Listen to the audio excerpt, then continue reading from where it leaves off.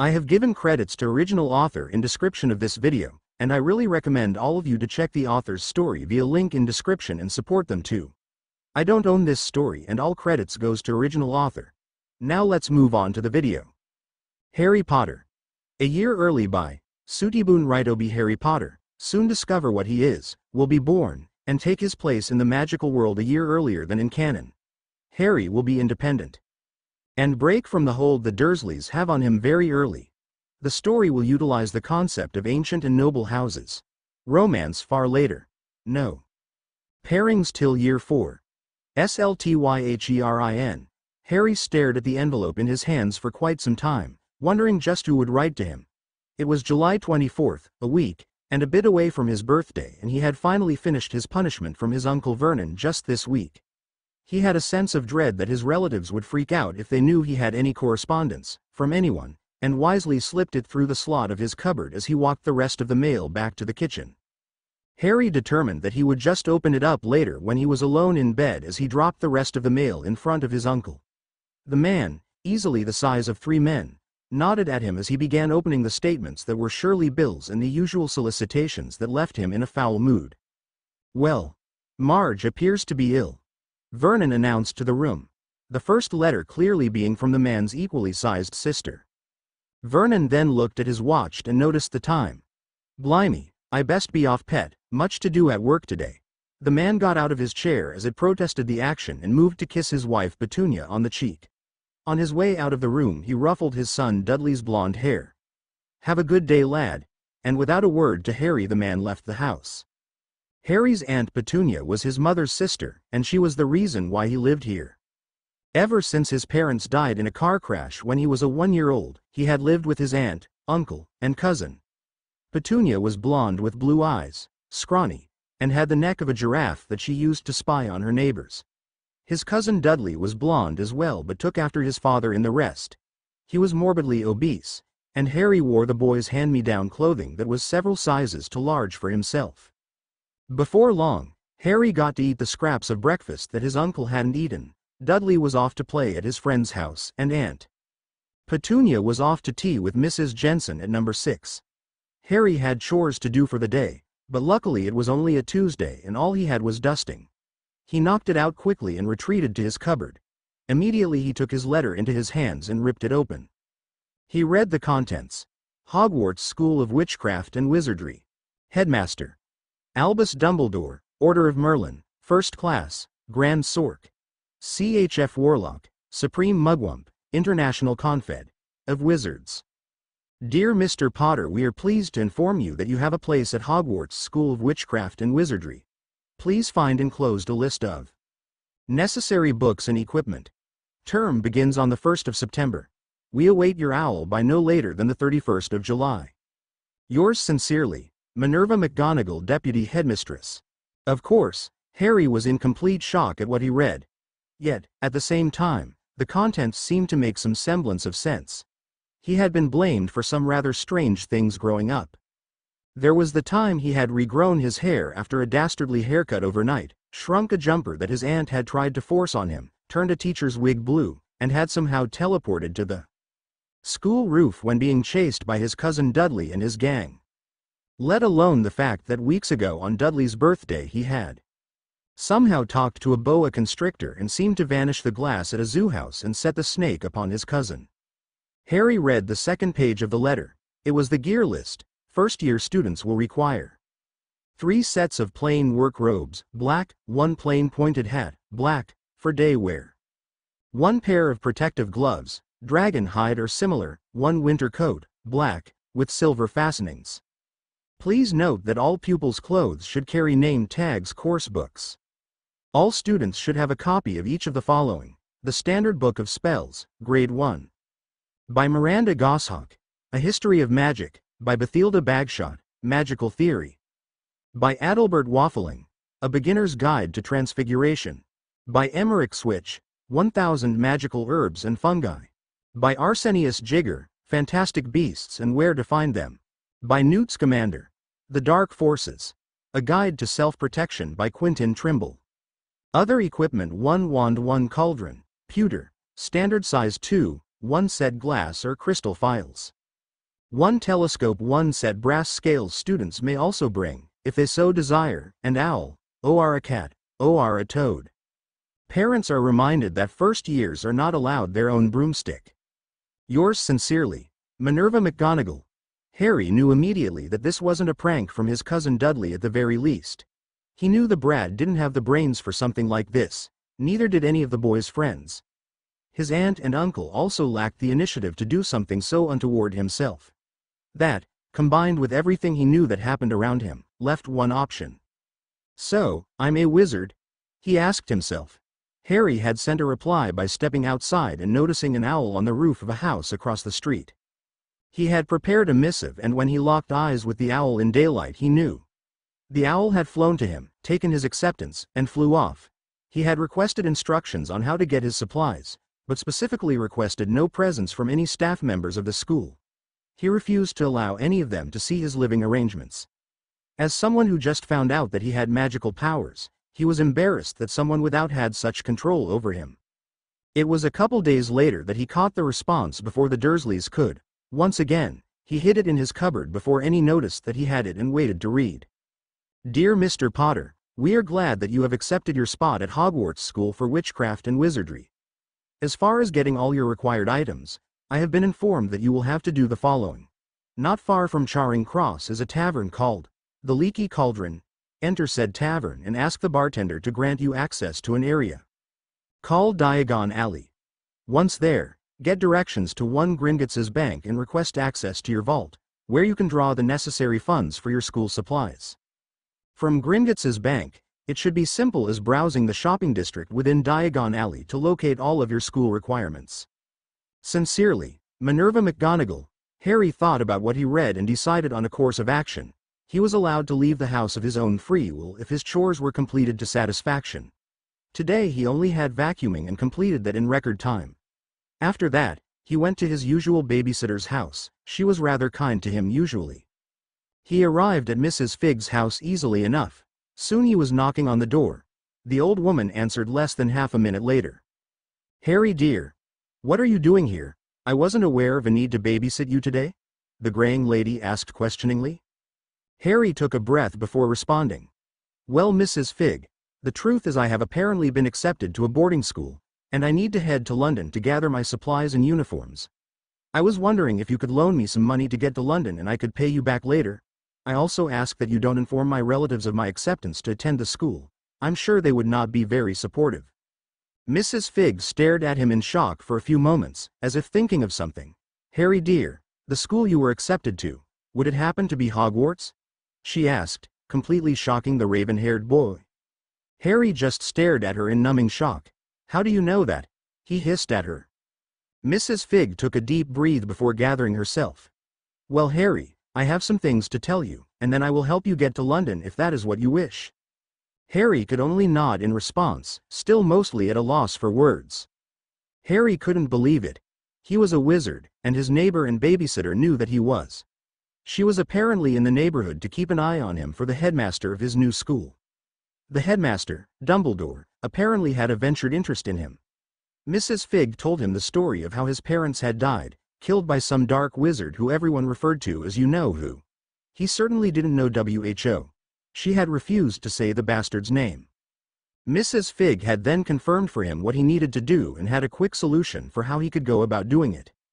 You see, Harry, there is a way to get to Diagon Alley the magical way, which is much faster, and you can leave right here from my living room, she explained. Harry was of course skeptical. How could he leave from right here? But then of course he remembers. Magic.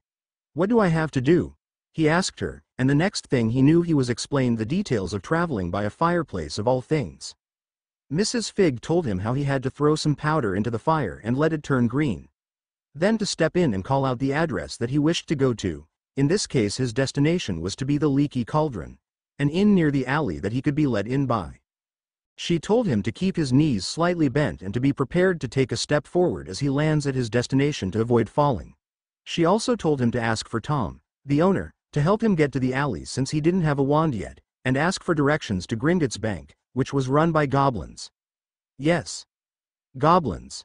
She said that they would be able to provide him with the key to his account after using his blood to verify his identity. She also told him to be very respectful to them, or he would regret it when he got older. His father, James Potter, apparently came from an old wizarding family and had a decently sized vault at the bank, which was now his. She told him to ask the goblins about his accounts, and to explain that he was raised as a muggle, what magicals called normal people. Next thing he knew, he was stepping into the fireplace and calling out his destination. It was something he would never forget. He felt as if he was spinning around inside of a tube and could sometimes make out the inside of people's houses through their fireplaces. Soon enough, he was thrown out of the tube, and he remembered to step forward like Mrs. Fig told him. He stumbled but managed not to fall over as he took in his surroundings. It seemed as if he was in some old-timey inn, as if he had transported back to the 1800s. There were a few people around, scattered amongst some tables here and there, but they didn't pay him any mind, as if someone coming out of a fire was commonplace. He was sure it was after his conversation with Mrs. Fig. He looked over towards the bar and saw a somewhat hunchbacked older gentleman with a bald head. From her description of him, Harry knew that must be Tom and walked over to him. Tom noticed the small boy come up to him and smiled. "Hello, lad, what can I do you for?" Harry smiled shyly up at him. "I was told how to get here by my neighbor. She said she was a squib.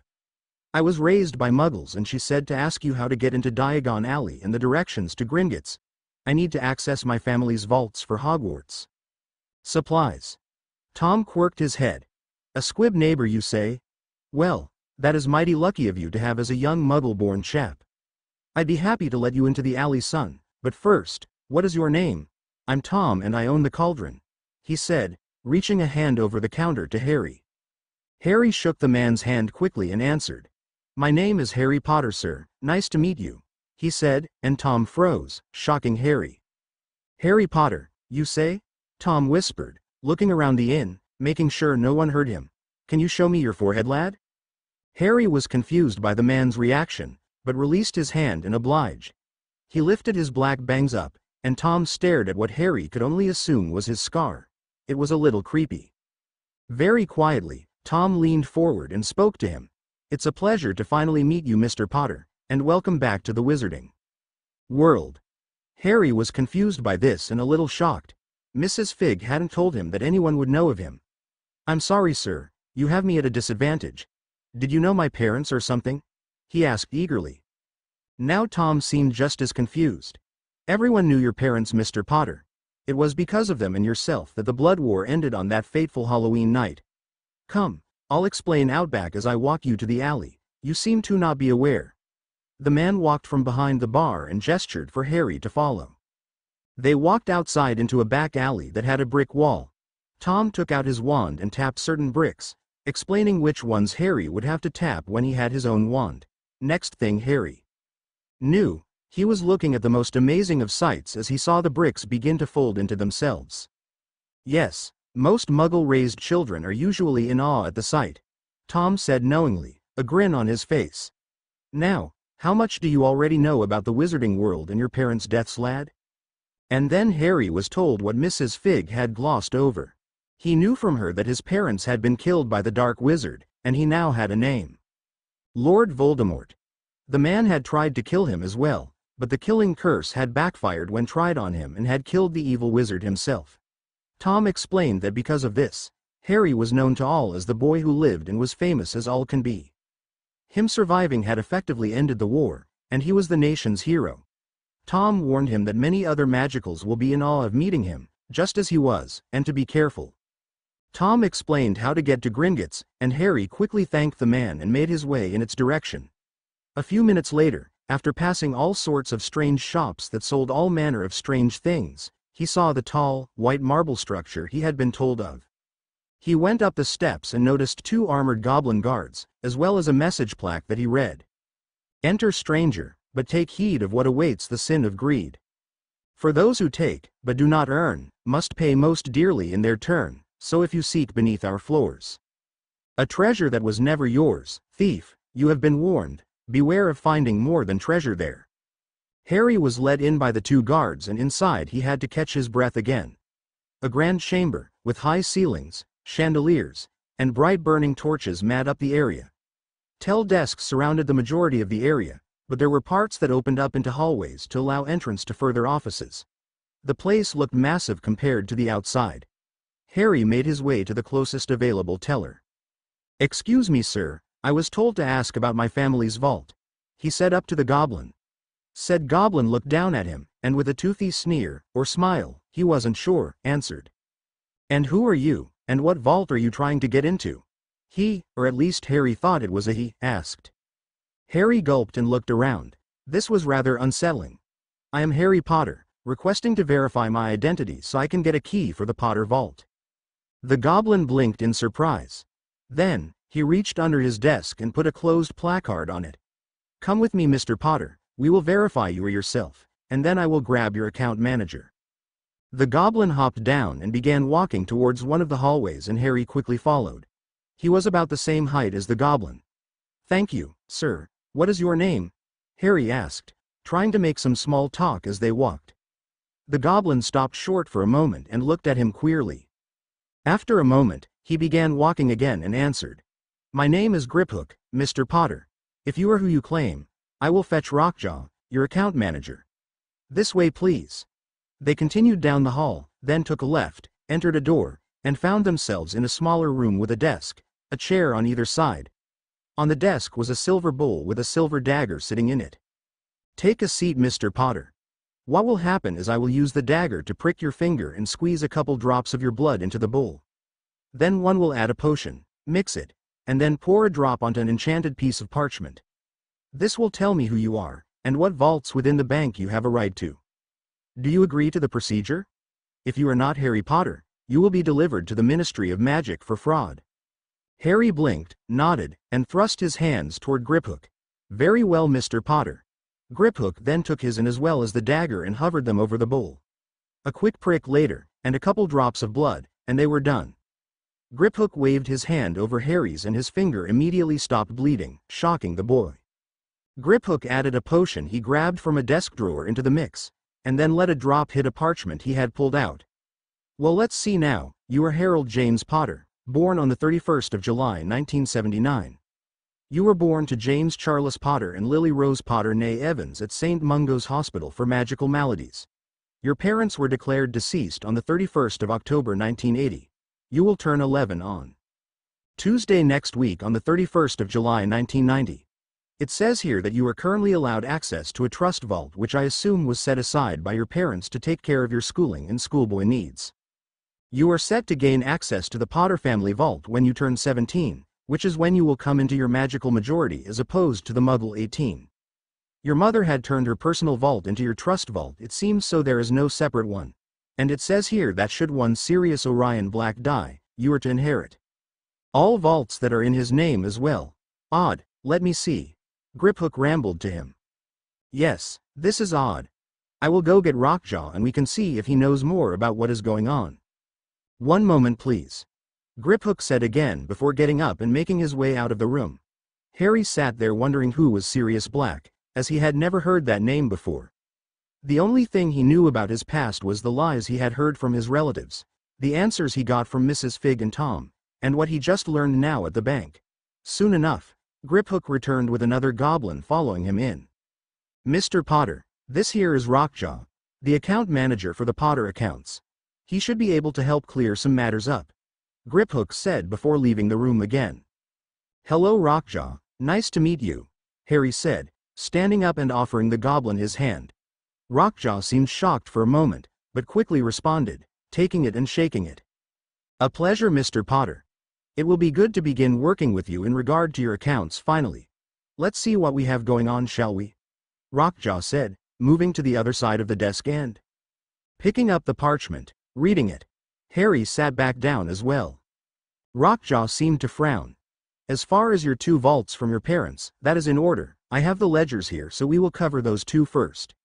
Your family vault currently houses 753,259 gold galleons, 20,476 silver sickles, and 12,312 bronze nuts. Your trust vault has 4,000 galleons, 1,200 sickles, and 800 nuts and has had that since you were born. A note says here that on the 31st of July, every year it will be refilled from the Potter family vault to bring it back up to those exact number. Harry just stared in shock, and also confusion. He didn't know what all of that meant in regards to British pounds. Rockjaw, what is a galleon, sickle, and canute? How do they relate to Muggle money? Rockjaw stared at him. Well, Mr. Potter, a galleon is a gold coin minted here at Gringotts and is the highest form of magical currency. It can be converted to £10 sterling in Muggle Britain. 17 sickles go into a galleon, and 29 nuts go into a sickle. Does that clear that up? Harry was shocked again. He was rather good at math and started doing the numbers in his head. His larger vault housed a bit over £7.5 million. He was rich and he didn't even know it. He thought of his trust as well. That had nearly 41 grand in it on its own. I cannot access the family vault until I am 17, you said? Harry asked for clarification. Rockjaw nodded. Yes, Mr. Potter, that is correct. Currently the vault has an interest rating of 0.03% annually. That vault used to house several million galleons before the Blood War, but your parents used it to help finance the Ministry and other factions who fought against the Dark Lord. It was sitting around 500,000 galleons when your parents died back in 1980. Your trust vault does not gain any interest on it, unfortunately. Harry thought on that. If his parents were rich, they must have had property. Do I own any houses from them? Rockjaw looked back down at his parchment. Yes, there are 2 properties listed. There were more, but your father sold them to help bolster the war efforts. Currently, there is the Potter Cottage located at Godric's Hollow, a mixed wizarding village, and was where you and your parents were attacked that Halloween. It was severely damaged in the attack and was left alone after the Ministry declared it a national monument, and yearly they deposit 1,000 galleons into the family account as a lease to uphold it as such. Then there is Potter Manor, which is in an unplottable location somewhere in Scotland. A note here says that there is a portkey kept here at the bank if you wish to travel to it. I am told it sustained minor damage when your grandparents were assassinated by the Dark Lord and all of its house elves were killed in their master defense. What is a portkey and a house elf? He asked. A portkey is an object that has been enchanted to transport someone from one place to another. Usually they are phrase activated, or they can be said to go off at just a touch. A house elf is a magical being that bond themselves to a wizard and serves them for life. Imagine a butler or a maid in the Muggle world. But house elves do not accept payment, just a place to live and serve. It is in their nature. Rockjaw answered patiently. And Potter Manor was damaged. Would I be able to live there and to try and fix it up? Harry asked, thinking of getting away from relatives, the Dursleys. Well, I am sure it is livable, but it would be a lot to manage on your own without a house elf or 2. I would recommend purchasing 2 to help you if you decide to go there. As I understand it now, the going rate for an unbonded house elf is 1,200 galleons. If you purchase one today, I recommend waiting until next year to purchase a second. I have recommendations to use your trust vault to experiment with business ventures while you are young. It will help you learn how to manage your larger estate once you are of age, was Rockjaw's reply. Harry thought about it for a moment and thought of another question. Typically, how much does a first year at Hogwarts school supplies cost? You can be properly outfitted for a bargain at around 70 galleons. I would recommend buying extra books and higher quality items when you shop, so I expect you would spend at least 300 on school supplies. Harry thought some more. If he got an elf, and spend all that money for school, he would have around 2,500 left in his trust. Okay, could you arrange for a house elf to be purchased for me today? I would very much like to move away from my relatives and live on my own. Rockjaw thought about it for a moment. For a fee of 100 galleons, Gringotts will get you the elf and charge it directly to your trust vault. Do you agree? Harry didn't even need to think about it. Of course, make it happen please.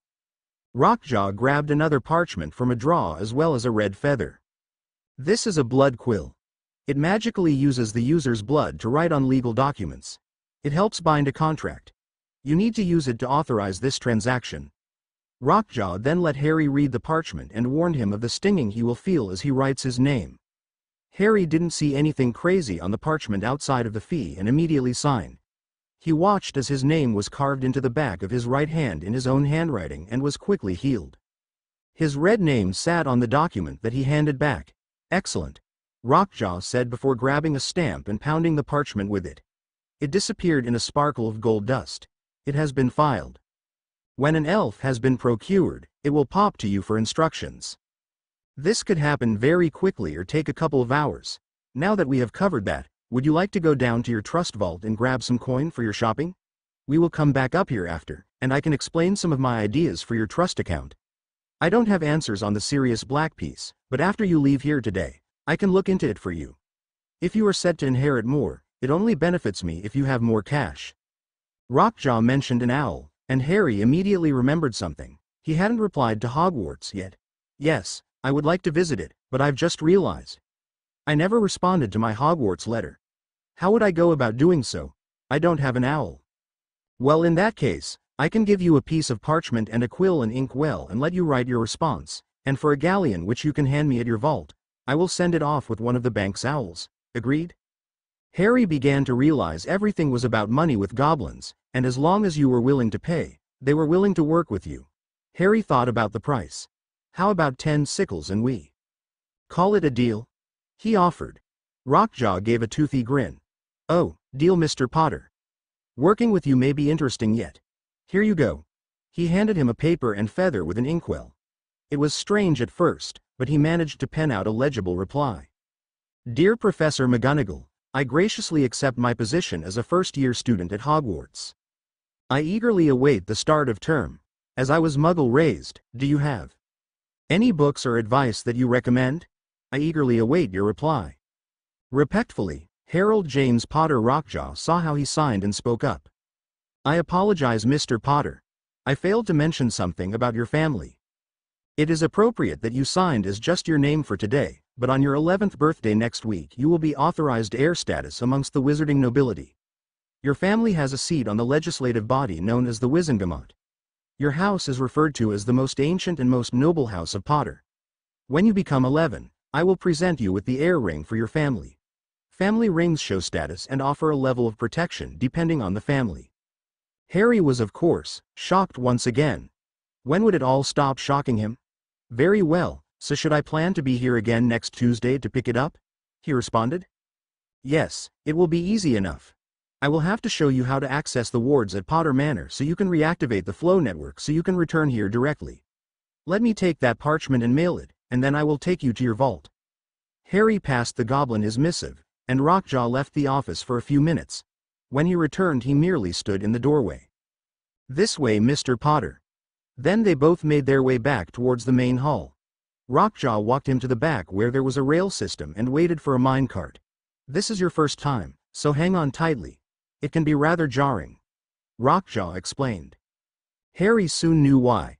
When they got into the cart it seemed to take off at light speed and he had an absolute blast. The wind rushing in his hair. The stalagmites and stalactites blurring by. He shouted in joy. He figured this must be what an amusement park was like. Soon enough, they were at his vault. Vault number 687. Rockjaw passed him a golden key on a necklace chain. This is your new copy of your vault key, Mr. Potter. All other copies have been disabled as this one is the only one that can be attuned to you.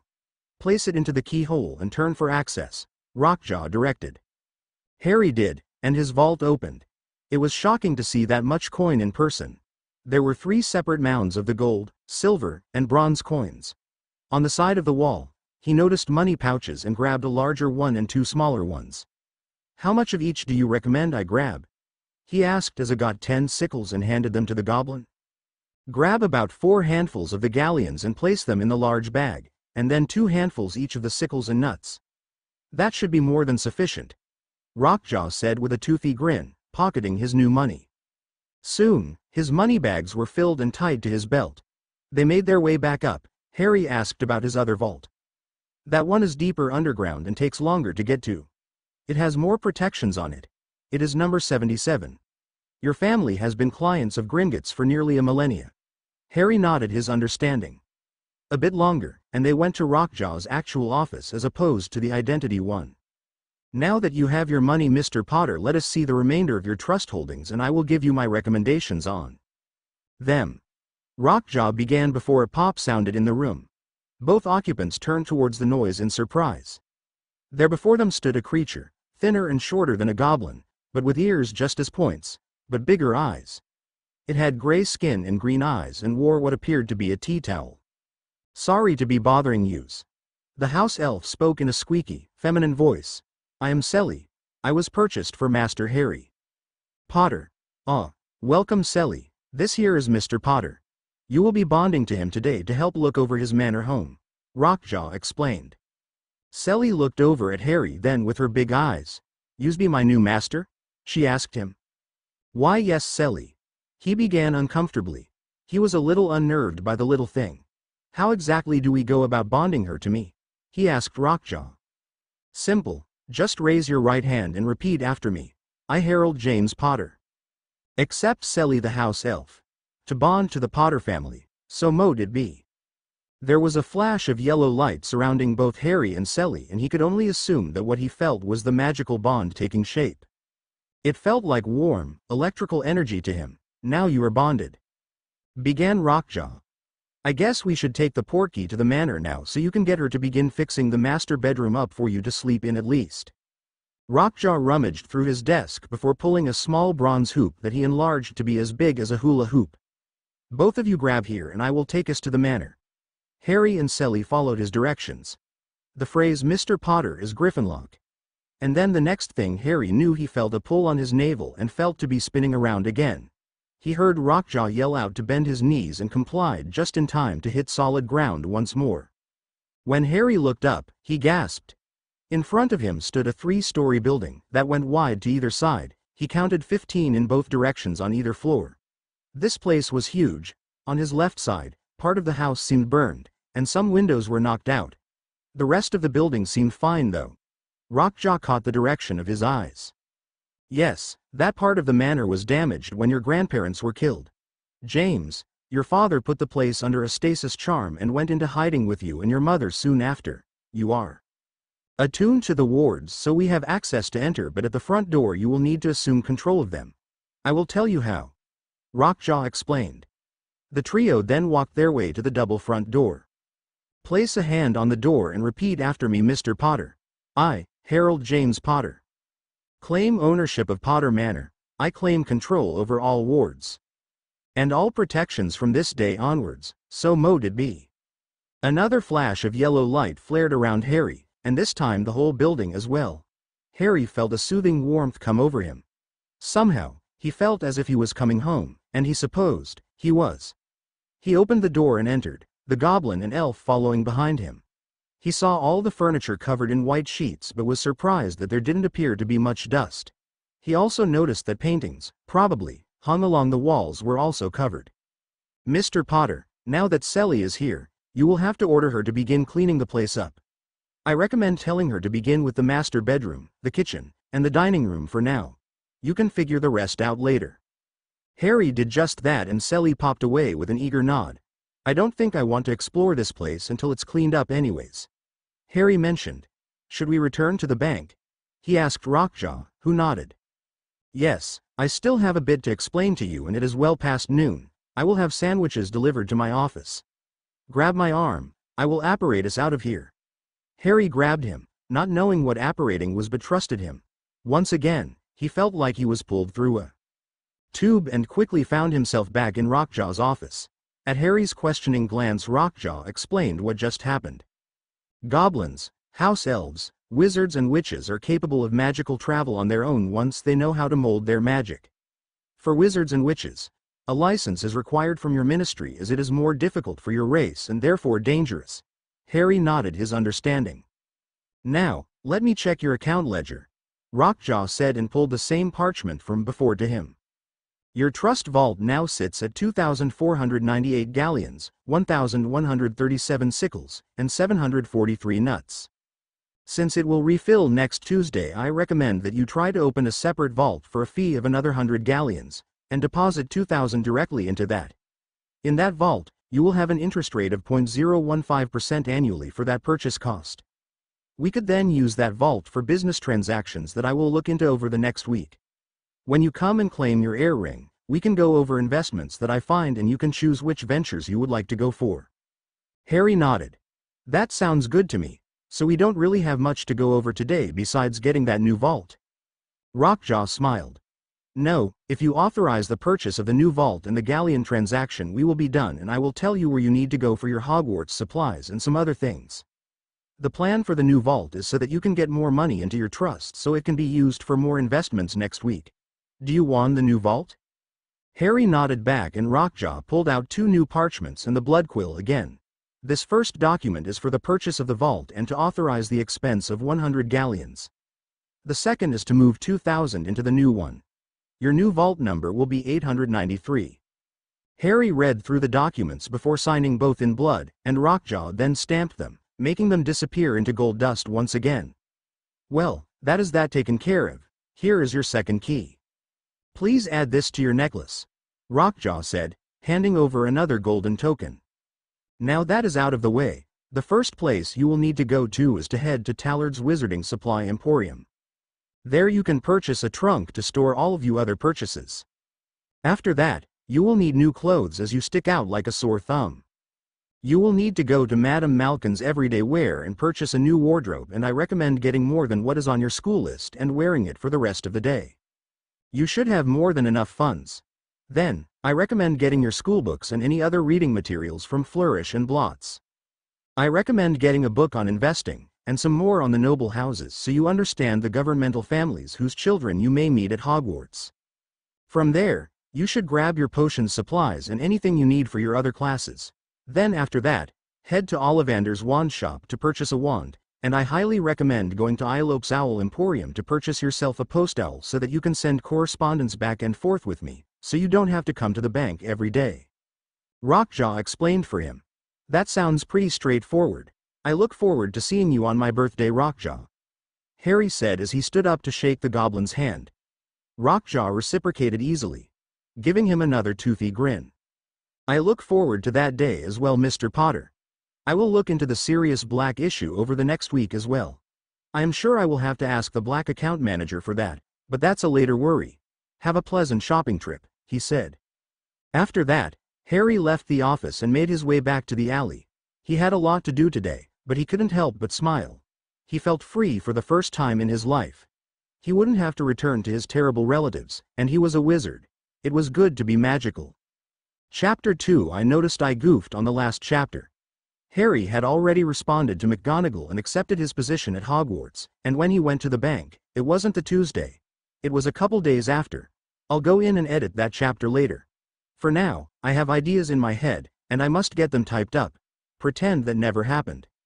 As I've said, J.K. Rowling owns Harry Potter, not myself. This chapter will just be Harry getting used to being a wizard in his new house. Expect some underage spellcasting. I plan on explaining a loophole for it in later chapters. Just remember that for right now, no one explained to Harry that he can't do magic outside of school. He doesn't even know the underage magic law exists yet. Enjoy Chapter 2 of Harry Potter, a year early. Harry had gone back into the bank immediately, remembering he had forgotten to grab the portkey to his home from Rockjaw. The goblin had shrunken it down so it could fit comfortably with his vault keys around his neck. He replaced it back over his head after feeding it through and made his way back out of the bank. Harry stepped out into the alley and appreciated the feeling of the warm sun on his skin. He took a deep breath to gain his bearings again before making his way down the alley. He had paid attention to all the signs he had passed and remembered that Tallard's was back closer to the leaky cauldron when he had entered the alley. He casually made his way in that direction, first ensuring he had all 3 moneybags attached to his belt. The alley wasn't very crowded, but anyone he did pass he realized that he received some strange looks from. He picked up the pace with the more glances he received, hoping he wouldn't be recognized. He hoped it was just because he was wearing his veil of a cousin's hand-me-downs. Soon enough, he was in front of the trunk shop. With a ring of a bell, he opened the door and stepped inside. Everywhere he could look was surrounded with trunks stacked on top of each other. The only spot not encumbered by trunks was in the center of the shop where there was a man standing at a clerk's desk. The man looked up to him and smiled. "Hello there, lad. Buying a trunk for school?" the man asked, seemingly ignoring how Harry was dressed. "Yes, sir. My account manager at Gringotts recommended your store. What are your options and what do you recommend for a student?" Harry answered, trying to sound sure of himself. The man tilted his head in response before answering, Account manager, you say? Oh, sorry. My name is Alfred Tallard, and this is my shop. Just who might you be? Harry gulped. He figured whoever he interacted with may wish to know. My name is Harold Potter, sir. He answered, deciding he rather liked his full first name when talking to someone he didn't know very much. The man gasped and took in Harry's appearance. He had the messy black hair of the Potters, the circular glasses, and the green eyes that were used to describe Harry Potter after that fateful night. Are you really? Mr. Tallard asked in nearly a whisper. When Harry slowly nodded, the man shook himself out of his shock. Well, Mr. Potter, glad to welcome you back to our world. I'm sure we can find you the trunk that fits you best. Come over here and we can look in a catalog to help narrow down your purchase. He gestured for Harry to join him at the counter. Soon enough, Harry was walking back out of the shop carrying his new black school trunk. It was made out of Hebridean black leather. Dragon leather. It was inscribed with his initials written in silver thread. On the front, it was charmed with a featherlight charm so he could easily carry it. It also had a magical signature recognizing charm attuned to him, and was fitted with anti-theft charms as well. He had splurged a bit and got a 5-compartment trunk instead of the recommended 3 for school children since he planned on buying more than just school supplies. Each compartment had a different function.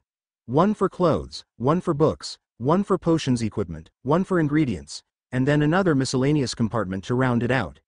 It had cost him a whopping 47 galleons, 7 sickles, and 13 nuts, but he figured it was worth it. He had never had nice stuff before, and if he was rich, then who cared? He made his way towards where he saw Madame Malkin's earlier, a bit deeper into the alley away from the cauldron. It took about 5 minutes to get there, but once again, he entered this store with a tinkering bell. A portly woman was at a desk and immediately began moving towards him. Hello, dear. Here for your Hogwarts fit then? She asked him. Harry nodded. Yes, ma'am, but as you can probably tell by what I'm wearing, I would like to buy more than just school clothes. I need a whole new wardrobe. We can settle the Hogwarts gear first though, please. Of course, dear, we keep standard sets moved aside. All we have to do is fit everything to you. The lady responded, who he could only assume was Madame Malkin herself since it didn't appear to be a busy day. Now, what is your name so I can ensure your uniforms are labeled? She asked him. Harold James Potter, ma'am. He answered, already prepared for the reaction. Of course, Madame Malkin gasped and looked towards his head, but could not see his fateful scar on his forehead thanks to his messy bangs. Well, Mr. Potter, she began after getting a hold of herself. Pleasure to meet you. We can get this bit sorted right quick. The next thing he knew, he was on a short wooden stool and the witch was using tape measures with a life of their own to get him measured. After she modified them, he tried everything on, and everything was a perfect fit. Well, that's your Hogwarts things settled, dear. What do you think you will need other than that? You said a full wardrobe? Malkin asked him. Yes, ma'am. I don't know how much of everything I will need, but I could use some everyday robes not for school. I guess 4 of them, some pairs of slacks, undergarments, undershirts, and some button-up shirts as well. A couple of ties wouldn't hurt, and a traveling cloak would be good. I need, I think, 2 pairs of pajamas as well. A couple of belts, some socks. Oh, and a couple sets of exercise clothing. Do you have all that? Harry asked her in a ramble. She smiled at him. I think we can manage. About a half hour later, Harry left the shop in a pair of black slacks with a new black belt holding them up. A white button-down shirt tucked into his pants with his sleeves rolled up to his elbow and the top button undone, shoring a white undershirt underneath. He had a new black pair of socks on and some black boxer briefs that fit him on underneath as well. He felt amazing with clothes that fit. He had asked Madame Malkin to burn his old clothes after he had paid her nearly 40 galleons as well, glad to dispose of another piece of his old life. All in all, he had bought what he was wearing, another black set of slacks, 2 khakis, another white shirt, 1 green, and 1 black, 1 black tie and 1 gray, a brown belt, 5 more white undershirts, 13 more black boxer briefs, and 13 more sets of black socks. He had wanted to keep everything simple. Oh, he got 1 set of blue plaid pajamas as well as 1 in gray, 2 sets of black exercise clothing, an evergreen traveling cloak, and 1 scarlet, emerald, and a royal blue everyday cloak. All of that was neatly packed into his trunk that he dragged behind him. Madame Malkin had noticed his worn-down trainers and recommended he get a nice pair of boots from the store on the side of hers, and he quickly walked into there as well and got a pair of black dragonhide boots made from the same as his trunk. One pair of black trainers, and one pair of black dress shoes. He once again asked this store owner to burn his old shoes. He was glad he didn't tell this man what his name was. The clerk didn't think to ask, and Harry was grateful. He made his way towards Flourish and Blots now that he had his boots. It took him a bit as it was farther into the alley. While he was there, he got all the recommended course books. An extra beginner's guide for his charms, transfiguration, and potions classes. A book on notable families in Britain, wizarding customs and etiquette, one on finances, investing, one on the Blood War, the Grindelwald War, and a book on offensive and defensive magic that caught his eye. He wanted to be prepared for the wizarding world, and since he was determined for his school experience to not be like his muggle one, wanted to know how to protect himself. He also bought a book that had household spells in it, and one on charms that come in handy for adventuring wizards. When he was finished, Harry stowed his books away. He made a stop at the apothecary down the street and got all of his potion supplies, and an extra standard set so he could practice the earlier potions at his house. He then looked for a store to buy his dragonhide gloves and telescope and found them easily enough. He decided he would get an owl after he got his wand, as he didn't want to carry the animal around with him for too long, and those were the last two stops.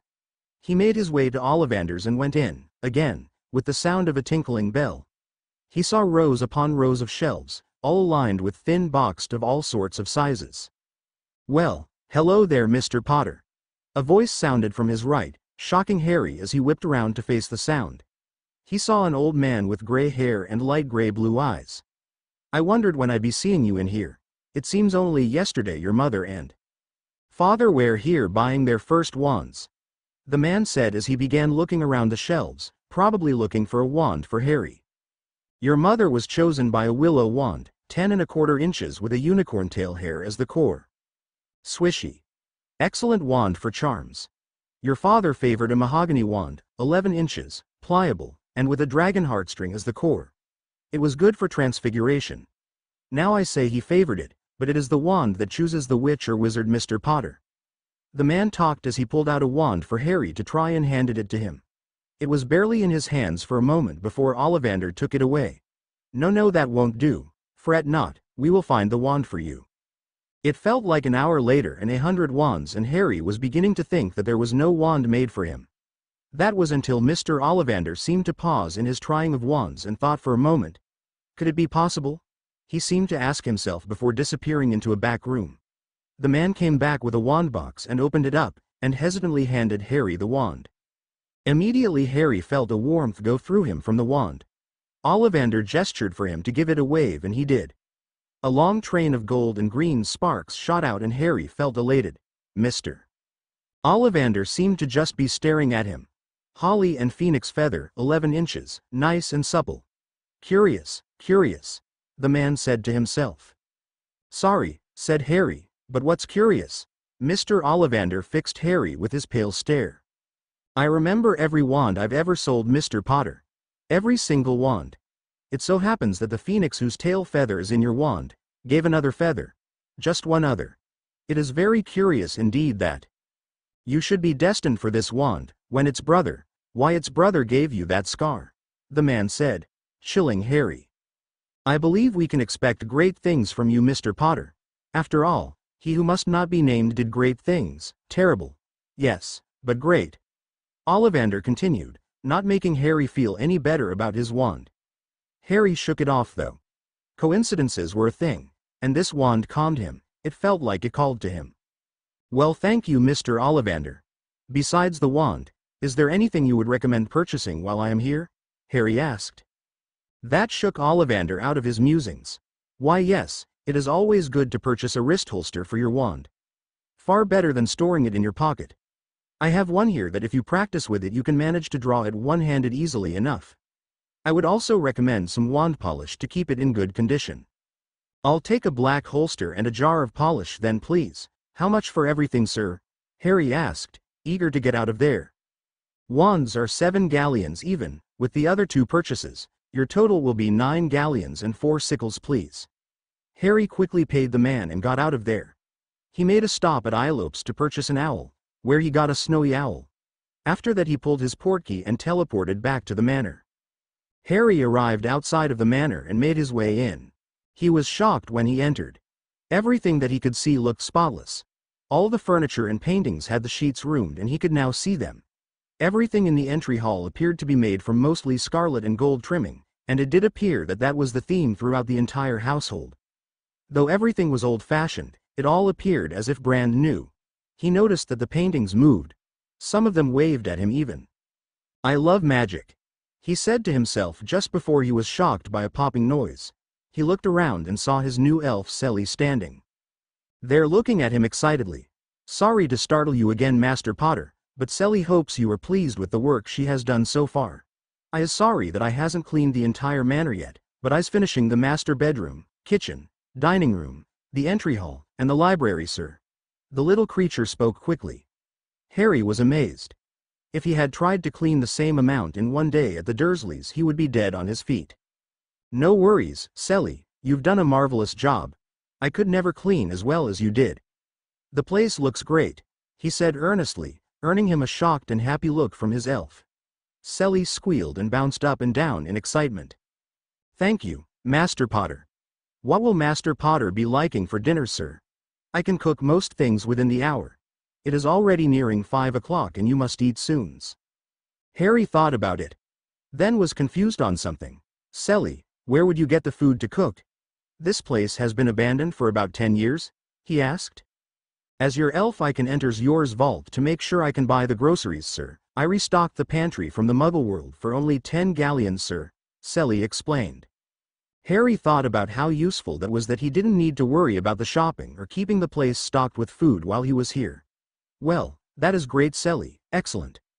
I would like shepherd's pie for dinner if you please.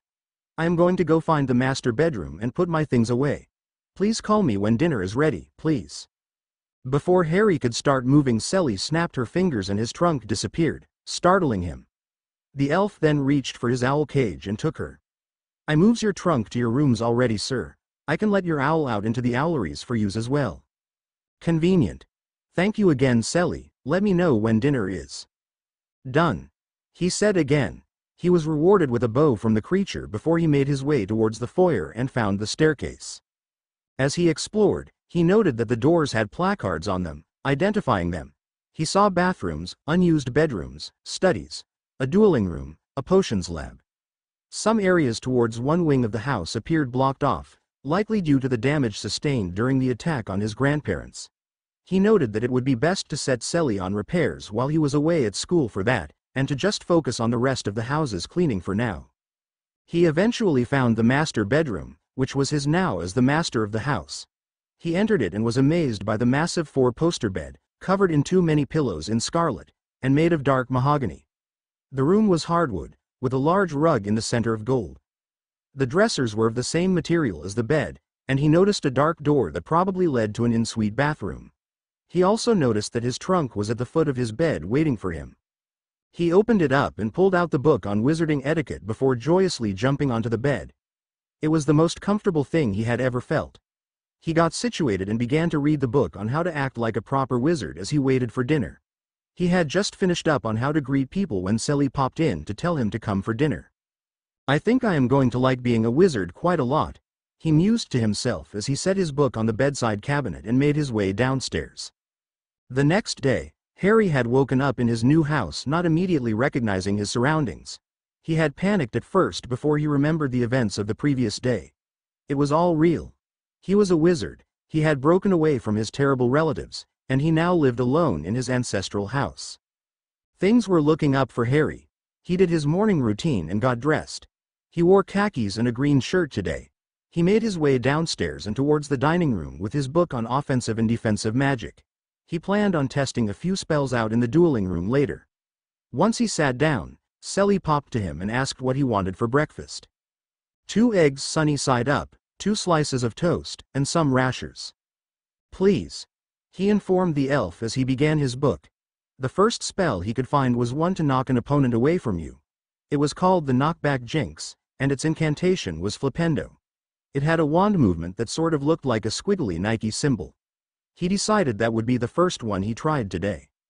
Soon enough, his breakfast was in front of him, and he set his book aside and dug in. Once he was finished, he thanked Selly and grabbed his book and stopped in his room to grab his wand and holster. Putting them both on his body, he looked to find the dueling room again. He eventually got there, and first began trying to draw his wand the way Ollivander had mentioned. The idea was to flick your wrist and the wand was to shoot into it. It took him several tries, but he eventually managed to do so without throwing his wand across the room. The room had some wooden dummies standing around, so he made it his business to try practicing on those. The book said that intent was the main focal point of spellcasting, and that verbalization of the incantation was there to help one focus on the end state. He began with practicing the wand movement on its own with his wand out, and then the incantation as laid out in the book. He then visualized the target getting thrown backwards from his spell. Harry was more than shocked when he shouted, "Flipendo!" and a shot of purple light flew from his wand and impacted the dummy, throwing it several feet away from him. He was excited that he got the spell to work and spent much of the rest of his morning practicing it until he was exhausted. He stopped sometime near noon, and realized he was as sweaty as can be. He decided shower was in order and went to his room to change. 20 minutes later saw him in clean clothes and heading downstairs for lunch. When he got down to the dining room, turkey and ham sandwiches on wheat were already spread on a plate with chips on the table. He quickly dug in and read the etiquette book he brought with him. Now that he had time to read, he was enjoying it a lot.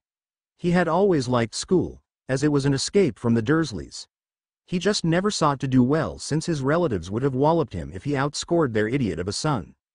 Since he wouldn't have the cloud of his cousin's grades or the threats of his aunt and uncle looming over his head. He planned to do well at wizarding school. He also planned on growing his finances with Rockjaw and figured he would study the book on finances before his birthday. It was Friday and he had a few more days. He was interrupted from his own thoughts and eating when there was a tapping from the window near the table. He saw it was a tawny owl pecking, and it carried with it a letter. He quickly opened the window and let the bird inside. He took the letter off and opened it. He saw it was from Professor McGonagall. "Dear Mr. Potter, while I am glad you were excited enough to send 2 confirmations that you would be attending Hogwarts, I would like to remind you that you already had accepted your spot back on the 24th of the month.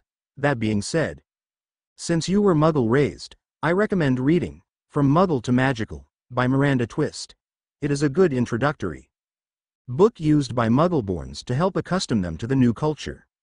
Since you forgot that you even replied, I will remind you that the Hogwarts Express will leave Charing Cross Station at noon on the 1st of September. Your ticket was enclosed in your first letter. You will need to cross through the barrier between platforms 9 and 10 to enter platform 9 and 3/4 S. Simply walk through the brick. It is a magical entryway that I promise you will get through. Yours sincerely, Minerva McGonagall. Harry stared at the letter and tried to think of what she meant, and then turned red with embarrassment. He had sent 2 confirmation letters to the woman about his spot at Hogwarts. He didn't know why, but all the excitement of the previous day had made him forget the 24th when he sent his first missive. Oh well, no harm done. He still would have owled her for the recommended book. He decided he would grab it on his birthday, after he got the air ring from Rockjaw. He buried his embarrassment to pen a reply to the woman who would be one of his future professors. Dear Professor McGonagall, I apologize for the confusing nature of my 2 letters. As I am sure you can understand, this is all new to me and it has been a whirlwind of events since the first letter. I thank you for your recommendation. Not to seem entirely bothersome, I was wondering which subject you may teach at the school as it was not mentioned. I would like to make a good impression in your class and would like to study ahead for it if able. Very respectfully, Harold James Potter. He wrote his reply and sent it back off with the tawny, after giving it a treat he had bought for his own owl. He still hadn't even named his own familiar. He decided later he would read the history book he got and look for a suitable name in there to give her something magical. With lunch over, he decided to look for the library. It was upstairs a few rooms over from his bedroom apparently, and he found it with little difficulty. Inside he was surprised by how large it was. Bookshelves lined all 4 walls, and there was a large mahogany desk off to one side, and a large scarlet love seat and a chair for sitting around a coffee table as well. Seeing this he called for Selly. She popped into the room quickly. "What's can I be doing for you, Master Potter?" she asked. Could you bring up some Earl Grey tea and some peanut butter biscuits? I plan to read this afternoon. He told her. She nodded and popped away again. It was then that a voice spoke. Master Potter, did that elf say, and who might you be, young man? Harry whipped around towards the manly voice but couldn't find anyone. Over here, lad. It sounded again and he realized it was coming from one of the portraits on the wall. In shock he walked towards it. You can speak? He whispered. Why, of course we can speak, dear, a woman in the portrait on the side of the man said. You aren't our Jammy, so would that make you our grandson, Harry? The woman portrait asked. Harry could only nod as he read the placards beneath the portraits. The man's read Charles Fleeman Potter, and the woman was Doria Hesper Potter née Black. These were his grandparent. Yes, I'm Harry, and James and Lily were my parents, he answered, swallowing the lump in his throat. Well, where are your parents, son? Charles asked him. We feel like you all haven't been to the manor in ages. I mean, I haven't seen you since you had just been born after all. Mom and Dad were killed by Voldemort when I was only a year old, he told them sadly, and they gasped. I lived with Mum's sister and her husband while I was growing up, he told the portraits, shocking them. Jammy and Lily are dead. Oh, dear, you poor thing, Doria simpered. You were raised by your aunt? What about your godfather, Sirius Black? Charles asked, outraged. Harry was confused now. He had a godfather. And it was the man whose vaults he was set to inherit if he died. Well, that made sense of that at least. I wasn't raised by my godfather, sir. I have never met the man, so I don't know what has become of him. I just know I was raised as a muggle before I got my Hogwarts letter. The Potter account manager, Rockjaw, helped me get set up here so that I could get away from them. They were dreadful, he explained. Raised by muggles, Doria raged. I remember Lily speaking of how her sister hated magic and her. How did you even end up with them? You could have gone to your godmother Alice Longbottom, or your cousin Andromeda Tonks, my niece. I don't know either of those ladies either, grandmother, Harry explained, getting her expression to soften and Charles to smile sadly. I just know that I am living here alone now. Do you think I should send the three of them letters? He asked. His grandfather thought about it for a bit before answering. It couldn't hurt, son. Do you have an owl? Harry nodded. Then yes, before dinner you should send a letter to all three and open a means of correspondence with them. Harry nodded again. Now Doria spoke up. Well, what day is it, Harry? If you are going to Hogwarts, you must be 11 already or should be soon. I am 10 right now, grandmother. Today is the 27th of July 1990. It'll be 11 this coming Tuesday, Harry explained. Excellent. I assume you will be going back to Rockjaw to acquire your heir ring that day then? Charles asked him excitedly. Yes, grandfather, I will be. I will also probably purchase some more books that day and go over investing options with Rockjaw as well. Oh good, following tradition then. Rockjaw was my manager as well. Long live those goblins. He was a fine account manager. His advice will do you well. Charles chirped happily. Yes, that is good, dear. It will prepare you for when you are 17 and start managing the entire estate. What do you know of the wizarding world so far since you were raised muggle? His grandmother asked him. Not much, ma'am. I know how my parents died. I know I was left on the doorsteps of my relatives as a baby. I know I have this scar from the killing curse that I survived, he said as he pulled away his bangs to show his grandparents. They hissed angrily at it. Do you mean to tell me that that monster tried to kill you as well? They both shouted at him. He recoiled. It appears they don't know of any of the events after their death. Yes, Voldemort was defeated when he fired the killing curse after he killed Mum and Dad. No one knows how I survived, only that I got this scar, and Voldemort died in my stead, he explained. Interesting, I've never heard of a case where one could survive that. Charles mused. Let me see it again, he requested. Harry obliged, lifting his bangs again. His grandfather studied it for a bit.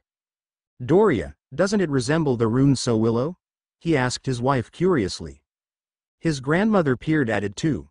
Yes, dear, I would have to agree. That is also the wand movement for the killing curse, so it makes some sense that that would be the shape the scar took. It looks fresh still. Have you never seen a healer about that, Harry? She asked him. He could only shake his head. No, I don't think I've ever seen a healer or a doctor since the event," he spoke. "Does it ever bother you?" Charles asked, and he shook his head in the negative. "Well, maybe you should have it checked out by Madame Pomfrey when you get to Hogwarts. She is the resident Medowitch there." "I'll be sure to ask her to look at it, sir," said Harry. "I came up here to read up on wizarding etiquette, but I assume now that I've met you two, you could coach me better than a book could?" he asked. "Now that we can, young Harry, take a seat and turn the chair this way, we can start teaching you right now," Doria exclaimed. He followed her instructions, and the next thing he knew, he was given a crash course on how to behave like the heir to a most ancient and most noble house. Chapter 3. Okay everyone, here is Chapter 3 of Harry Potter. A year early. In this chapter Harry will continue preparing for his role in society. Hogwarts, and the like. Harry will meet some known characters here and will advance his knowledge of magic and his new world. Reading this, some of you may think that I am making Harry advanced. Just remember, the kid was known to be one of the most powerful in his year, and he only did poorly in school because a certain redhead's laziness was contagious. He has the help of his grandparents' portraits in this story and means of practicing his magic before school. Not that he knows that what he is doing is technically illegal. I'm sure you'll run into some grammar or spelling mistakes, so I apologize, I've been typing fast. As always, Harry Potter is owned by J.K. Rowling, and I am just playing in her sandbox. It was Sunday now, the 29th of July 1990. It was early morning and Harry had already had his breakfast, the same as his first day at the manor. It was only 8 o'clock, and Harry had determined that mornings were for practicing his magic. Since he began his routine, he felt extremely comfortable with the knockback jinx. He had practiced it yesterday as well. That is why today he would be practicing another spell, this time a curse, to ensure he had options once he got to school. The one he had read at breakfast this morning was referred to as the Curse of the Bogies. Its incantation was Mucus ad nauseam, and its wand movement was described as a lopsided horseshoe. The spell light should be green when leaving the wand. Harry realized that he wouldn't be able to see the effects on a wooden dummy very well, but figured practicing to make sure the curse felt right leaving his wand would be enough. He didn't have the heart to practice on Selly. The spell was supposed to make the victim feel as if they had a rather nasty cold, and to give them an extremely runny nose, hindering their ability to cast spells effectively if they were inexperienced. He figured it was a simple enough curse to start with and should come in handy. He practiced everything until he thought he was ready to cast, and then pointed his wand over at the dummy. Mucus ad nauseam. He incanted while imagining the desired effect. He was rewarded with a green shot leaving his wand and was pleasantly surprised when the dummy actually had what appeared to be snot around its nose area. Guess the dummies are enchanted to show spell results, he thought to himself. He spent the remainder of that morning practicing the spell, as well as the knockback jinx and practicing drawing his wand. It was close to a half hour before noon when he stopped to shower and change. Spellcasting seemed to have the good effect of giving him a nice workout, and he enjoyed the sweat. He showered and got into fresh clothes and made his way downstairs for lunch. When he got there, sandwiches and cucumbers were on a plate waiting for him.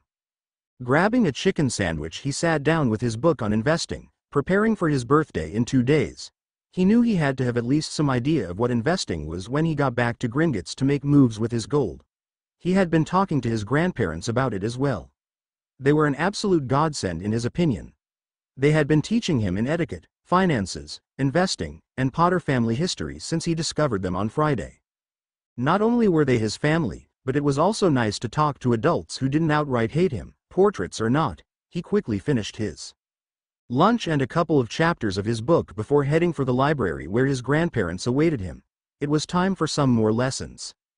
Tuesday morning Harry awoke and couldn't help but grin once he wiped the sleep from his eyes.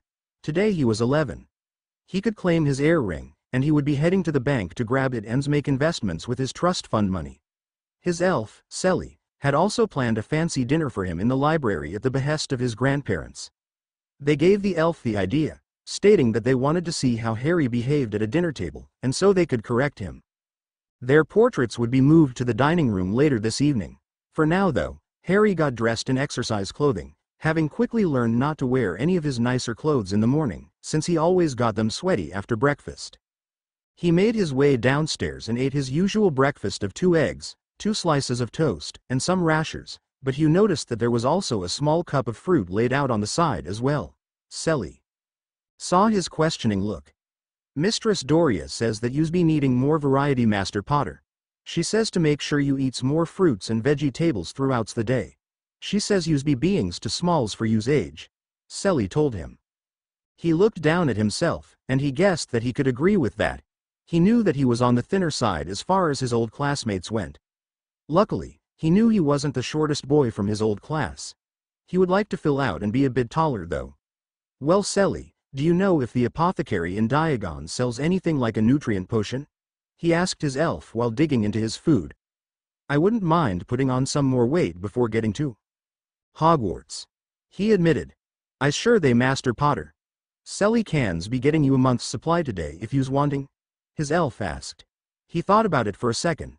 Yes please, Selly. You'd best go now and find out how much it is and pull the funds. My account should have refilled this morning, so there should be plenty to spare.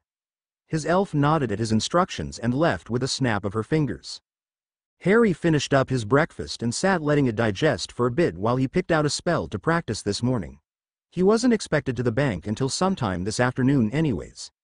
He found a spell that could make a smokescreen. That would be a good way of camouflaging himself in the middle of a fight, especially against an opponent outside of his league. He decided he would practice this one today. He went upstairs and practiced it and the other two spells he knew repetitively. He was successful with it, and it was easy compared to the other two as it was just a charm, not a jinx, hex, or curse. Soon enough, he was off to shower and change into a set of robes. He chose his emerald ones for today. His grandmother had recommended robes in the alley, regardless of how much she approved of his slacks and button-downs. It's an important magical day, may as well dress magical, she had said to him yesterday. He went downstairs for lunch and saw that Selly was back, as ham sandwiches, some fruit, and some chips were at the table waiting for him. He also noticed there was a potion vial filled with a tannish liquid. Selly popped in to greet him. Hello Master Potter, that vial is the nutrients potions you's asked for.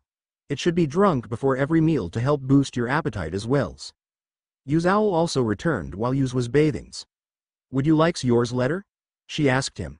He nodded to her and thanked her for his post. He was sure his owl, who he had ended up naming Hedwig after the patron saint of orphans, was resting after her flight. He began eating as he opened the letter. Dear Harry, it is so very good to hear from you. I have not seen you since you were just a baby.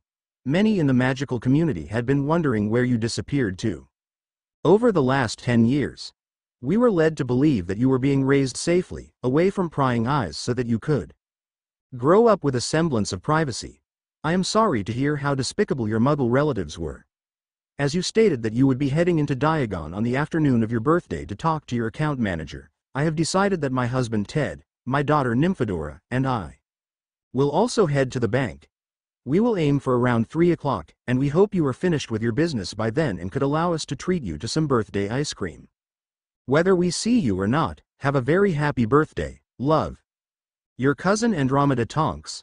Harry read the letter and smiled. It seems his cousin Andromeda would be the only one he had owled to respond to him. It had now been a couple of days since he sent his letters out. Oh well, at least she responded. He consoled himself. It wasn't like he truly needed an adult in his life at this point. He had won his freedom, and he was more than happy to live alone. Still, being able to visit with family or have them visit him appealed to him. He wasn't a hermit, damn it. He drank his potion, that tasted surprisingly like figs, and began to dig into his lunch. It certainly did make him feel hungrier, and he was surprised to ask his elf for an extra sandwich after cleaning his plate. Now contentedly full, he looked at the clock. It was 12:30. He might as well travel to Gringotts now and get everything over with. He wasn't sure how long he would be talking to Rockjaw. He got up and made his way over to the fireplace in the entry hall. He grabbed some flow powder from a vase and threw it into the fire. He stepped in and called out for Gringotts Bank, and he was soon sucked into a familiar tube. Next thing he knew, he was stepping into the grand chamber of Gringotts Bank and began dusting himself off. I should really start learning some spells outside of the dueling realm, he thought to himself. He then made his way towards where he remembered Rockjaw's office to be. He found it easily and knocked. Enter, came a muffled reply.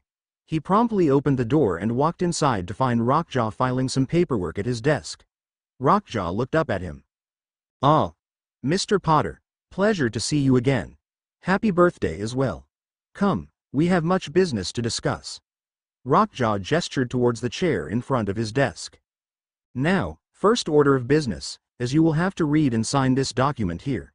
It is the filing for you being recognized as the heir apparent to the most ancient and most noble house of Potter. Once you have signed, I will be authorized to provide you with your heir." Ring.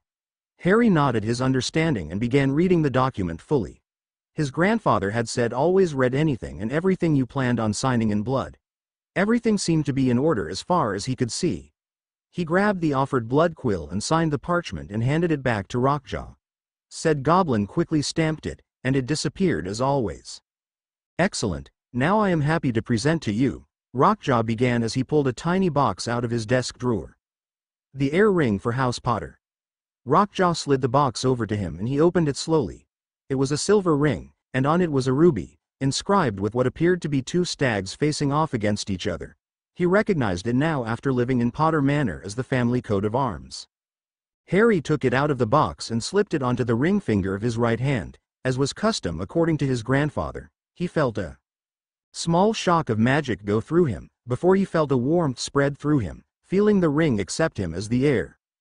"Good, you weren't burnt to ash," Rockjaw exclaimed, getting a laugh out of Harry. "Now, let us attend to business, what do you say?" "Please, I've done a lot of thinking since my last visit," Harry responded, letting the goblin know he would like to get moving through things as well. "Now let's see. You had a purchase this morning via your elf for some nutrient potions at the apothecary, so currently your trust vault is sitting at 3,674 galleons, 987 sickles, and 432 nuts. That leaves us with more than enough room to move some coin over into your investment vault. I recommend moving a further 2,500 galleons into your other vault, leaving you with 4,500 for investing, and a bit over 1,000 to spend throughout the remainder of the year. That should be enough to cover any other expenses you may have until your next birthday," Rockjaw presented. Harry thought about it, and it made plenty of sense to him. "Very well, I'll authorize that transaction." He spoke. He signed another parchment and rubbed out the soreness in his hand. "What businesses do you believe should be invested in?" he asked. Rockjaw gave him his toothy grin. "Well, Mr. Potter, as a rather famous individual, I believe having a shareholding of the press would be in your best interest.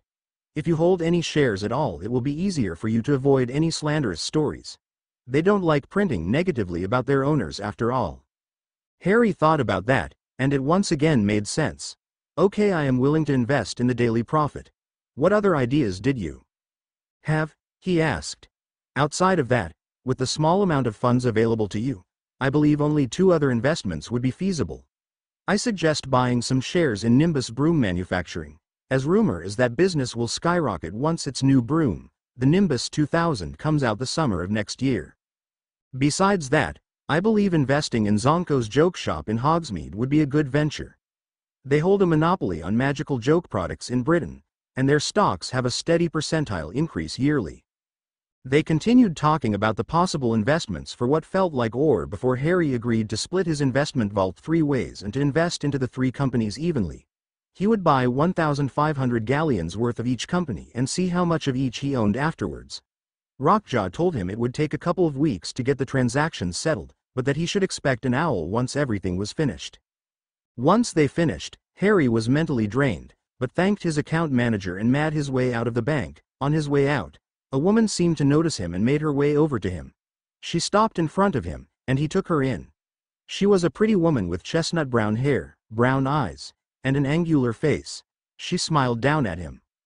"Harold Potter, I presume?" she asked him softly. He nodded. "Are you Andromeda Tonks?" he asked and received a nod in return. "It's a pleasure to meet you, cousin," he said with a smile and took her hand and placed a kiss on her knuckles, just as his grandfather told him he should when greeting a lady. Andromeda smiled brightly at him for that. She had not been treated like a pureblood lady since she was disowned. It brought back some of the good memories she associated with her dark family. "A pleasure to meet you as well, Harold. Why don't you come with me? My husband and daughter are already at the ice cream parlor to save us seats," she said to him. "Very well, lead the way," He gestured to her. They then made their way out of the bank and then up the alley. Soon, they were at Florian Fortescue's ice cream parlor. They had outdoor seating, and it seemed a sandy-haired man and a teenage girl with purple hair were waiting for them. When they saw Andromeda, the girl stood up and began waving them over. "Mum, over here," the girl shouted, clearly excited about the outing. Andromeda and Harry joined them and took their seats. Andromeda began introductions after that. "Harold Potter, this gentleman is my husband, Theodore Tonks." Said man reached out a hand to him which he shook. "Please call me Ted, Harold, your family after all." Harry was touched by this. "It's good to meet you Ted, Harry, if you please." He gave the man permission to use his shortened name as well. It was only fair. Next Andromeda motioned to the girl with the purple hair. Or, it was purple, now it was a deep red, and she had a glare aimed at her. "Mother. And this young lady is our daughter, Nymphadora Tonks." Harry just stared at the girl for a moment. "Your hair changed color," he said bluntly. This got a round of laughs from the table, and the girl's hair changed to a sunny blonde. "Yes, does that depending on what I wanted to be or if I'm feeling strong emotions. I'm a metamorphagus. I can change my body parts without the need of a wand or spell. It's hereditary, I'm the first in the black bloodline for generations to have it." The girl, Nymphadora, explained before continuing. "Now, let's set some ground rules. No using my full first name, ever. If you want to refer to me, it's either Dora or Tonks, got it?" Harry stared at her bewildered. He liked her name, but hey, if she wanted it shortened, so be it. "Very well Dora, a pleasure to meet you." He grabbed her hand and kissed her knuckles just as he had her mother's. "Oh, a charmer this one. Hey Mum," Dora teased. Harry didn't let it affect him as Andromeda chided the girl. "Nymphadora, really, the boy is acting as any heir should. Just be glad he doesn't act snobbish like your cousin Draco." Andromeda chided her daughter softly. "Never change how you greet a lady, Harold. You did everything absolutely right. You're expected to be the head of your house. I'd be a poor older cousin if I discouraged you," she then said to Harry. "Thank you cousin Andromeda. I found the portraits of my grandparents in the library at the manor on my second day there. They have been giving me lessons on wizarding society and etiquette every afternoon since. And please, Eudora can also call me Harry. I only plan on people I don't know using my full name," Harry said with a smile. He gathered so far that he would enjoy his time around the Tonks much better than the Dursleys. "Of course, dear," Andromeda smiled at him. "Harry it shall be, and then so you can call me Andy. Andromeda is a mouthful as well after all." "Okay Andy, so what flavor of ice cream do you recommend here? I've never had wizarding ice cream you see. I don't know if it differs from the Muggles, but then again I've never had ice cream at all now that I think about it," Harry said. All three of the Tonks frowned at this, but it was Dora who replied to him in indignation. "You've never tried ice cream," she nearly shouted. She got a disapproving look from her mother and an amused one from her father when they noticed some heads turn in their direction. "Try not to make a scene Nymphadora." Andy chided her. If his aunt and uncle didn't allow sweets in the house, that is their prerogative. Actually Andy, sweets were definitely allowed in the household. Harry began. "In fact my uncle and cousin Dudley were both whales of the human specimen. I was the only one not allowed any sweets or treats. They didn't like me very much at all since I was magical. I only found out the reason for the dislike when I got my Hogwarts letter though." The Tonks' frowns deepened at that. "What do you mean that they disliked you, Harry?" Ted asked him. From the knowledge of his grandparents, he knew Ted was a Muggle-born wizard, and that Andy had been disowned from the black side of the family for it. "Well, I will embarrassingly admit that they didn't treat me well. I wasn't given a bedroom, and I was in charge of all the chores. If I did anything magical, or freakish, as they called it, I would be punished and would have to go without food and be locked up. Sometimes I wouldn't even be allowed to attend school if they had roughed me up. Enough to bruise," Harry explained, looking down at his hands folded in his lap. At this, all three of the others hissed in indignation. "Are you trying to tell me that they abused you, Harry?" Andy asked him in a near whisper, trying to ensure that no one could hear her outside of their gathering. Harry looked back up at the three, and then homed in on Andy. He hadn't even admitted this to his grandparents' portraits yet. He met her eye, and just gave one barely perceptible nod of his head. "I'd rather not talk about it though." He spoke. I got myself away from them, and I am safely living with my house elf at Potter Manor now. He sighed before continuing. I never plan on interacting with them ever again. The only case that I probably would is if I learn that my cousin ends up having magical children, to be sure I can take them away from him and they won't have to go through what I did growing up. All three nodded in understanding, but Andy had more to say. If you change your mind on that, Harry, I'll let you know that Ted and I are barristers. We specialize in magical law, but Ted also has his license for the Muggle world if you wish to pursue actions against them. I'd rather just forget about them, honestly. I don't want to think about what kind of publicity a lawsuit would get due to my status. Harry admitted. Could we please change the topic of conversation? He asked uncomfortably. I would very much like to try ice cream now that I have the option to. He received understanding nods, and soon after the shop owner, Mr. Fortescue, came by to take their orders. Harry ended up in love. He had requested a peanut butter and strawberry bowl, and it was one of the best things he had tasted in his life. He enjoyed the remainder of the afternoon chatting with his distant family members, learning about them. They explained that at Hogwarts there are 4 houses that students get sorted into during the welcoming feast on the 1st of September. He learned that while Andy had been in Slytherin House, the house for the cunning and ambitious, Ted had belonged to Hufflepuff, the house for the hardworking, loyal, and fair. Dora was also now currently a Hufflepuff heading into her 6th year. Dora had just received her owls, which were described to him as tests he would take at the end of his 5th year. They were the ordinary wizarding levels and based what newt classes you could take during your 6th and 7th year at the castle. Newts were apparently called the nastily exhausting wizarding tests. Wizards sure did choose funny names for their standardized testing. Dora was leaning towards being an Auror when she graduated. This was apparently the magical equivalent of a Muggle detective and served under the Department of Magical Law Enforcement at the Ministry of Magic. So are you good at offensive and defensive magic then? Harry asked her after she explained all of this. Dora nodded happily, still digging into her own chocolate and banana ice cream. I'd like to think I am. I scored outstandings in both defense against the dark arts, charms, and potions. And I got exceeds expectations in transfiguration, herbology, care of magical creatures, astronomy, history of magic, and runes. I qualify for all the newt classes that are mandatory for becoming an Auror. I'll drop history, astronomy, and care for my newts though. I won't be needing them and they don't interest me, she explained. Yes, we were fairly proud of Dora's results. Ted spoke up. What do all of those classes really entail, now that you mention them? Harry asked. I have only been studying etiquette, business, and offensive and defensive magic so far. I opened my history text, but only to find a name for my owl.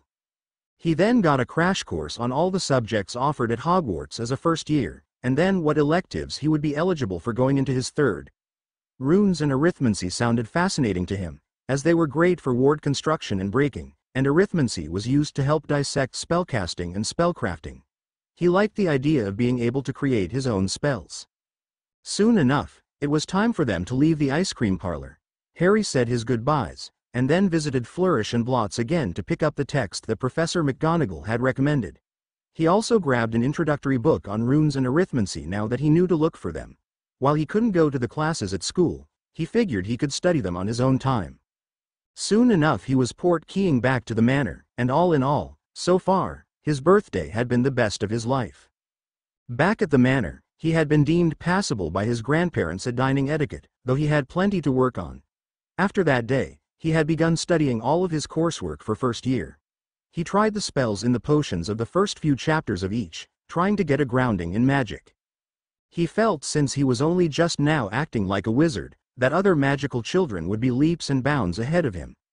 If he could accomplish everything he had in only a few weeks, he shuddered to think of what kids with years of magical knowledge could do.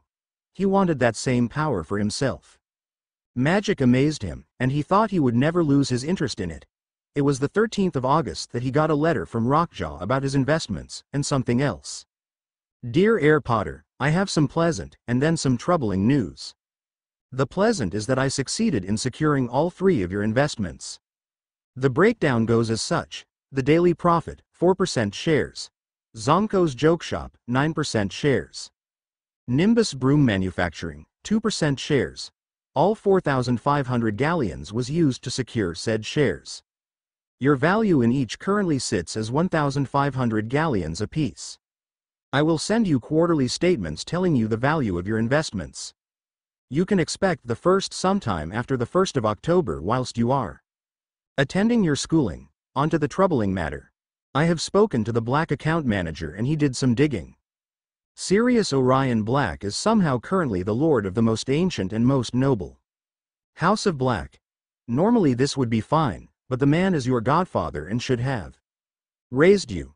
I did not bring it up in our meetings because I wished not to upset you, but Lord Black currently resides within a high security cell at Azkaban Wizarding Prison. He is there, according to the Daily Prophet articles from November of 1980, because he sold your parents' hiding spot out to the Dark Lord. After that, witnesses say that he murdered 13 Muggles and another of your parents' friends, one Peter Pettigrew. This troubles me because the Lord Black was not the Lord before he went to prison. He received the title while he was jailed. This goes against wizarding law, as a convicted felon cannot hold a lordship. Either there was a mistake in the line of inheritance, or Lord Black was never convicted for his crimes against you and your parents. I will look deeper into the matter and try to find what is going on. Your parents' will cannot be read until you are either 17 or you are an emancipated minor, so I cannot find out more from that document. We only know that you were authorized your trust vault and heir ring immediately upon their deaths, and as long as age stipulations were met. I will contact you once I have solid information. May your gold always flow. Rockjaw, Potter account manager, Gringotts Bank. Harry was troubled by this news and was a little angry. No one had mentioned why he had not been raised by Sirius Black, and he now knew why. It seemed fishy to say the least. How could a criminal be a lord? Had he never received a trial? Harry just didn't know. He decided to pen a letter to Andy. She was a barrister, she could look into this further. He was packed and everything was ready to go. Today was the 1st of September, and the day he would be attending Hogwarts for the first time. He felt he was properly prepared for anything the school could throw at him.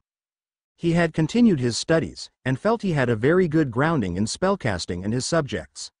From the 3 spells he knew during his first week at the manor, that list had grown.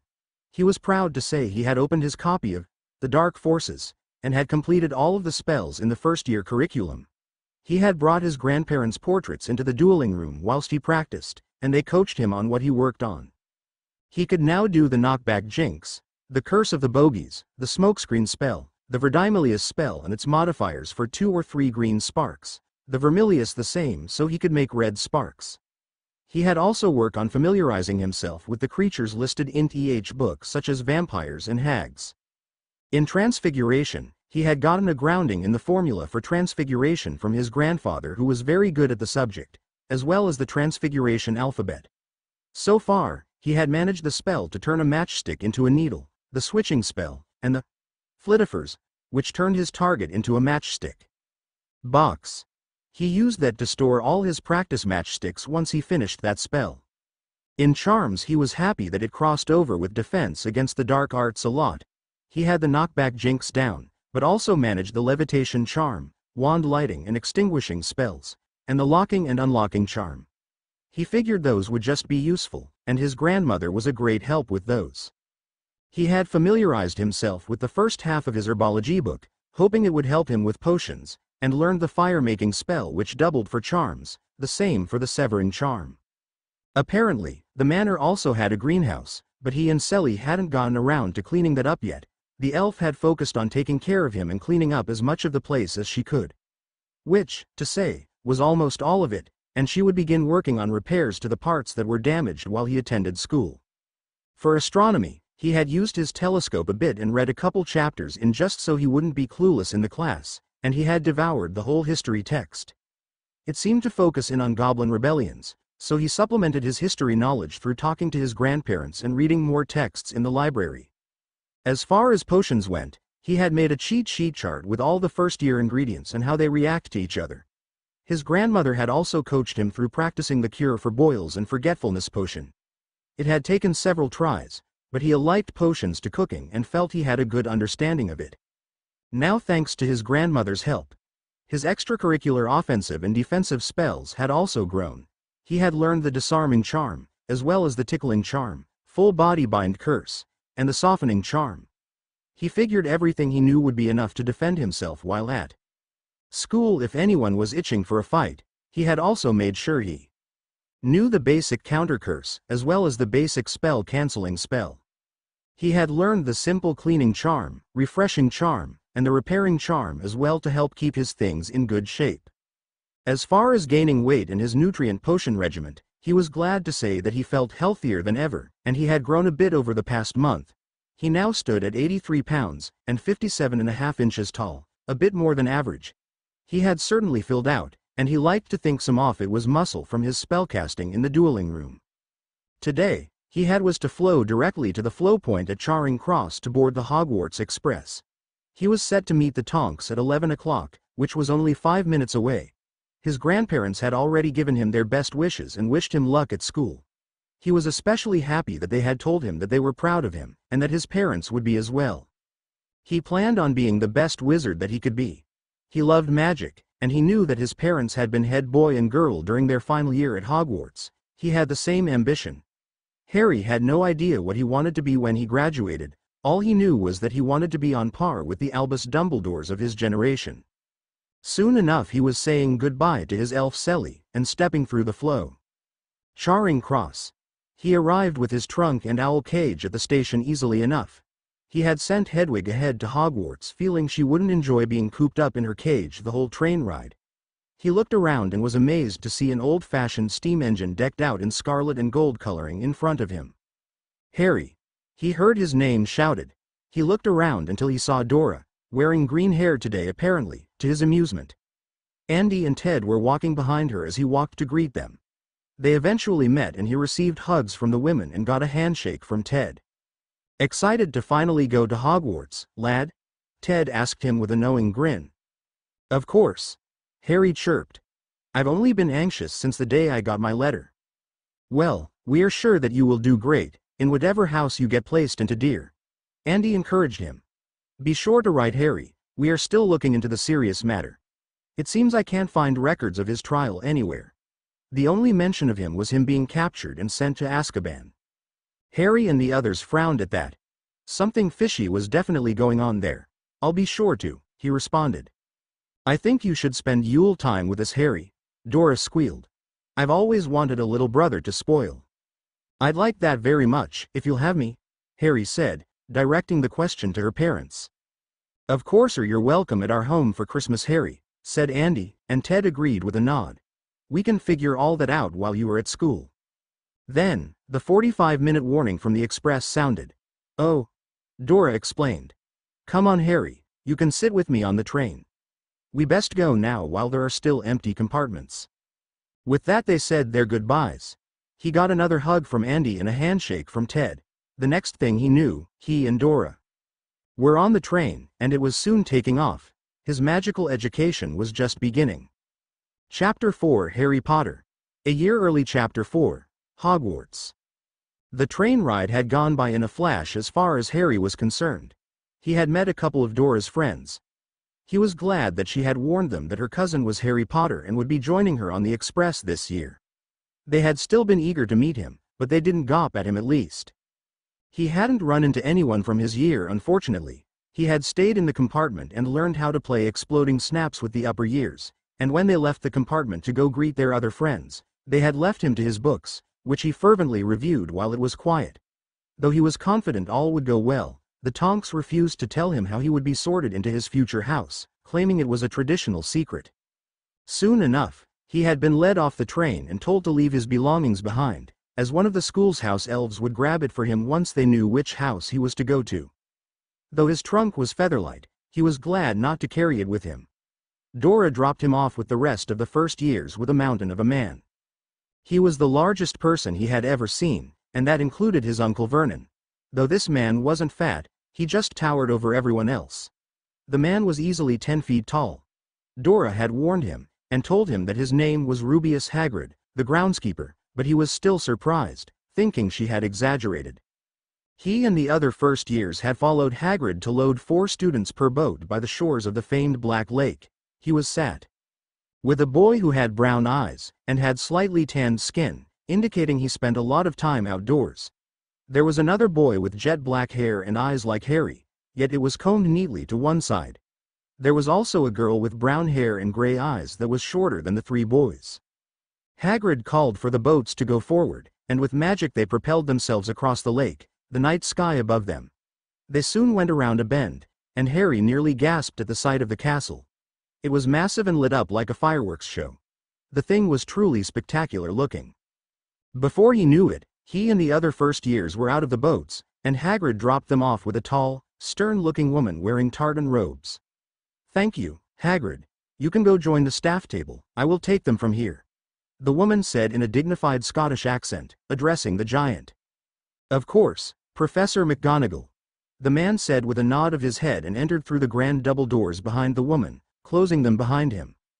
Professor McGonagall looked over them, taking in their number. Another small class. She thought to herself sadly, remembering that this was the last war-affected year they would be getting here at the school. "Welcome," she began addressing the students, summoning all eyes to her. "To Hogwarts School of Witchcraft and Wizardry. Before we continue, I would like to address some things. Here at Hogwarts, you will be divided amongst 4 noble houses created by the founders of our school. The founders were Godric Gryffindor, of Gryffindor House, Helga Hufflepuff, of Hufflepuff House, Rowena Ravenclaw, of Ravenclaw House, and Salazar Slytherin, or Slytherin House. During the sorting feast, you will be placed with one of the 4. While you attend school here, you will live, dine, and attend classes with your housemates. Your houses are to act as your family whilst you are here. Any academic achievements will earn your house points. Towards the Inter-House Cup competition, and any rule-breaking, will see you losing points. Do I have any questions?" She received no reply from the students, all of them seemingly understanding. "Then please wait a moment here, while I see if they are ready for us." She then went through the double doors as well and left the students to quietly straighten themselves up. Moments later she returned and told them to follow her. Harry and the other first years dutifully followed behind her, coming through the double doors as well. Harry was again amazed as he took in the great hall. 4 long tables followed the long way of the room, and he could see students with red and yellow trimmed robes separated at the 2 tables to his left, and students in blue and green to his right. Above him, the ceiling reflected the events of the night's sky, no doubt enchanted. Lit candles also floated in midair above all the students. At the end of the hall sat a risen horizontal table. This was clearly the staff table, as many adults were spread out amongst it, staring down at the first years as they made their way to the front of it. In front, there was a wooden stool, and atop it sat a weathered leather hat. Once they stopped in front of it, Harry was surprised to see the thing tear at its seams and begin singing. "Oh, you may not think I'm pretty, but don't judge on what you see, I'll eat myself if you can find a smarter hat than me. You can keep your bowlers black, your top hats sleek and tall. For I'm the Hogwarts sorting hat and I can cap them all. There's nothing hidden in your head the sorting hat can't see. So try me on and I will tell you where you ought to be. You might belong in Gryffindor, where dwell the brave at heart, their daring, nerve and chivalry set Gryffindors apart. You might belong in Hufflepuff, where they are just and loyal, those patient Hufflepuffs are true and unafraid of toil. Or yet in wise old Ravenclaw, if you've a ready mind, where those of wit and learning will always find their kind.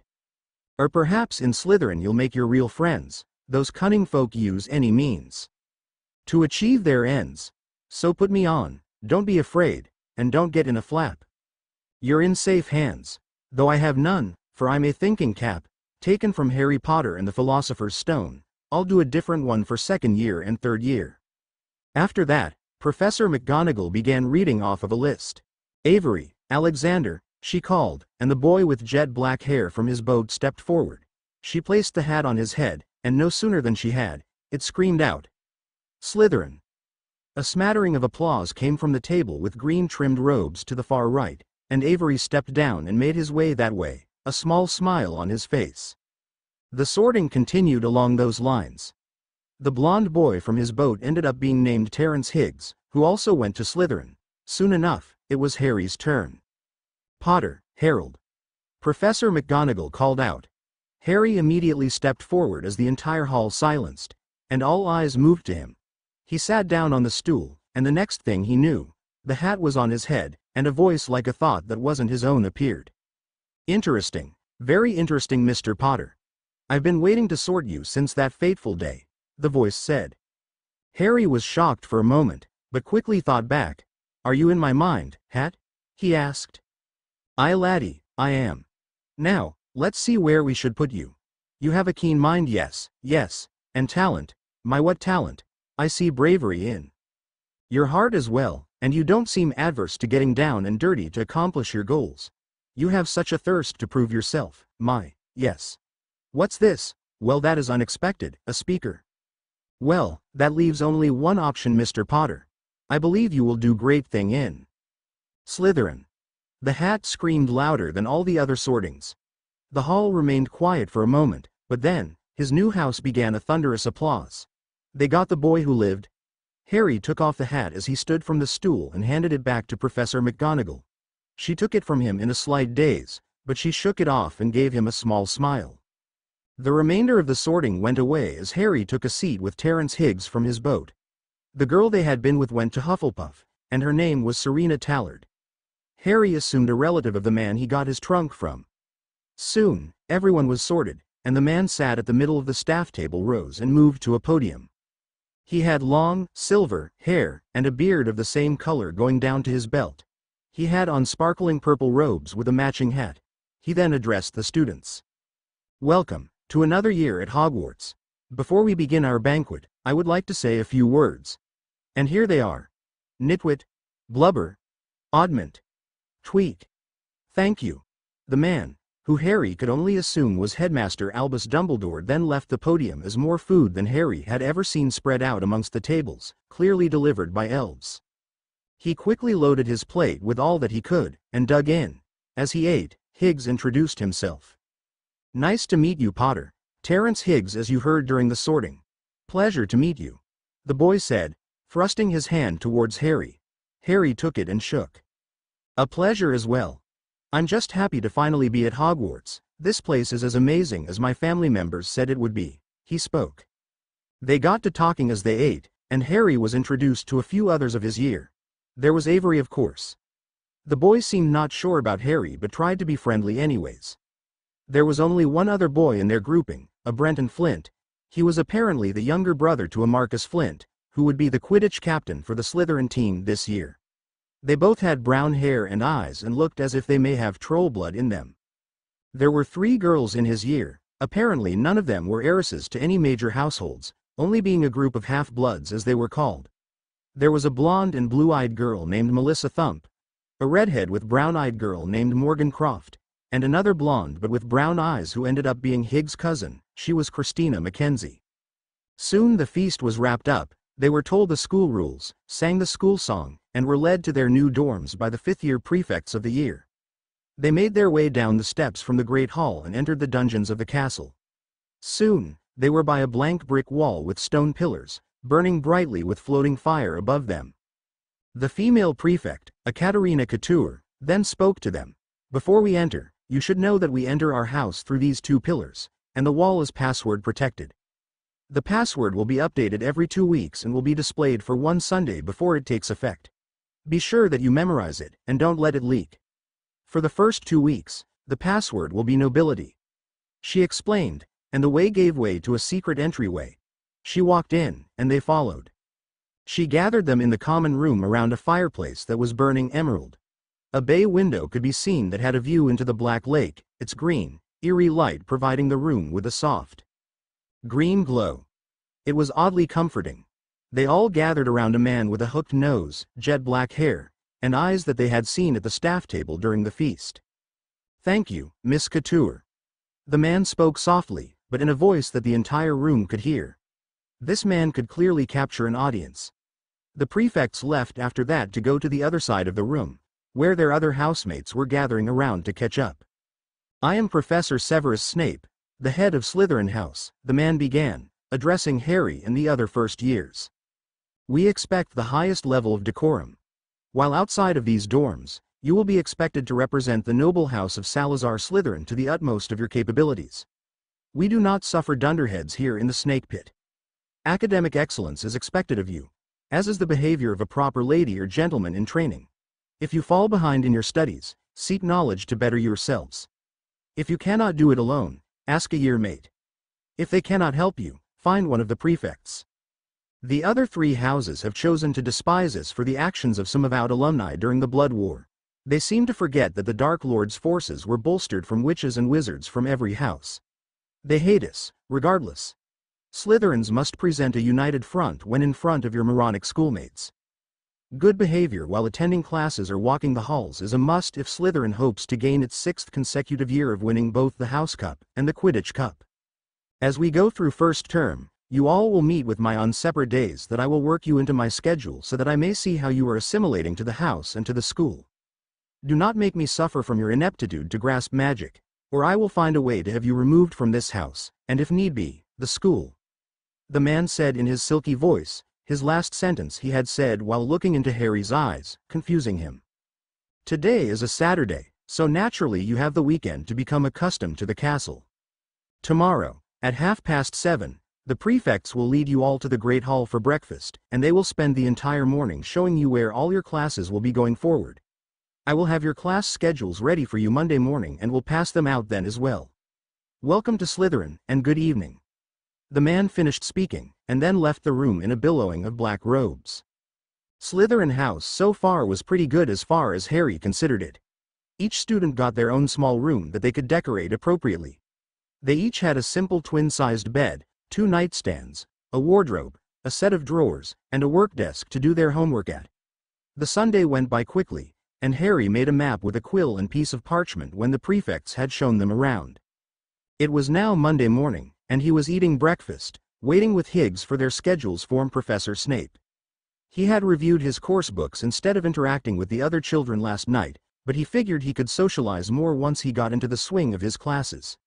Soon, Professor Snape was making his way down the table, using his wand to distribute course schedules.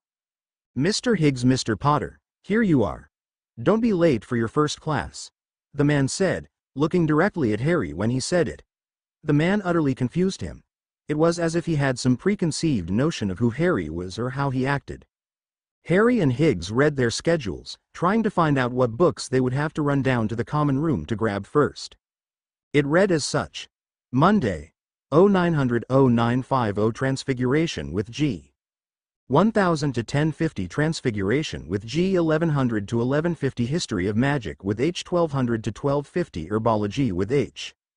1300 to 1350 Lunch Break. 1400 to 1450 Study Hall with H. R. G. 1500 to 1550 Free Period. No Evening Period. Tuesday, 0900-0950 Study Hall with H. R. G. 1000 to 1050 Free Period. 1100 to 1150 Charms with H. 1200 to 1250 Herbology with H. 1300 to 1350 Lunch Break. 1400 to 1450 Dada with H. 1500 to 1550 Potions with G. 2200 Astronomy with R. Wednesday. 0900-0950 History of Magic with H. 1000 to 1050 Charms with H. 1100 to 1150 Dada with H. 1200 to 1250 Dada with H. 1300 to 1350 Lunch Break.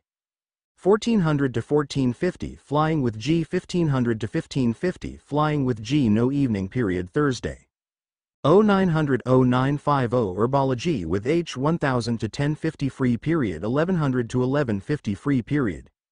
1200 to 1250 Study Hall with H. R. G. 1300 to 1350 Lunch Break. 1400 to 1450 History of Magic with H. 1500 to 1550 Free Period. No Evening Period. Friday, 0900-0950 Potions with G. 1000 to 1050 Potions with G. 1100 to 1150 Transfiguration with G. 1200 to 1250 Free Period. 1300 to 1350 Lunch Break. 1400 to 1450 Free Period. 1500 to 1550 History of Magic with G. Harry thought that would be an easy schedule with all the free periods. It would give him plenty of time to do his homework, and he could do his self-studies and practice during the evenings if he finished.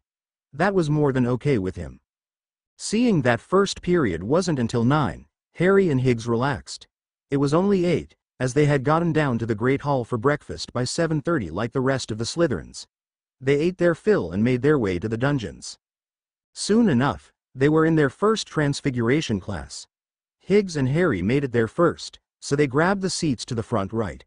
The only other occupant of the room was a tabby cat that sat atop the professor's desk, probably her familiar.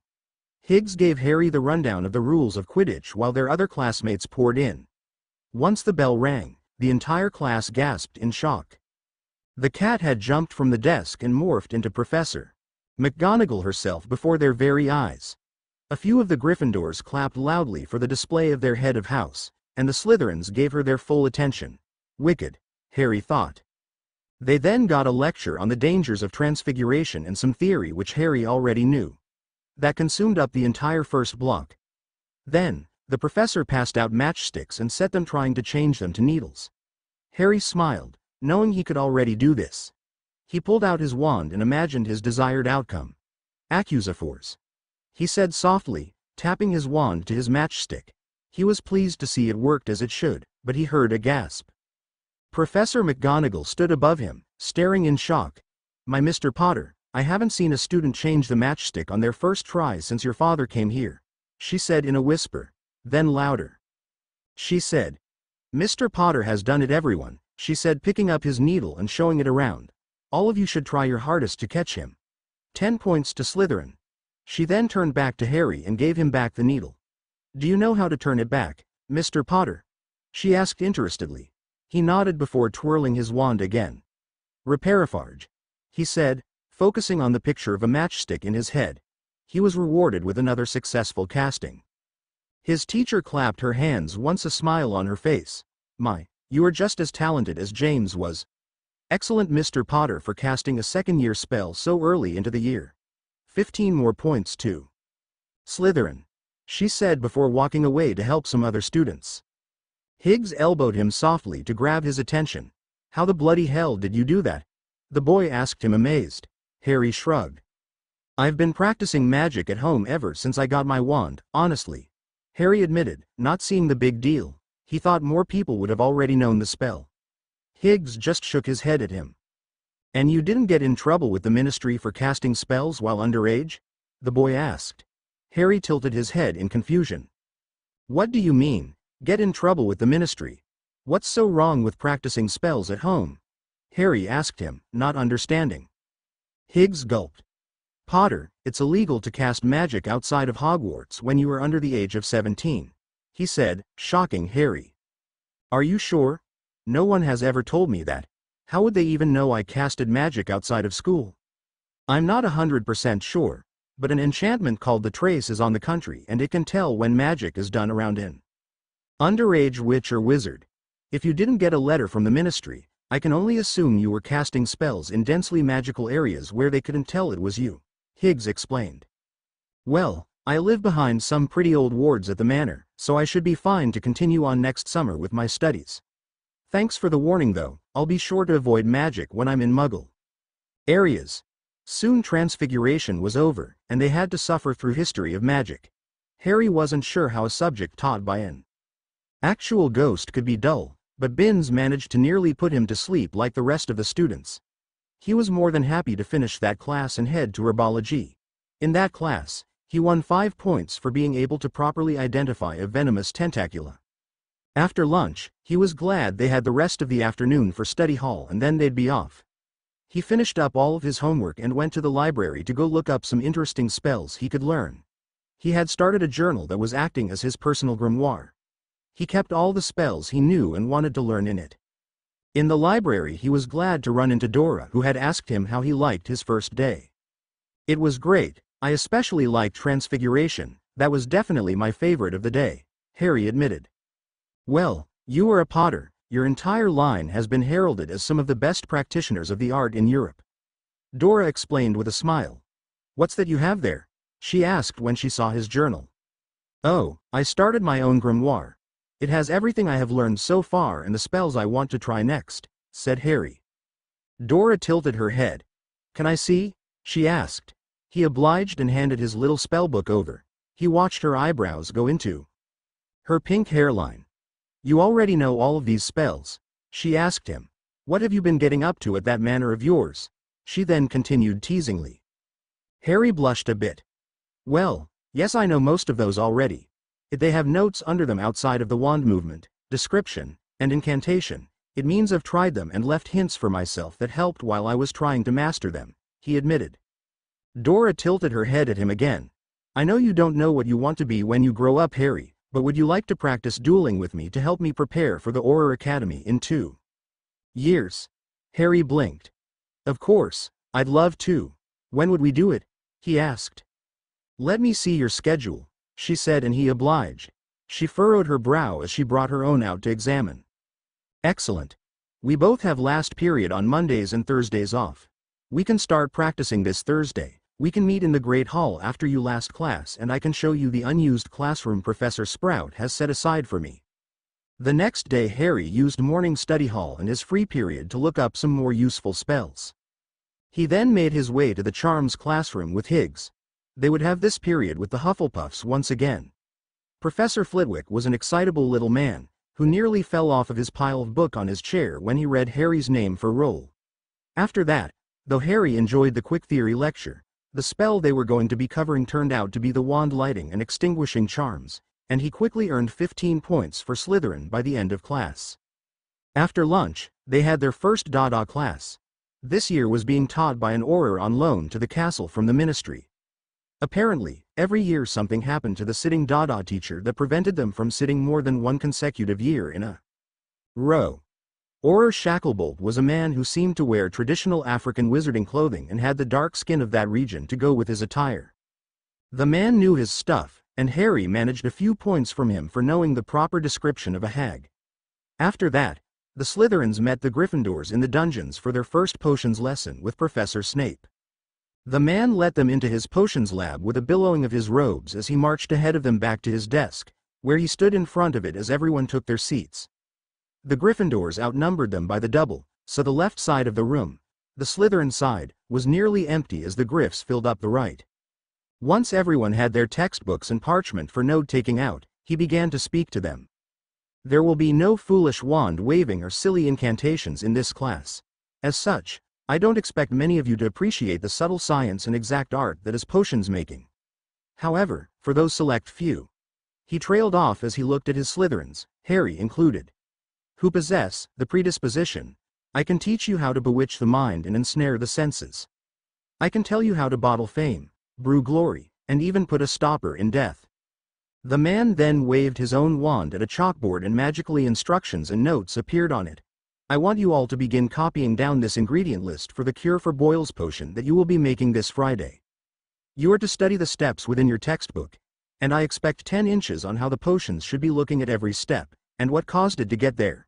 You may begin your research. That ended the normal classes for the day.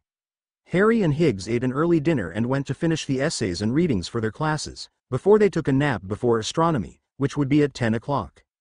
That lesson left him tired, but he had gotten a point for being able to find the Big Dipper first, so he couldn't complain too much. The class unanimously decided they would all sleep in history of magic. Classes passed fine with much of it boring Harry, but he was excited because he had flying this afternoon. Flying had been incredible. The feel of the wind in his hair and the freedom he felt when riding a broom hovering above the ground was exhilarating. He knew that this summer he would be buying a broomstick of his own for sure, no doubt about that. The next day the only exciting part was when he had joined Dora for dueling practice. She had walked him up to a classroom on the 3rd floor. She had cleared it of all the desks it seemed and had placed a few dummies that looked similar to the ones he had at home. I think the best way you can help me practice is to throw what non-lethal spells you know at me so I can practice dodging, deflecting, and shielding. I'll be a moving target, so you'll get better at aiming and casting out of this. Eventually I can teach you a spell here and there if it isn't too difficult for you. Dora explained to him. She then was uneased by the mischievous smile that ended up adorning his face. She gulped, feeling as if she had just offered a deal to Demon. It was October already and Harry was surprised by how boring his classes were to him. He always read ahead and ensured he knew all the spells by heart for each of his classes. He had even easily breezed through any practical potions class, seemingly surprising Professor Snape. When he had his meeting with the man had been short and to the point. He pointed out that Harry was sitting very high in the ranking list of his year and that he was fully expected to stay there, or else. Besides that, the man had quickly kicked him out of his office, not wanting to spend time with him. Though his own housemates never antagonized him, the only one who ever talked to him was Higgs, or Terry as he had ended up calling him as they got more familiar. Harry would often help Terry with homework, which helped himself understand the material jus that much more. Any interactions he had with the purebloods of his house toed the line of formalities. He could tell that he didn't necessarily like him, but they respected that he was from an old and powerful house, and that he was good at magic. That earned him neutrality from them, and none of them spouted off on any blood purist propaganda whenever he was around. He could live with that. He had Terry for friendship, and Dora as well. He had even met a pair of red-headed Gryffindor twins that he had hit it off with. They were second years called Fred and George Weasley. They were self-proclaimed prankster and were good fun to be around every now and again. He had helped them research some material for a prank a time or two. Harry missed being back at the manor though, and he missed seeing Andy and Ted as well. He had been writing to them of course. Apparently, they were making some headway into the Sirius Black issue with the help of Rockjaw. So far, they had managed to recently get the director of the Department of Magical Law Enforcement to investigate Sirius Black's trial as well. Andy had written that Madame Bones, the director, also could not find any trace of his trial, which was troubling. Apparently, Madame Bones was now looking fully into the matter. A few days into the new month, Harry received his quarterly update from Rockjaw and was pleased that his investments overall had experienced a 4% gain. That was good for only a couple of months. The 31st of October came and went easily for Harry. He had refused to go up to the Great Hall for the feast. Instead, he remained in his dorm and had a little memorial set up for his parents. He wasn't in a very celebrating mood. Harry had had a run-in with the groundkeeper, Hagrid. The man had invited him to tea down at his hut, stating that he had known his parents well. Harry had met him down there and Hagrid had gotten into telling him all the trouble his father and his friends would get himself into. He talked about how his mother was kind to nearly everyone, and how he had her eyes sitting on James's face. Harry had enjoyed talking to the man and listening to stories of his parents. He decided he would try to do this regularly. Harry and Dora sat on the Hogwarts Express together, heading back towards London. The fall term had gone very well for Harry. He had secured himself the top spot for his entire year so far, which he was proud of. On his own he had won his around 120 points in those months. He had learned how to properly duel from Dora, which he was grateful for. Dora was just glad that her training partner could handle some spells heading his way every now and again as well. She promised to start teaching him the shield charm after the holiday break, that way they could have some mock duels instead of just casting each other. Harry did think he was getting good at dodging though. A few hours on the train saw them at platform 9 3/4s, and with it, Andy and Ted were ready to greet them. Dora, Harry, over here. Ted had waved them over excitedly. The two students dragged their trunks behind them and came up to the adults. Dora hugged Andy immediately while Harry and Ted shook hands. Then they switched. "Oh, it's so good to see you both," Andy gushed. "And Harry, my little Slytherin, you evened the score for the houses. Now I won't be the only snake at our place for Christmas." She joked good-naturedly, getting laughs out of everyone. "Come along, dears, dinner should be almost ready," she said, and then the adults grabbed a child each, and they apparated away. Chapter 5. Okay guys, J.K. Rowling still owns Harry Potter. In this chapter, things are going to move quickly, just like Harry's advancement. The kid is hyper-focused, driven, and most of the time has nothing better to do. IDK. I just cannot imagine learning magic and not being an absolute nutter about it. Hope you guys like Chapter 5, summer fun and more familiar characters after this one. Harry Potter. A year early break, Harry ended up having a blast at the Tonks. He finally experienced a holiday with family members that treated him as if he belonged. For Christmas, he ended up receiving a book from Dora on dueling. From the elder Tonks he received a silver watch that had stars to show the time instead of hands, which he thought rather neat and thoughtful. He received several chocolate frogs from Terry, and from the Weasley twins he got a box of Bertie Bott's every flavor beans. That amused Harry as he had sent them the same items, only reversed. He had ordered for Dora a civilian copy of the Auror's Handbook, for students who were looking towards that career. For Andromeda, he got her a gift certificate to Twilfits and Tatters. He got Ted one for quality Quidditch supply. While he spent a few days with them, The elder Tonks also informed him what was going on with their digging into Sirius Black. Madam Bones has finally confirmed that at no point did Sirius ever receive a trial. Andy told him. She has decided to plan to bring him in front of the Wizengamot on Thursday the 17th of January. She figures if a man like him is going to sit in Azkaban, then he should be appropriately tried so they can take away his title. If that happens, you may lose your inheritance from him, but at least the man who betrayed your parents will see justice, she explained sadly. Harry had taken that with a grain of salt. He just felt like something was wrong. Why would a man who willingly became his godfather betray his family to Voldemort? Why wasn't he tried when he was arrested? He had done some readings of old prophet articles from the time, and it seemed plenty of Death Eaters had had trials and even not gone to Azkaban. Still, he had a good time, and got himself back to Potter Manor to see how things were going there and to visit his grandparents' portraits. Selly was pleased to see him, and she had even almost finished repairing the manor in its entirety. He was glad that it seemed everything would be in order by the time he returned for the Easter holidays. When he told his grandparents of his sorting, his grandfather had whined about him being the first Potter in generations to go to Slytherin, but his grandmother had shut him up with how she was deeply proud of him for going to Slytherin. At least now we know you won't be as brash as Jammy was, a relief, honestly, she had said, getting a laugh out of the two male Potters. While reading some spellbooks in the library, one spell had caught his eye. It was of the elemental variety, specifically lightning. Now Harry was like any other young boy, and thought being able to shoot a bolt of lightning out of his wand would just be badass. He copied everything about it down into his personal grimoire, determined to begin trying to work on it at Hogwarts. It seemed rather advanced, so he was sure it would take him a while to get it down. This had been the best Christmas time he knew of, but even celebrating, he couldn't wait to get back to Hogwarts. Mr. Potter. Harry turned to the voice while he was trying to eat a rasher or bacon. He had been back at school of a couple of weeks now and was getting back into the sway of classes. When he turned, he saw it was the headmaster and Professor Snape. He swallowed before he answered them. "Good morning, Headmaster, Professor Snape. What can I help you with?" he asked them, wondering what he might have done to warrant their attention.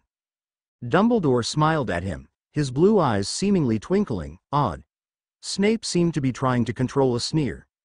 "Mr. Potter, I received a missive from Madam Bones at the DMLE that you were requested to attend the Wizengamot meeting after lunch today. I and your head of house were just coming to see if you know why." Harry thought about his question, and then remembered the date. "Yes, sir. My cousin Andromeda Tonks had been looking into a matter for me and had recruited Madam Bones to assist her. I would assume Madam Bones wants me there so I can witness the betrayer of my parents be properly tried and sentenced," Harry explained, shocking them. "Perhaps we could continue this conversation up in my office, Mr. Potter," the headmaster requested while looking around at the other students, noting that many of them were listening in. He didn't want to post Harry's business all over the Hogwarts rumor mill. Harry nodded and cleaned himself off with a napkin and followed the two men. They led him to a door guarded by two gargoyles, and with the password of licorice wands. The door opened, and a winding staircase was revealed. Harry made his entrance to the headmaster's office for the first time all year, taking in all the strange knickknacks, and apparently the phoenix that was perched behind the man's desk. "Ah, I thought Fox would be out hunting, but I guess not. Mr. Potter, Fox is a phoenix, as I'm sure you guessed. He is also my familiar. Now, why don't we get right to it? What did you mean downstairs when you said to see your parents' betrayer be tried?" Dumbledore asked him. Harry composed his thoughts for a moment, and then decided, as the chief warlock of the Wizengamot, Dumbledore would be figuring out what was going on soon enough. "What I mean, sir, is that Madam Bones has done some digging, and determined that Sirius Black was never legally tried for his crimes, and therefore is now the Lord Black," he said, getting a look of surprise for his efforts from the headmaster, and an intake of breath from Professor Snape behind him. Upon hearing that, Albus began thinking back to that time, trying desperately to remember Sirius' trial. When he couldn't recall it ever taking place, he was horrified. 9 years in Azkaban, and nobody caught this oversight, he thought to himself. He gathered himself before regarding Harry again. "I can see why that would most certainly concern you, Mr. Potter. If that is the case, I will excuse you from all classes for the day and ask that you meet me back here at noon so we can flow to the ministry together. I will be your escort for the day." Albus relented. He figured the boy deserved that sort of closure, and he would be able to look out for him as well. Severus, do you have any issue with that? Albus asked his potions master. The man quietly shook his head, as if he didn't trust himself to speak. Excellent. Your grades are outstanding enough that an afternoon of missed history and herbology shouldn't set you back too far, Mr. Potter. I will see you this afternoon. You are free to do whatever you wish until then.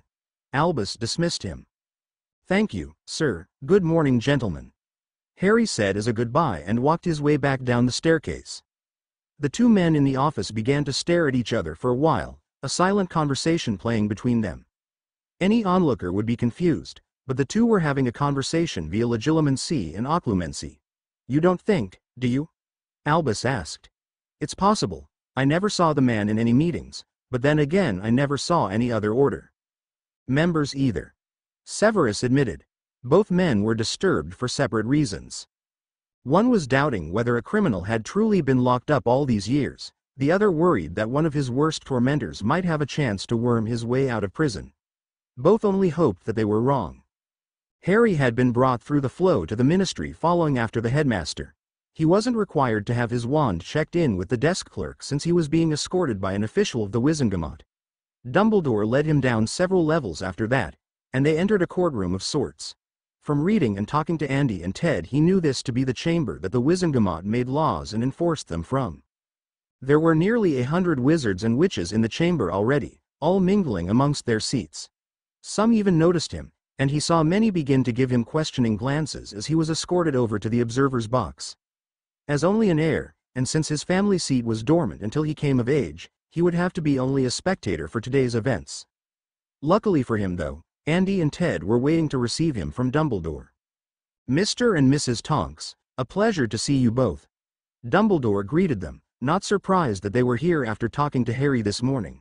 He had said his cousin Andromeda had been doing some digging. I assume I can leave young Mr. Potter in your care. Until everything is settled? He asked them genially. Of course, Professor, he's more than welcome. Hello Harry, dear, good to see you again. Andy said, opening her arms up for a hug, which he eagerly obliged. He then greeted Ted with their customary handshake. The headmaster watched these interactions with a smile. He knew the boy had few friends at school, so it was good to see him behave like an actual child for once. The boy was far too invested in his studies, but Albus could say he himself had as well at that age. Excellent. Well then, it looks like things are about to begin. I guess I better take my post, said Dumbledore. He then walked to the stands and entered a raised platform that had a podium. On the podium sat a charter, and a gavel for his use as the presiding warlock. Dumbledore picked the gavel up and banged it 3 times to call for quiet. Witches and wizards of this body, I welcome you back for another session. It is the 17th of January 1991. This is the 257th body of the Wizengamot. I, Albus Dumbledore, will be presiding as the chief warlock. Let us begin, he said as he began reading the charter. It was as he expected after his conversation with Mr. Potter. I have here an entry that Madam Bones from the Department of Magical Law Enforcement has an issue to bring to our attention. Madam Bones, if you would please take the floor, he said, and a woman with auburn hair cropped to her shoulders and a monocle on her left eye rose and joined Dumbledore at his post. I do indeed have a matter to bring before this body today, Chief Warlock. What I am going to tell you all should shock each and every one of you to your magical core. Madam Bones said, looking around the room, observing the affect her words had. Witches and wizards, tell me, what has this body come to when one of our own sits idly by in Azkaban prison?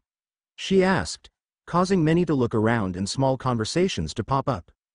Many did not know where the director was getting at her line of dialogue. One of our own lords, someone who should sit amongst us, rots in Azkaban, she said, causing many to gasp. Most still had no idea what she was playing at. No lord could be within Azkaban. A witch or wizard lost their governmental titles if properly sentenced by the body. No lord or lady could be in Azkaban for that reason. Lord Sirius Orion Black has been rotting in Azkaban for over 9 years, because this body never saw fit to give the man a trial when he was first captured. She continued, and then pandemonium ensued. Witches and wizards were shouting left and right, screaming about the absurdity of it all. Banned. Bang. Bang. ORDERRRR. Order in the court. Dumbledore shouted, his voice automatically amplifying itself with magic. Everyone quickly looked at him in shock. Dumbledore never yelled. He waited until everyone retook their seats. If what Madam Bones says is indeed true, and I believe it is as I cannot recall the trial of one Sirius Orion Black, then we must convene to trial the man immediately. Madam Bones, how soon can you have the accused before us? Madam Bones smiled at the Chief Warlock. I have 4 Aurors waiting with Lord Black just outside of this courtroom. Aurors! She shouted. Then the doors to the room banged open and in walked 5 men. One man was being dragged forward by 2 large wizards in red robes, while 2 more in red followed behind them, their wands pointed at their prisoner's back. They dropped the man off to a chair that sat in the middle of the chamber, and Harry was fascinated as chains immediately tied him to the thing. Harry took in the sight of his parents' accused betrayer. In Harry's opinion, the man looked awful. His shoulder-length black hair had some streaks of gray, and it seemed tangled. He wore rags, his face was pale and gaunt. His eyes seemed nearly lifeless, but he could see them calmly moving around, taking in the faces around him. What disturbed Harry was that the man seemed to have a small smile on his face. Now that the accused is before us, Madam Bones, you have leave to prosecute the prisoner, Dumbledore said to the woman, who nodded. So that we do not waste anyone's time, and since this man has already sat 9 years in prison, I call for full use of Veritaserum, she announced. Very well, Madam Bones, all 4? The Chief Warlock asked. He saw a staggering number of hands go up immediately. He felt he didn't even have to ask. All opposed? Surprisingly, when he looked, it was the darker families that didn't want Sirius questioned. Probably so he couldn't rat them out. Madam Bones, you have authorization by the power vested in this body to proceed questioning with Veritaserum. Thank you, Chief Warlock. Auror Dawlish, if you please. Madam Bones commanded. A pale Auror with sandy brown hair stepped to Black, pulled out a vial, pried his mouth open, and put 3 drops on the man's tongue. To the accused, what is your name? Madam Bones asked. Sirius Orion Black, was the hoarse response. What year did you graduate Hogwarts? 1978. And what is your date of birth? The 3rd of November 1959. Madam Bones nodded in acceptance. Witches and wizards, it appears the serum is working, and the defense is cognizant enough to be under its effects, she announced to the room. Now, when did you first begin working for the dark wizard who was referred to as you-know-who? Madam Bones asked. I never worked for that sick bastard, Black managed to snarl, fighting against his chains, and leaving the room in shock. Impossible, Mr. Black, you were the secret keeper for Lily and James Potter. Madam Bones persisted, shaken a little. No, we only wanted everyone to think it was me. I was a decoy to protect the true secret keeper. If you were not the secret keeper, then who was? Black stared up at Madam Bones for a good long while, and everyone could see the rage in the man's eyes. Peter Pettigrew, Black hissed, earning himself some more gasps. But you killed Mr. Pettigrew after he cornered you after that fateful night, Mr. Black, as well as 13 Muggle bystanders. Madam Bones pressed. Black began laughing, unsettling most. Oh no, he did not corner me. I cornered that little rat. Then he took out his wand just as I was about to smear him all over the pavement for getting James and Lily killed. He had the balls to shout out, "How could you, Sirius? They were your friends." And the next thing I know, the bloody street blows up and knocks me back. When the smoke cleared, I was being detained by my brethren Aurors, and all they found of Pettigrew was a perfectly severed finger. Black roared. If I blasted those muggles into goo, explain how all you found of that scum was a finger. The bastard was an illegal rat animagus. He cut off his own finger, blew up the street, and transformed to hide in the sewers. The entire room went quiet when Black was finished. Nobody could believe it, but it was said under the effects of the truth serum. How do you know that Mr. Pettigrew was an illegal rat animagus, Mr. Black? Madam Bones continued, after getting over her own shock. James Potter, Peter Pettigrew, and I all learned how to become an animagus during our 5th year at Hogwarts. We kept it a secret after graduating due to the war, Black explained. Harry stood with Andy and Ted watching the proceedings with awe and disbelief. None of them had really expected things to play out like this. Sirius Orion Black, after 9 years of being unjustly imprisoned, was declared an innocent man before the Wizengamot that day. It was ordered that he would be paid 500,000 galleons in compensation, his medical recovery would be paid for at St. Mungo's, and he was immediately recognized as the sitting Lord Black. It was determined that the man would be hospitalized well into the summer, but he seemed happier than a clam to not be heading back to the Dementors, the apparent demonic guardians of Azkaban prison. After a brief introduction with Harry, who Sirius was very happy to see looking all grown up and well, he was taken to St. Mungo's under an Auror protection detail. Harry said goodbye to the Tonks and returned to school to think about what had transpired. The Department of Magical Law Enforcement and all its sub-departments were in an uproar. Sirius Black had been determined as innocent. Now, interdepartmental memos were flying around everywhere informing everyone that the wizard known as Peter Pettigrew was thought to be alive. Not only that, but a description from the now Lord Black also told them what the man's animagus form looked like, and that it was missing a toe on its right paw. When this memo got to one Arthur Weasley, from the Misuse of Muggle Artifacts Department, that man paled significantly. The next day, the Daily Prophet article had the entire school in shock. Lord Sirius Orion Black declared innocent, Peter Pettigrew still alive, was the headline that day. Harry was also shocked to find while reading that the DMLE had also apprehended Pettigrew when one of its workers had recognized the rat from an interdepartmental memo. The man had been tried at an emergency session last night and was sentenced to life in Azkaban. Good. Harry thought to himself, and then distracted himself with his breakfast. No use missing out on good food to reflect on scum. As far as he was concerned, his questions had seen an innocent man free, and the bastard who really betrayed his parents where he deserved. I just wish I could put that man in the dirt, Harry thought darkly, not thinking a sentence to Azkaban was good enough. What he wouldn't give to have been able to cast a few spells at the man in vengeance, though, he thought. I don't really know enough nasty spells that could do some damage to him. Harry reflected. As a practitioner of magic, that just wouldn't do. Harry planned on leaving very little of the magical arts explored. I'll have to look up some of the meaner spells at Potter Library during Easter break, he decided. Life at Hogwarts after that seemed to get itself back into a routine. Harry attended classes, stayed above his peers, dueled with Dora, and practiced more advanced magic every chance he got. Most people ignored his existence outside of Terry, the twins and Dora. Well, I guess you could say he ignored everyone else.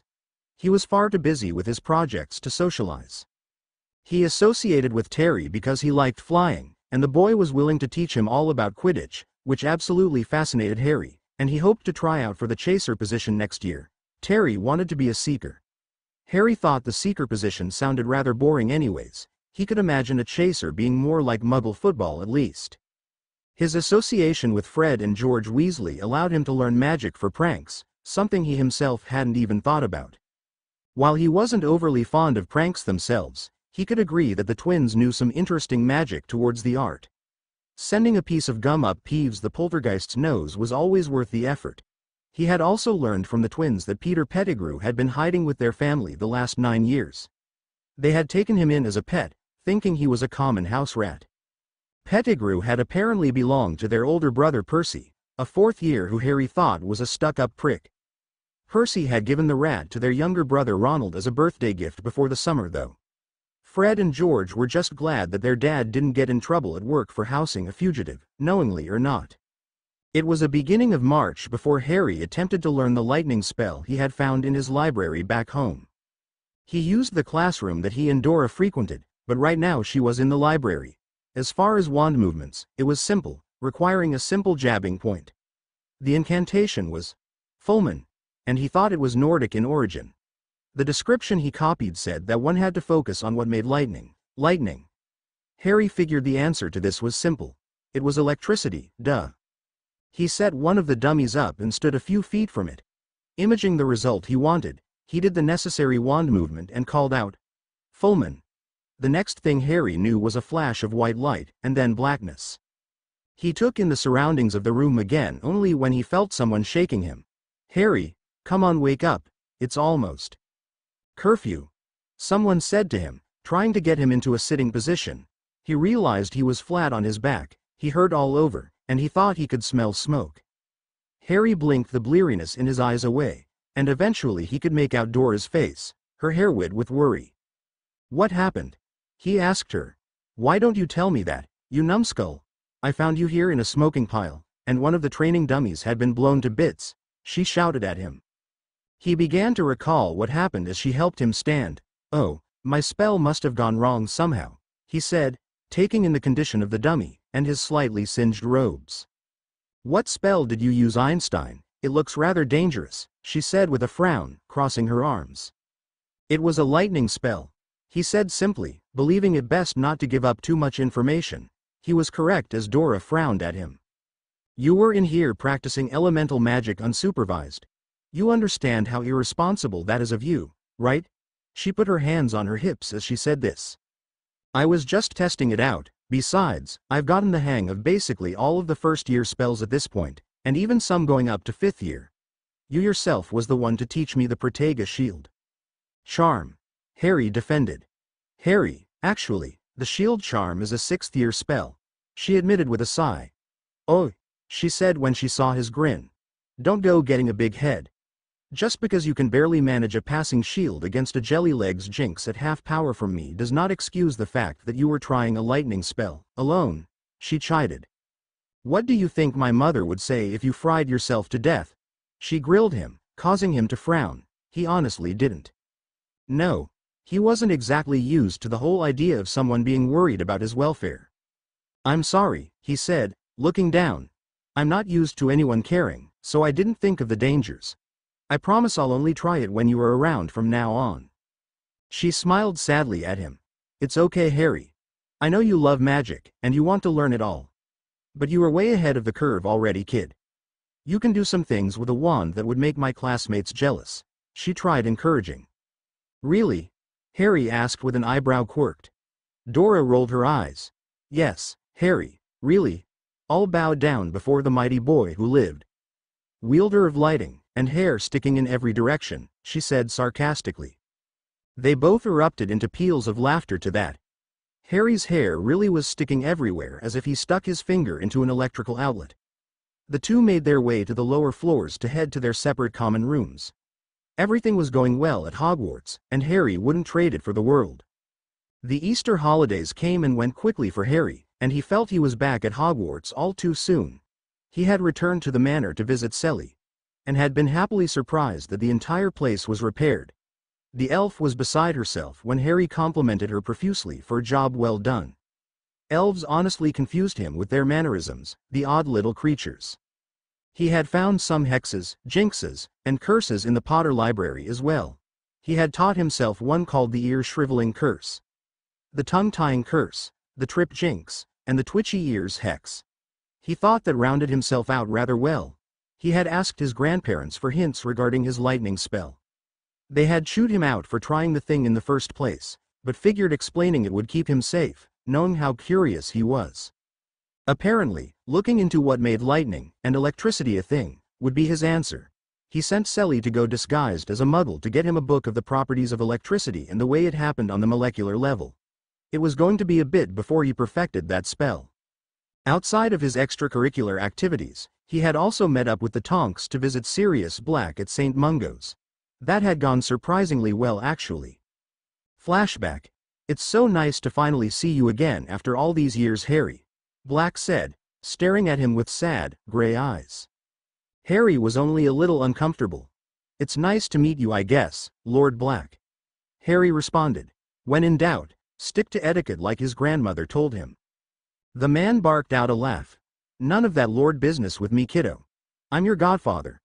If that rat hadn't gotten one over me, I would have been raising you as my son and heir presumptive. Then again, I didn't even expect to get the lordship. Andy, do you know how that bloody happened?" Andy sighed before answering. "Yes, I looked into it. Grandfather Arcturus was still head of the family when you ran away at 16 and got blasted off the family tapestry like me. The only difference is that you were still the heir, and your mother didn't have the authority to disown you from your birthright. Somehow, Arcturus outlived your father, who was killed in a Death Eater raid surprisingly enough." Black nodded his understanding. "I always did prefer the old man to the hag," he commented. The man then turned towards Harry again. "So, Harry, Andy here has told me that you belong to her old house. I'll admit, I wouldn't have expected that. Your parents were both Gryffindors after all. Well, to be fair, sir, Harry began. Please, call me Sirius. Black interrupted. Sirius then, sorry. To be fair, I wasn't raised by either of my parents, as you well know. I was raised with my mother's sister and her family, Petunia Dursley. At that, Sirius' face darkened. You went to that banshee? He hissed in disdain. I never liked that woman or her lard of a husband. They made a terrible scene at your parents' wedding. Whose bright idea was it for you to go there? He asked. I don't know, my parents' wills can't be read until I am 17, as the Wizengamot sealed them, Harry replied. Why the hell would they do that? I already know it. You should have gone to either myself, Alice and Frank Longbottom, Andy and Ted, or Remus Lupin, in that order. Sirius groused. According to Rockjaw, it is standard procedure when a lordship is being transferred to a baby. It's so that I can go through the steps of heirship without immediately being made Lord Potter, which I would be if the will was read. Harry explained. Everyone stared at him for knowing that. What? He asked defensively. Grandfather and grandmother explained all that to me. They don't like that I lived with those filthy muggles either, but I know why the will wasn't read. As for why I was there specifically, I have no clue.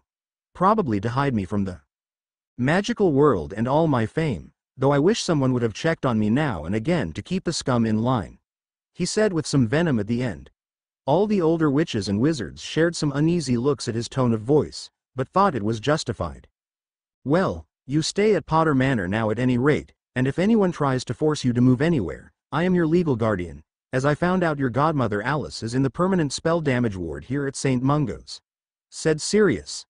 I have no intention of moving you from your birthright, so long as that when I am released, I can check up on you regularly, and to begin spoiling you for 9 years of missed presents, he continued with a grin. Harry smiled at that. I like that very much. End flashback. The rest of the school year flew by after that. His spell repertoire grew, and his skill in dueling advanced thanks to Dora, him and Terry had taken to the Quidditch pitch to practice throwing a quaffle around the hoops together once the spring weather kicked up. Fred and George Weasley had even come out and practiced hitting bludgers at them, as they were on the Gryffindor team. Harry managed to get perfect marks on all his end-of-the-year exams, and he proudly claimed the #1 spot in his year. He was very happy with this outcome. Surprisingly, not many of his year mates were jealous of this fact. Most weren't surprised, and the few that he talked to said that it made sense. He was the boy who lived after all. Harry didn't like that there was a preconceived notion of him because of the night his parents died, but it was what it was. If they didn't hate him for being better than them, he could live with that. On the Hogwarts Express, Harry promised to invite Terry over to Potter Manor at some point over the summer, the same for the twins. Dora was already expected to visit with her parents as they were family. He had exchanged letters with Sirius for the remainder of the school year, and the man would be released fully recovered in a couple of weeks. The plan was for Sirius to join him at Potter Manor. Sirius had already agreed to continue his lessons on dueling. He would also help him learn the finer arts of Quidditch, which Harry was excited for. All in all, it was the best year of his life, and he truly hoped that the next school year would be even better. Little did he know, though, that his calm life would soon be disturbed.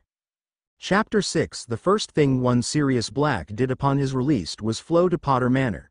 It was a couple of weeks into Harry's summer vacation, and Harry had enjoyed the peace and quiet of the manor to himself before being joined by his godfather.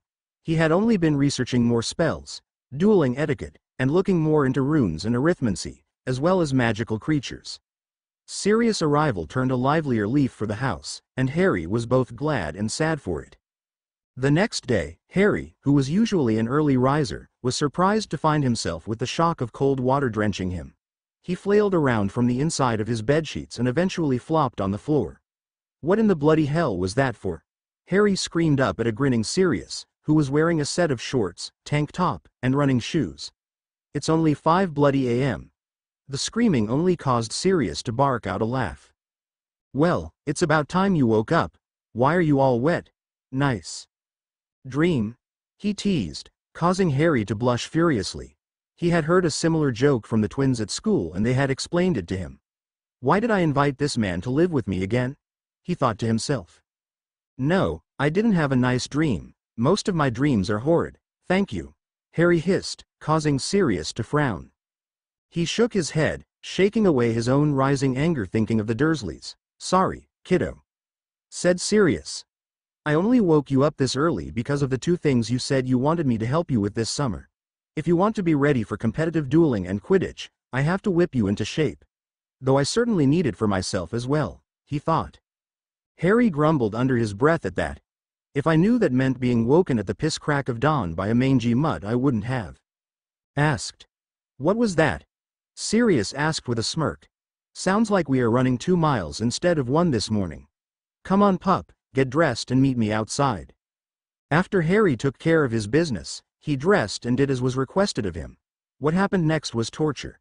How can a man recently out of Azkaban move like this? Harry thought to himself sometime after they made their halfway point. He had always been a decent runner, running from his cousin and his gang growing up, but this was ridiculous. He had never done sustained running for anything more than a couple 100-meter sprints. Long distance was going to be the death of him. He shuddered to think of how he would be doing if he hadn't have been practicing with Dora in their unused classroom for most of the year. After finishing their 2nd mile, they had done some calisthenics.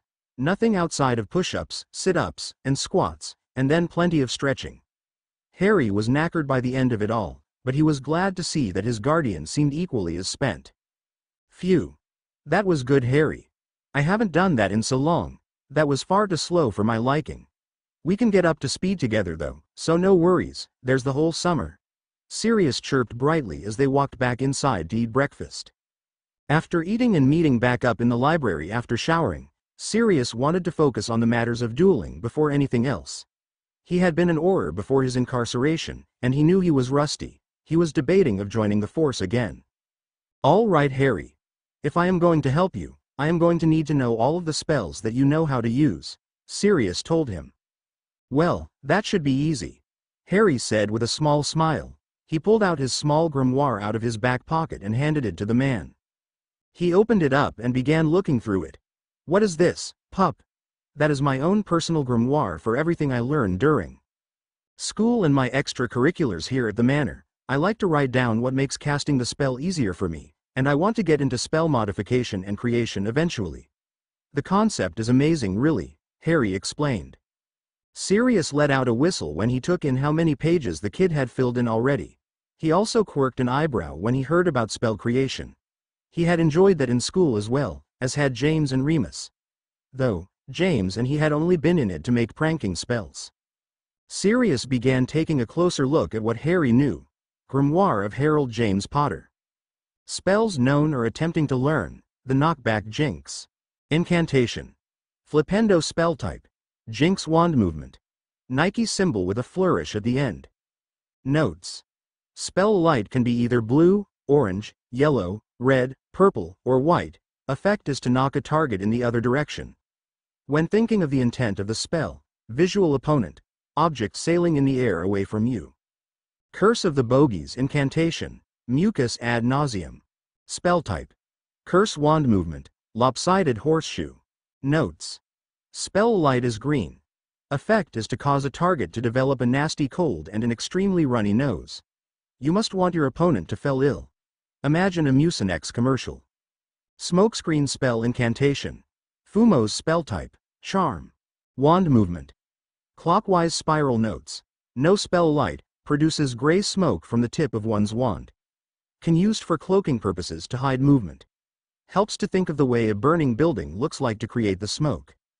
Red and green sparks charms incantations. Verdimillious, duo, tria. Vermilius, duo, tria. Spell type. Charms wand movements. Slash from left to right, flick upward with a curve to the right, slightly downward slash from left to right, flick down and to the left. Notes. Shoots a jet of either green or red sparks, respectively. Duo and tria are modifiers to create multiple sparks. When creating sparks, imagine the firework shows you could see on the telly. Focus on the color when shifting through each.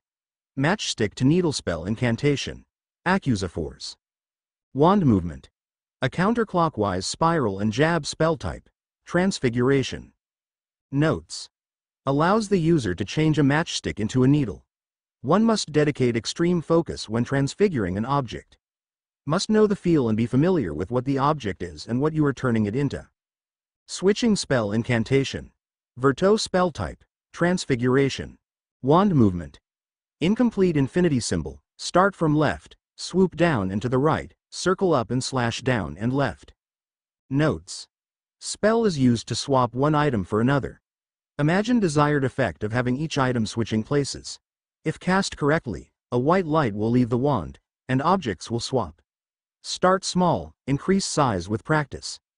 Grandfather didn't tell me this was supposed to be a 4th-year spell. Mice to snuffboxes spell incantation. Buxumaphores spell type. Transfiguration. Wand movement.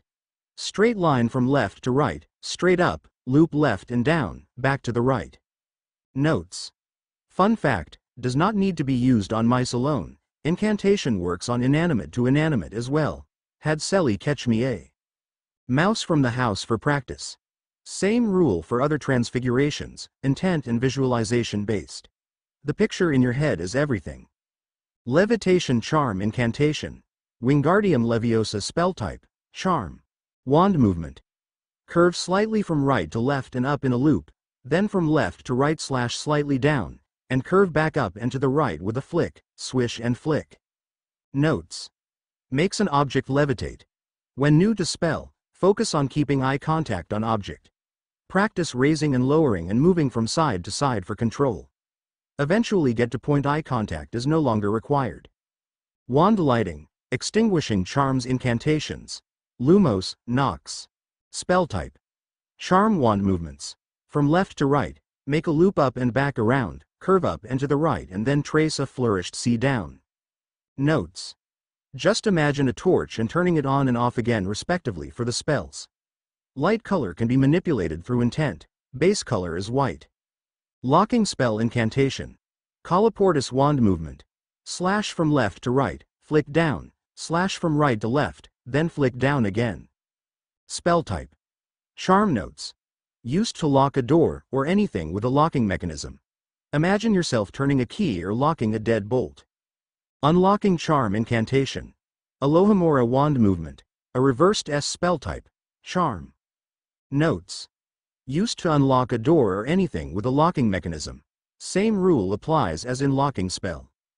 Disarming charm incantation. Expelliarmus wand movement. Form left to right and down, slash, then spiral right and in on self. Spell type. Charm notes. Used to disarm an opponent on whatever they may be holding.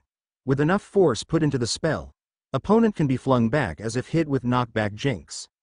Imagine the holders when flying towards you for weapon ease of weapon retrieval. Tickling charm incantation. Rictusempra wand movement. Flick slightly from left to right, then swish in an arc and bring back in as if drawing a leaf or feather in the air with your wand. Spell type. Charm notes. Will cause target to buckle with laughter. Spell light is silver if cast correctly. Can fling an opponent with enough force. Imagine seeing someone guffawing uncontrollably. Full body bind curse incantation. Petrificus totalis. Wand movement. Curve in and up and right tilted C, slash left to right, then flick down. Spell type. Curse notes. Imagine as if your target was frozen as a statue with their limbs snapped together in place. Target will likely fall if hit while moving. Softening charm incantation. Spongify wand movement. Off tilted S spell type. Charm. Notes. Used to turn a target rubbery or soft, bouncy. Good for softening your own landing if blown off your feet or prepping a room for duels. Sirius had continued reading through and had raised an eyebrow when he read of the lightning spell Harry was trying to perfect. That's ambitious, bloody Slytherin. He thought with a snort. All of Harry's extra spells and first-year ones were in the book. To say Sirius was impressed would be an understatement. You know the shield charm already? He asked, a little surprised to Harry. Harry smiled and put his hand behind his head, rubbing it. Yes, Dora helped me with it when we were practicing dueling together throughout the year. She helped me learn a lot and get better at controlling my spells and aim this year, he explained. Sirius nodded at that. From talking to Andy and Ted he knew Dora had become very advanced at casting magic offensively and defensively.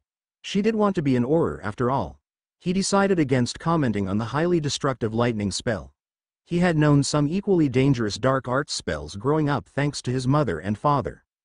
Well, he began, you certainly have a good repertoire and a grounding already, so we can build on that. After reading through the book, Sirius also didn't doubt that the kid was Lily Potter's child. He may have gotten most of his looks from James, but the kid had Lily's drive towards academia. While James was no slouch, his real passion had been with transfiguration instead all of schooling. Harry at least had that same level of natural talent that most Potters shared in that subject though. Time to put the kid through the ringer, he thought sadistically. If Harry thought Dora was good and a taskmaster, he was in for a rude awakening. Sirius had been impressed by Harry's showing in the dueling room that day. He had still soundly trusted the kid after going over etiquette with him, but he still put up a fight and always got back up to keep going. Every time a spell that Harry didn't know was used, questions were asked, and they were explained in full and attempted after the dueling was done. That kid is something else. Sirius thought ruefully to himself at the breakfast table the next day. They had gone for another run and repeated the exercises and stretching once again. Once it became routine and Harry and he grew accustomed to the strain, he planned on upping the intensity. For today though, he had other plans. Harry, he began. The raven-haired boy looked up from his food questioningly. Would you like to go into Diagon with me today? You want to get on the Quidditch team? And I figure we best not wait until your birthday to get you a broom. You'll miss out on a whole 2 weeks of practice. Harry beamed. You really mean I can get a broom today?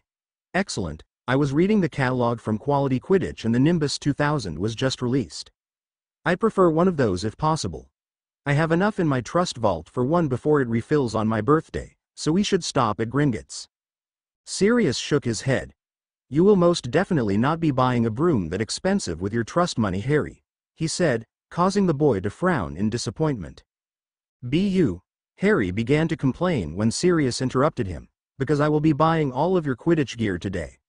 I have a decade's worth of birthdays and Yules to make up for kiddo. The only thing you are spending your own money on is sweets and whatever little odds and ends you would want from the alley today. When you finish breakfast go shower, and we will flow to Gringotts, he said with a smile. The glow on Harry's face was worth it. The kid never looked happy enough, and he felt good to change that a bit. It wasn't long after that they were off. After pulling the necessary funds, they prowled the alley. Just like that, Sirius was shrinking a brand new Nimbus and a bunch of playing gear for Harry and they were on their way. Anything else you would like to pick up today? Sirius asked him. Well, I've been thinking of getting my eyes corrected magically.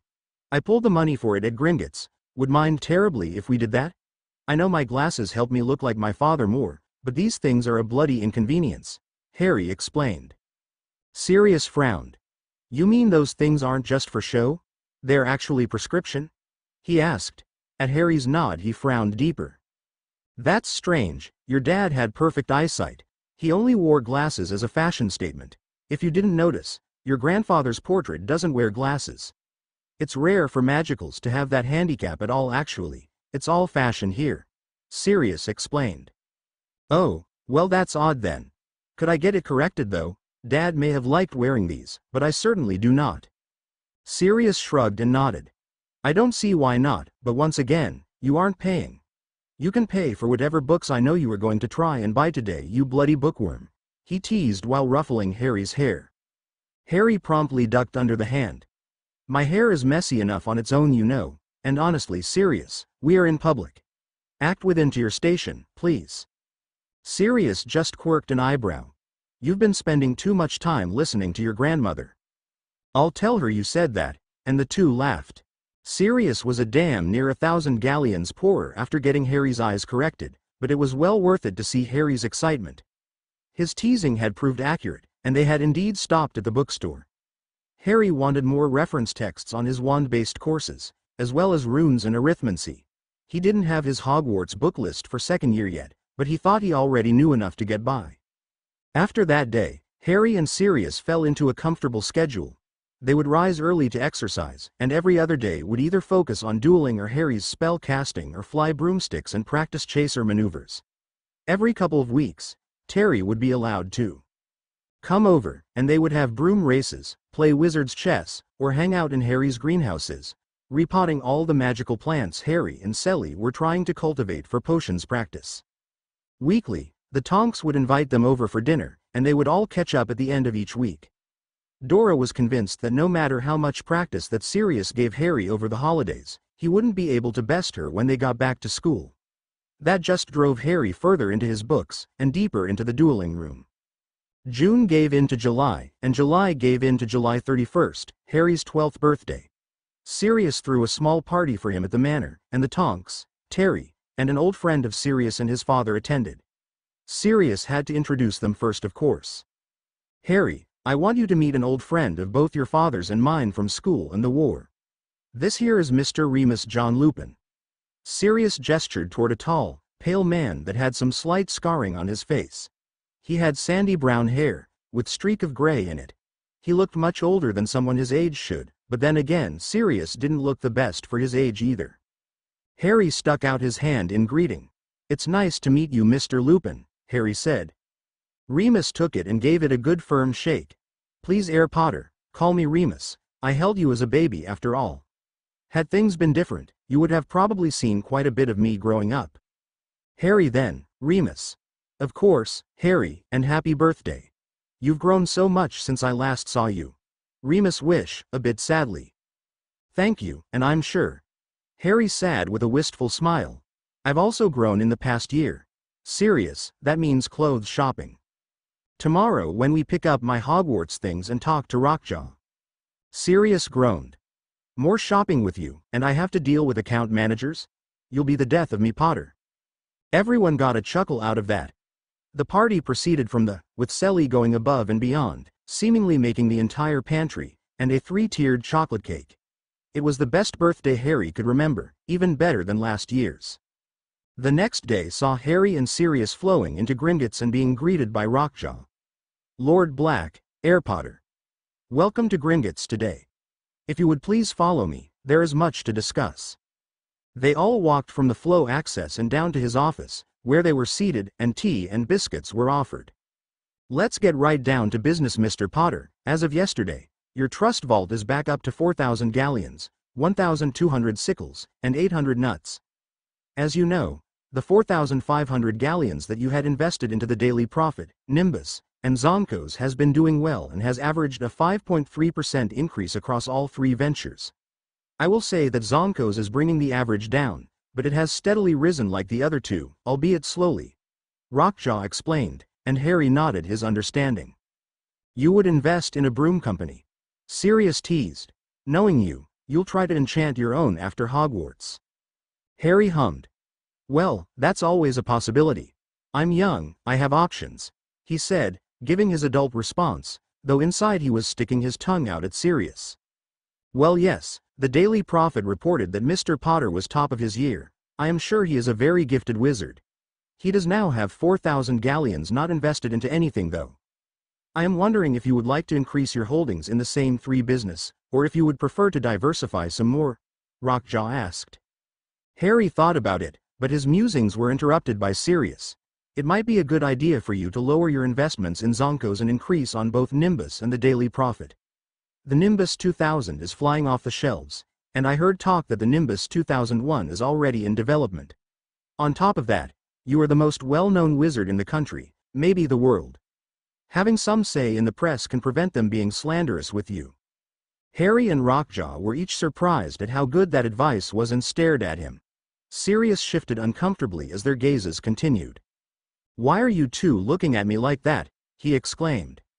"Well, Lord Black, that was just rather insightful for someone who has only been freed from incarceration for a few months," Rockjaw admitted honestly. "Okay. I can respect that, and you twerp?" Sirius grilled, turning to his godson. "You said something intelligent for once," Harry said with a deadpan expression, before he burst out laughing. Sirius swore in his head that he was surprising Harry 15 minutes early with freezing water again, and then they'd see who was laughing. "Either way, my suggestion still stands," Sirius said with a frown. "You don't have to follow it, but what I will say is this: whatever you invest in today, I will match you by 500% in that same venture." "Myself?" Harry looked at him in surprise. "You want to get into investing too?" Sirius smirked. Of course, I learned from one of the best. My grandfather, Arcturus Black, was training me as both his and my father's heir. He taught me investing and accounting before I booked it from the family during my 6th year. Then I moved in with your dad and your grandparents and learned more from Charles. Now that I control the Black estate, I have to get the gold flowing again. Fair enough. Anyways, I'll take your suggestion. I'd like to invest 2,000 galleons into the daily profit, and another 1,000 into Nimbus, Harry said, addressing both Sirius and Rockjaw. Very well, Rockjaw said as he pulled out and filled in the appropriate forms as well as the blood quill. You know what to do, he said, passing everything over. Once everything was in order, Harry signed his money away, and the documents were stamped and vanished. Gentlemen, a pleasure doing business with you, Rockjaw said as he led them out of his office. Enjoy the rest of your day. You as well, Rockjaw, may your gold flow freely, Harry said in goodbye. And may your enemies quake under your heel, Mr. Potter. After that, Sirius had done essentially the same thing with his account manager, Hammertooth. After that they had gone down to their vaults to grab some spending money. Soon, they were back in the alley for a day of school shopping. Do you mind terribly if we split up? Harry asked. It's just I want to go to the bookstore first. I plan on getting more than the school list, and I know you don't like it in there. Sirius smiled in a teasing manner. Why, of course, Bookworm. I'll head and get your potions supplies. I'll even get you 2 second-year kits since I'm sure you are going to want to experiment. Honestly, I've never met a kid who focuses so much on schoolwork. Harry grinned. Honestly, Lord Black, acting as if magic is a chore. An inconvenience even. Magic is a gift and a mystery, good sir, and I plan to unravel her secrets, one step at a time. Sirius just rolled his eyes. Go on, pup, I'll come to the bookshop when I'm done. Don't buy too many now, you still have an entire library, remember? With that they split up, and Harry soon entered Flourish and Blots. He wasn't really watching where he was going and had to stop short from walking into a witch wearing tartan robes. It took Harry only a moment to realize that he knew the woman. Professor McGonagall, good morning to you, this is a pleasant surprise. Harry greeted, throwing on that Potter charm. He knew he was one of her favorites regardless that he was one of Snape's snakes. It helped that transfiguration was his own favorite subject at the moment. The teacher turned towards his voice, and her usually stern face softened into a smile when she saw him. My, Mr. Potter, good morning to you as well, and happy belated birthday. I hope it was enjoyable? She asked. Oh yes, Professor, best in my life. I had the tonks over, Terence Higgs, obviously my godfather Sirius Black, and I met an old friend of his and my parents that day too. Remus Lupin. Ah, so you've met Mr. Lupin. He was the only one of that friend group who had a sense of responsibility. I made him a prefect their 5th year to try and keep Black and your father in line with their incessant pranking. Woefully that endeavor failed considering Lupin was in on the pranks as well, she told him with a laugh. I assume you are here grabbing your Hogwarts books? Yes, Professor, and Sirius has gone off to grab my potions supplies. Thought I would let him not suffer inside of a bookstore with me while I browse for new reference texts and whatever else catches my eye. Harry told her, and he was surprised to hear a voice behind McGonagall address him in shock. How could anyone suffer inside a bookstore, let alone a magical one? A bushy-haired girl who was a fair bit shorter than Harry came by the professor's side. He took in her more modern Muggle clothing and the way she was looking around the place bright-eyed.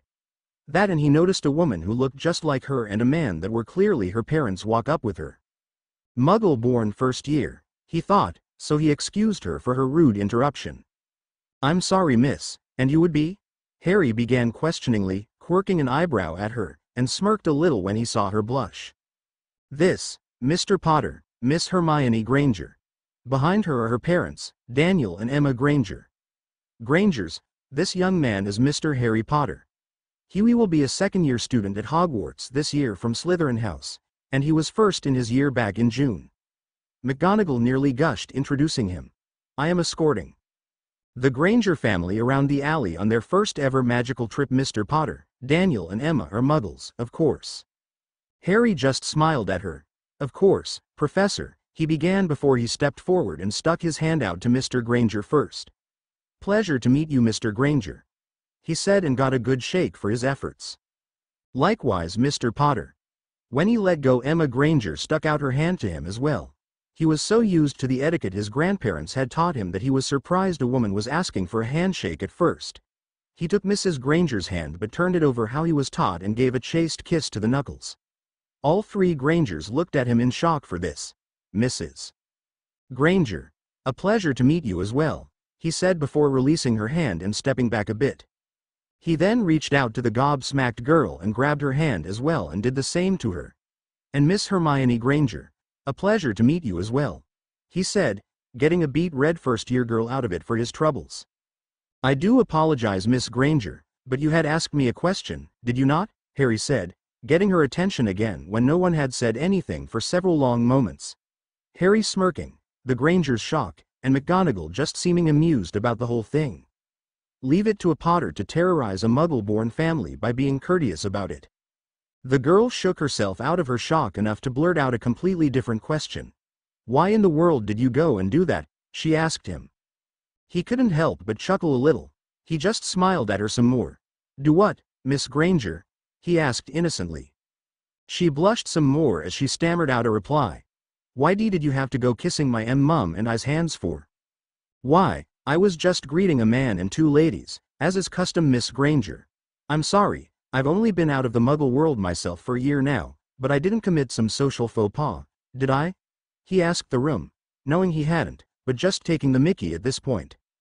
Boys don't usually just going around kissing girls' hands and stuff like that, the girl said a little more quietly that time. Well, maybe not on that side of the magical border, but here, my manners dictate that when greeting a lady, you greet her as such. You are a lady, aren't you? He asked her with a slight teasing grin. He could see her parents starting to get amused as well behind her while she seemed indignant. Well, of course I'm a lady, she said, sticking her chin up a bit. I'm a girl after all, aren't I? She asked him. That you are, Miss Granger, that you are. Now lucky for you I do remember your question from when you joined the conversation between the professor and I, he said, getting to blush again. Why is it so fun teasing Ferdies? Is this how Dora feels? Well, guess I can't blame her anymore, he thought. My godfather usually has to drag me out of the bookstore. I tend to stay here for longer than is recommended for oneself. That and I spend far too much money here. I mean, just 2 weeks ago I think I spent around 300 galleons. The Grangers, and even Professor McGonagall, raised their eyebrows at that. I hadn't realized you were that dedicated to your education at Hogwarts, Mr. Potter, McGonagall stated. Harry turned to her. Well, I was raised without magic for most of my life like Miss Granger here. Now I wish to know all about my new world. You can't blame me for that. Oh, I'm sorry, have you gotten your school books yet, Miss Granger? He suddenly changed topics. At the girl's negatively shaken head, he smiled and turned to the professor. Is it the exact same list as last year, Professor? He asked her. She nodded. Yes, Mr. Potter. Why do you ask? Well, I know the conversion charges from pounds sterling to galleons is a bit rough. Selly, he called, and the Grangers were all shocked when his house elf appeared. With a pop, he continued on as if everything was normal. Yes, Master Potter. How's can Selly bees helping you? Selly, could you please bring me all of my textbooks from first year, as well as my copy of From Muggle to Magical? Please? He requested of his eld. She immediately popped away and returned carrying his books. They's be here, Master Potter, sir. Does yous need me to shrinks them? Selly asked. No thank you, Selly. Miss Granger here has a trunk, just over there, I'll take them. He received his books from his elf easily thanks to all of the conditioning he had done so far this summer. Thank you, Selly, I will see you at home. Byes, Master Potter. Selly's be glads to help. Pop. Harry turned back towards the Grangers. I figured since I already know all the spells in these textbooks and then some, you would get greater use out of them than I could. Could you please open your trunk? He asked the girl again. She was just staring at him, then his books, and then where his elf had just previously been. With a soft voice she asked. What was that? Oh, that was my house elf, Selly. House elves are magical beings that bond to a witch or wizard, family, or even just a property, and they serve them for life unless their bond is broken by their masters. He explained patiently. He wasn't ready for another outburst. You have a slave. The girl blew up on him. He frowned rather hard at her. Watch yourself now. Selly is most certainly not a slave. She is practically family. She may work for me, but she receives a home and the magic of that place to help sustain her own magical core. The bond between elf and wizard is completely symbiotic. Mrs. Granger came to his assistance on this. Hermione, honey, you can't just go making assumptions here. This is a completely different culture compared to back home. Not everything is going to line up the same. The girl calmed down enough to manage an apology. I'm sorry, that was rather rude of me. I'm sorry for misjudging the situation, she said while looking down a bit. Well, Miss Granger, all is forgiven. You are new to our world, so some excuses can be given. But I must say, while I like to think of myself as rather strong and fit for my age, these books are starting to get heavy. I ask again, could you please open your trunk, and I could put these away for you? He consoled, getting a little frustrated that he was still holding the entire stack of his first-year books. She rushed to get the trunk open after that. He saw that they had already purchased robes for the girl as she cycled through her compartment settings. He eventually got them in the compartment she wanted and shook his arms out. Well then, seems I need to increase my morning regime again, he said mostly to himself, but it got looks of amusements from the adults. You didn't have to give me your old books, you know. My family is capable of paying, the Granger girl said to him after she stood back up. Honestly, he had kind of missed how Muggle kids behaved. They didn't tiptoe around social norms, they just trucked along through. Hermione dear, Mr. Potter here was kind enough to gift those to you when he didn't have to. What do you say? Mr. Granger interfered this time, causing the girl embarrassment once again. Thank you for the books, she said quietly, pink still tinting her cheeks. You are most certainly welcome, Miss Granger, and think of it this way, he said as he leaned in to whisper into her ear. Now your parents have more money to buy you extra books that aren't on your school list. That did it, and the girl squealed in excitement, and the next thing Harry knew, he was very confused and was subject to a bone-crushing hug. Good Lord, Harry, I let you off on your own for maybe 10 minutes, and you're already in the arms of a young lady. My, you kids move fast these days. A voice that turned out to be Sirius came from the entryway. When the girl heard what he said and realized what he meant, she let go of Harry and hopped away with a high-pitched eep. It wasn't anything like that, sir. I just lost myself a moment in what he said to Harry said to me. Oh, is that right, and you're on a first-name basis already? He said with a raised eyebrow before looking over at his godson. Do you already have an intended? He asked slightly seriously, eyebrow raised in an actual question. Harry sighed at that. Sirius, please meet Mr. and Mrs. Dan and Emma Granger. The young lady is their daughter Hermione Granger. She will be joining me at Hogwarts this term. Professor McGonagall was escorting them around the alley before we got to talking. I've given her my first-year texts since they were catching dust. You came in when I had whispered to her that her parents could afford to purchase her more books now, thus the hug. He explained while initiating an introduction for all around the room as well. Mr. and Mrs. Granger, Miss Granger, this is my godfather Sirius Black, of the most ancient and most noble house of Black. Harry finished his introductions before anyone thought to ask Sirius what he meant by intended. Sirius stuck a hand out to the Grangers. The female Grangers had their second experience of having their knuckles kissed in greeting. Why did Harry introduce you that way, Mr. Black? The girl asked, her head tilted. Sirius regarded her again since she was using his godson's first name after just meeting him. Well, Miss Granger, that is because I am from a very old magical family.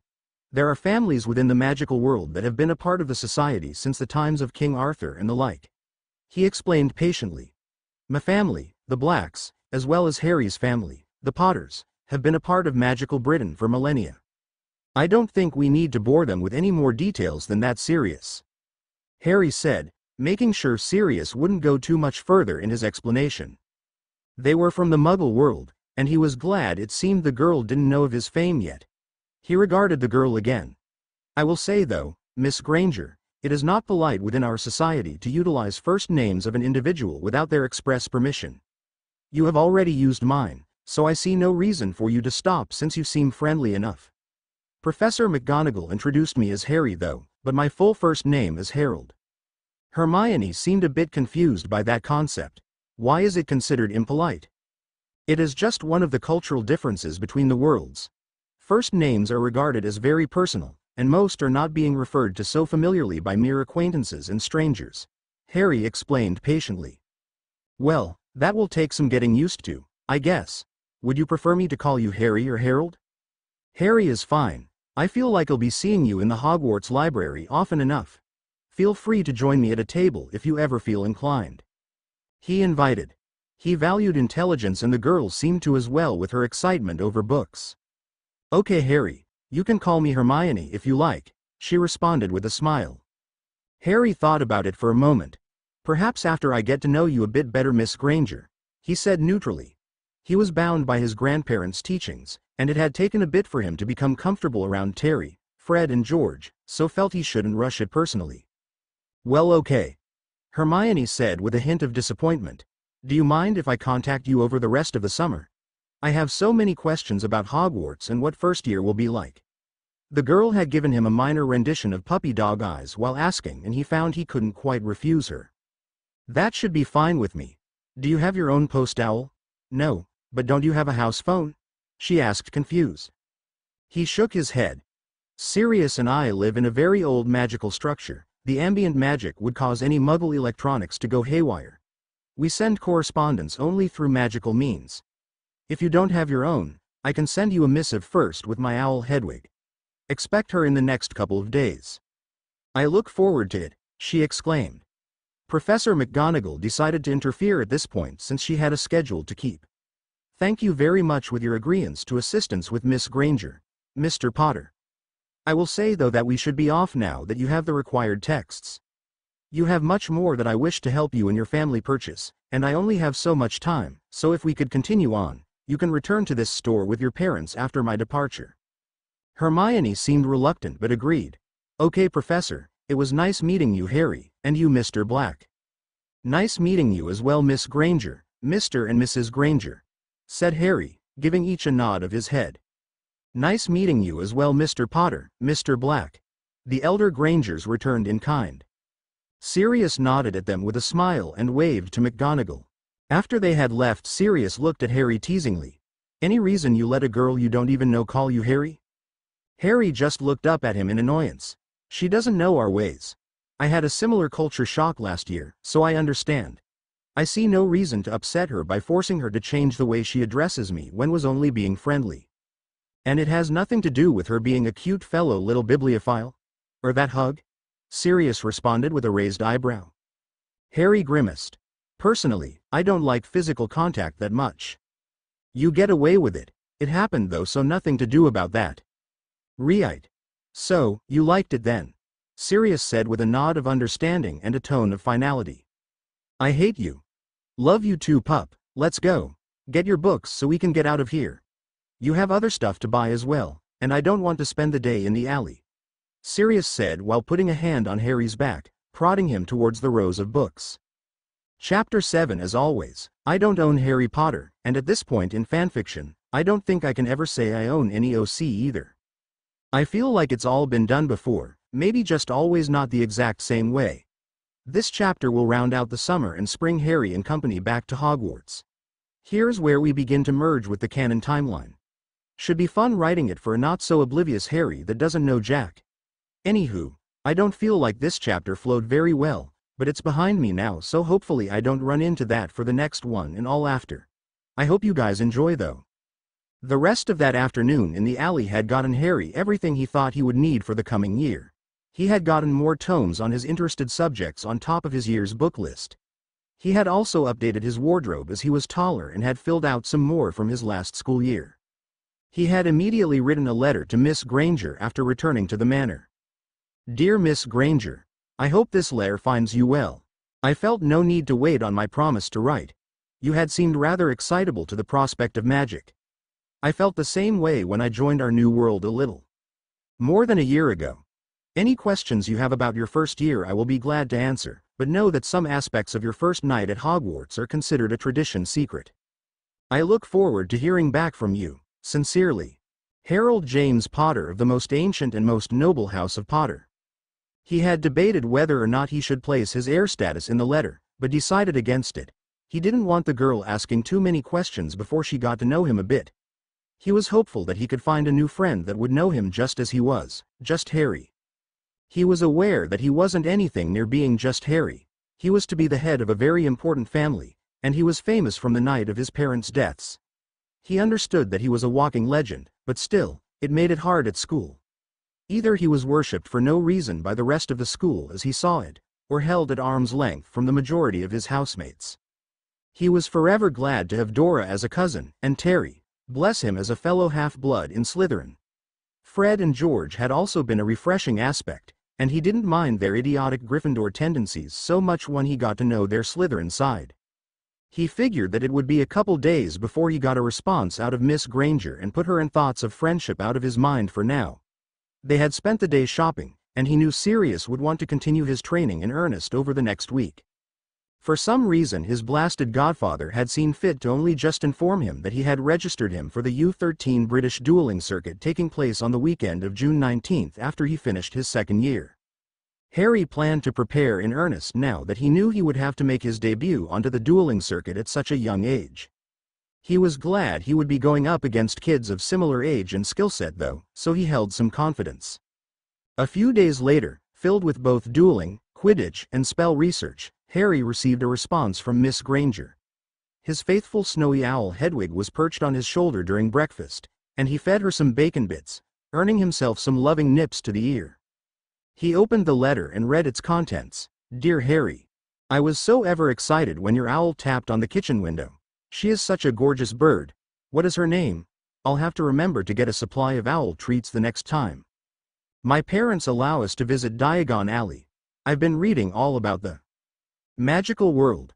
Why didn't you tell me that you were famous? I have read about you in several background books that I picked up after getting the remainder of my supplies. I assume you didn't want a starstruck 11-year-old girl to deal with. On top of how I acted over the books you gave me, so I can forgive you, I guess. I didn't know that you left notes in all the margins of your old textbooks. At first, I was scandalized or the thought of someone defacing a book, but then I decided you must know what you were talking. Being top of your year in all. What can you tell me about how we will be arriving to Hogwarts? Though, Professor McGonagall explained platform 9 3/4, but my parents and I are still a little hesitant about walking through a brick barrier, understandably, or at least, I hope. Also, what is the sorting ceremony into the houses? How do they sort us? How do we get to the castle? The Hogwarts Express. I'm sorry if I am overloading you with questions, there is just too much to learn. I'll cut this short for now so as not to weigh down your owl. One last question. Why do you sign your letters that way? It seems a bit hoity, no offense. Love. Hermione. Harry was rather perturbed from the girl's letter. Definite bibliophile, he thought amusedly. It was the fact that he was in several books that she read that bothered him. She didn't appear starstruck, since he had gotten to her before the books, so that was good. Books about him? He hadn't even thought about that. He wondered on the legal repercussions of writing about him without his or his guardian's permission. He quickly drafted a letter to Rockjaw about the matter and gave Miss Granger a response to the questions he felt were safe to answer. He explained that he had only gone for a formal tone of address since it was the beginning of his correspondence, and it was proper for him to do so. He also admitted that he had toned down his own signature as well. He told her he would be happy to step out into the Muggle side of the platform to lead her and her parents through with Sirius. He also told her about all the magical treats she would get to try on the train. He informed her that it was a guarded secret how first years were sorted, and he was honor-bound not to disclose that information. It was an unspoken tradition. He confessed that the fact that books about him may exist had escaped his thoughts, and that he would be looking into the matter. He also warned her not to believe everything in those texts, as not everyone knew what happened that night, since he was the only survivor, and was only a babe at the time. Her reply had been reluctant to admit that the books may have some false info, but defended that they did claim anything written was mostly speculation. He could live with that, they weren't claiming facts. So whatever. Rockjaw had informed him that the history books about him were matters of public record, and weren't about him specifically, just about the Blood War and his part in it at the end. Rockjaw did inform him that apparently there was an author writing fantasy stories using his name and likeness to sell books. They were all rather silly things, and Harry wanted them either removed from shelves, or he wanted a cut of the profits, preferably a mixture of both. First year had been awkward enough as it was. He didn't need more fangirls and boys. Outside of that, the summer continued how it had, him learning more and more magic, practicing his dueling, and preparing for his tryouts as a chaser onto the Slytherin Quidditch team. Dueling and tutoring from Sirius and having Terry over a few more times helped build some solid confidence in him, and he was excited. A concerning thing he read in the Daily Prophet was that apparently a Gringotts vault had been broken into a couple of days after he got his school supplies. The only thing known about the case was that someone had retrieved the contents of the vault that same day, prior to the break-in. Neither he nor Sirius knew what to think of that. The fact that someone had tried to rob the goblins was ludicrous, but it happened. They had far too many questions about the issue, but hoped the bastard was caught eventually. Their gold was stored there after all. Soon it was September 1st and Harry and Sirius were preparing to step through the flow to the station. Sirius had agreed to assist the Grangers with getting to the platform, so they were leaving a bit early. They were greeted by the sight of the large steam engine before they made their way through the brick barrier and waited for them by platform 9 and 10. They didn't have to wait long, and Harry had been taken by surprise when Miss Granger had spotted him. She had left her things and immediately rushed to Harry and engulfed him in a hug. He had hesitantly returned it, trying not to be awkward, but not knowing what to do. Her bushy hair left his face, and he could see amused looks on her parents' faces. The look he was getting from Sirius almost caused him to groan, but he held it in. "Well, hello to you too, Miss Granger," he said to her with a small smile, and as when they had first met, took her hand and kissed her knuckles. Like last time, this got a blush out of her, but she was apparently ready for it this time. He greeted the elder Grangers in kind, as did Sirius. "Sirius, would you lead Mr. and Mrs. Granger through after I lead Miss Granger?" he asked his guardian as he grabbed the girl's luggage cart. His own was stored safely into his pants pockets, he would unshrink them on the train. "Of course, Harry, you two go on ahead, we'll just have a chat, you can wait on the other side," Sirius replied, a giant smirk on his face. Harry knew the man was going to prank him somehow, and he felt he was going to get the Granger parents in on it. This didn't bode well. "Come along, Miss Granger, just follow me right through, there isn't a need to worry. It's only an illusion," Harry said to her before pushing her cart through the barrier. He was rewarded with a gasp of awe from behind him when she took sight of the giant steam engine. He regarded the childlike wonder in her eyes, sure that he had looked the same way last year. He smiled as she took more of the magic in. She looked at him with a big smile on her face and a twinkle in her chocolate-brown eyes. She shook with excitement and tried and failed to suppress a squeal of excitement. Her parents and Sirius soon joined them though, and she was sobered by the thought that she wouldn't be seeing her parents until the Christmas holidays. Harry though had taken his eyes away from Miss Granger and was trying to discern just what had Sirius smirking so damn much. "What have you gone and done now?" he asked accusingly. "Oh, nothing terrible, Daniel and I had just come to the verbal agreement about you two getting wed," Sirius said with far too much cheer. The mischief in his eyes were unbearable. When he saw the elder Grangers weren't shocked or outraged though, he was confused.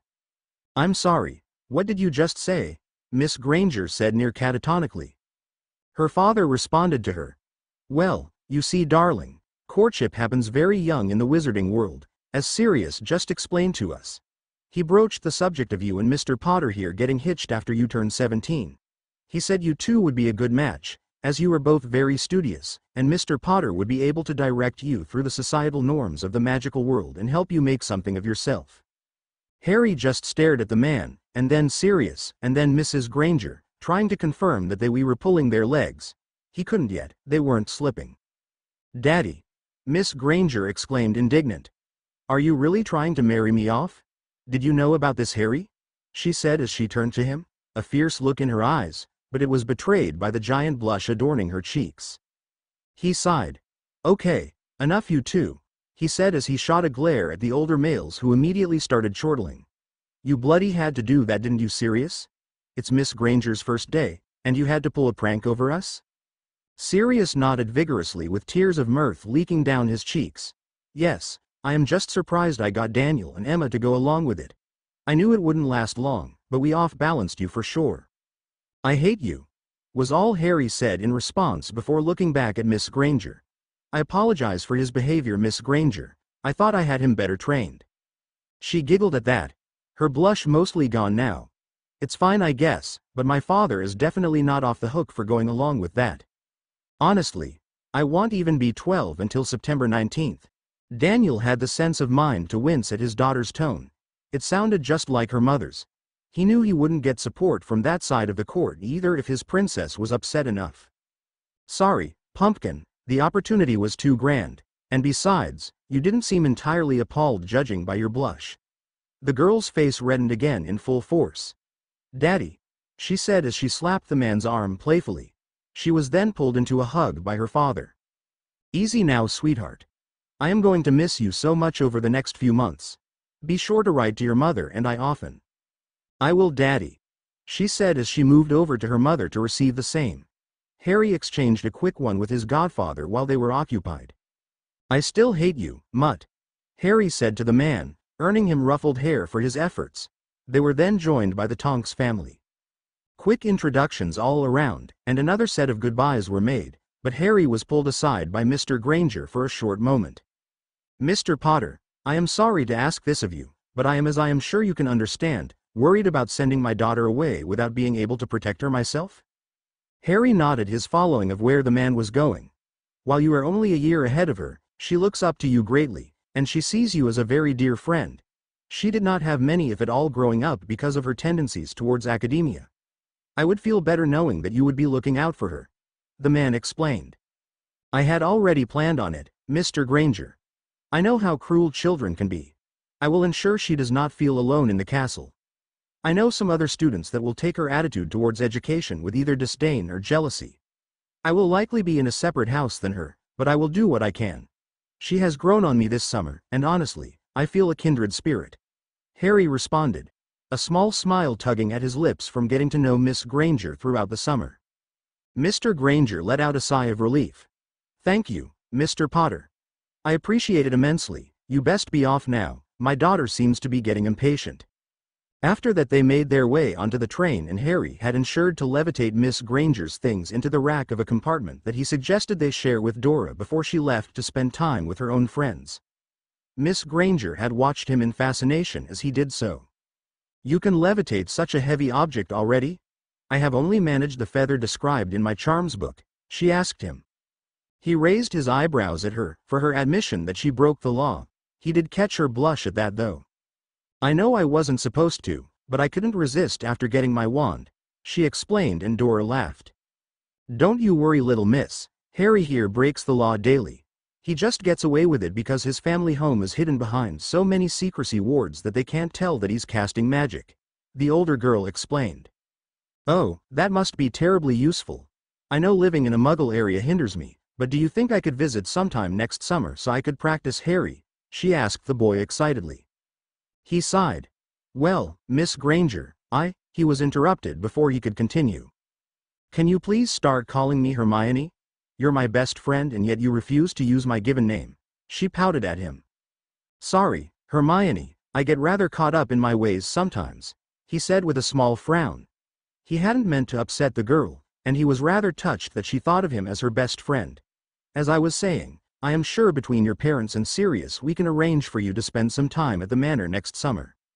She squealed and promptly hugged him from her seat next to him.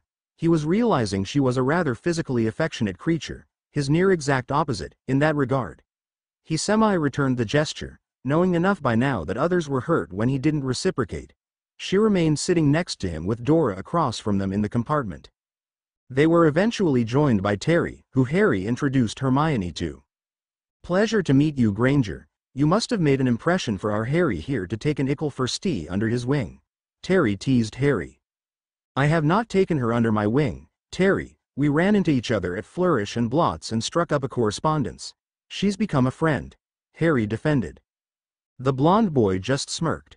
"Of course, Harry, of course. Anywho, where do you think you will be sorted, Miss Granger?" Hermione hummed in thought. "After all my readings and with talking to Harry, I think I would be best suited to Ravenclaw. I do love learning, and it is where I will meet the most like-minded classmates." "What, the Viper Pit doesn't entrance you?" Terry teased a bit. Won't you miss our Harry here? Hermione blushed and Harry just groaned. Is everyone going to tease me about befriending a bloody girl? He thought morosely. While Slytherin has its good points like the other houses, as I'm sure Harry told you, I'm Muggle-born. I don't think it would be a very comfortable environment for me, she admitted. And I would rather not have to murder the majority of our house in her defense, Terry. Harry said in a rather cold voice that neither of the younger two had heard from him before, but Dora had. Harry absolutely despised the pureblood mantra. Sure, he believed in pureblood traditions, as they were sometimes keyed to magic himself, and he knew he was part of the governmental body, something he still hadn't explained to Hermione, and he wasn't sure she had read up on it yet. Fact of the matter was though, he knew the stance of most of his house, and had proved them wrong by reaching the top of both the Slytherin first years as well as all of them in grades. He had earned a grudging respect through his academic success, but he was a half-blood, a recognized heir, and the boy who lived. If he was to fulfill his promise to Mr. Granger, he would have his work cut out for him as she sorted to the viper pit. Dora didn't know about his promise, but of his hatred for the way certain purebloods would regard the girl who had befriended her little cousin. She shuddered at what he would do to any he caught bad-mouthing her, or worse, causing her actual harm. That's a little extreme, don't you think? Hermione asked Harry meekly. He regarded her, an intense look in his eyes. There are few things that will send me into violence, Hermione, but they are valid. If someone hurts someone I am close to, the gloves come off. If someone uses certain language around me, I respond. We will see how your Slytherin year mates behave. Mine and above are rather mild-tempered. Terry pitched in here. It's true, with having this one in the house. He jerked a finger at Harry. Not many are open about the purity issue. He contradicts them at every turn thanks to his mother's heritage and his own brilliance. So far, none have dared to cross him. They treat me with indifference, and you know it, Terry, Harry shot back. The other boy just shook his head. Bullshit, you're the lead of our year group, and some of the older ones are willing to follow your lead. With you getting on the Quidditch team this year, your position in the house will be cemented. Harry thought about what he said, and reluctantly agreed. Perhaps you were right, but I'd rather Hermione here not chance the viper pit. Besides, she fits with the claws so well. They have their own library, I heard. He said that last bit to Hermione, to ensure he was pushing her in that direction. Her face immediately brightened. Oh, do you know how many books it has? She asked, causing the others to chuckle at her enthusiasm. They passed the ride with idle chit-chat and talking about first-year classes. Dora had left after the sweet trolley came and went to spend some time with her friends. Hermione got to experience her first chocolate frog, and the boys enjoyed her reactions to Bertie Bott's. She had decided she preferred the frogs, though they still unnerved her. The twins came by at some point and said hello.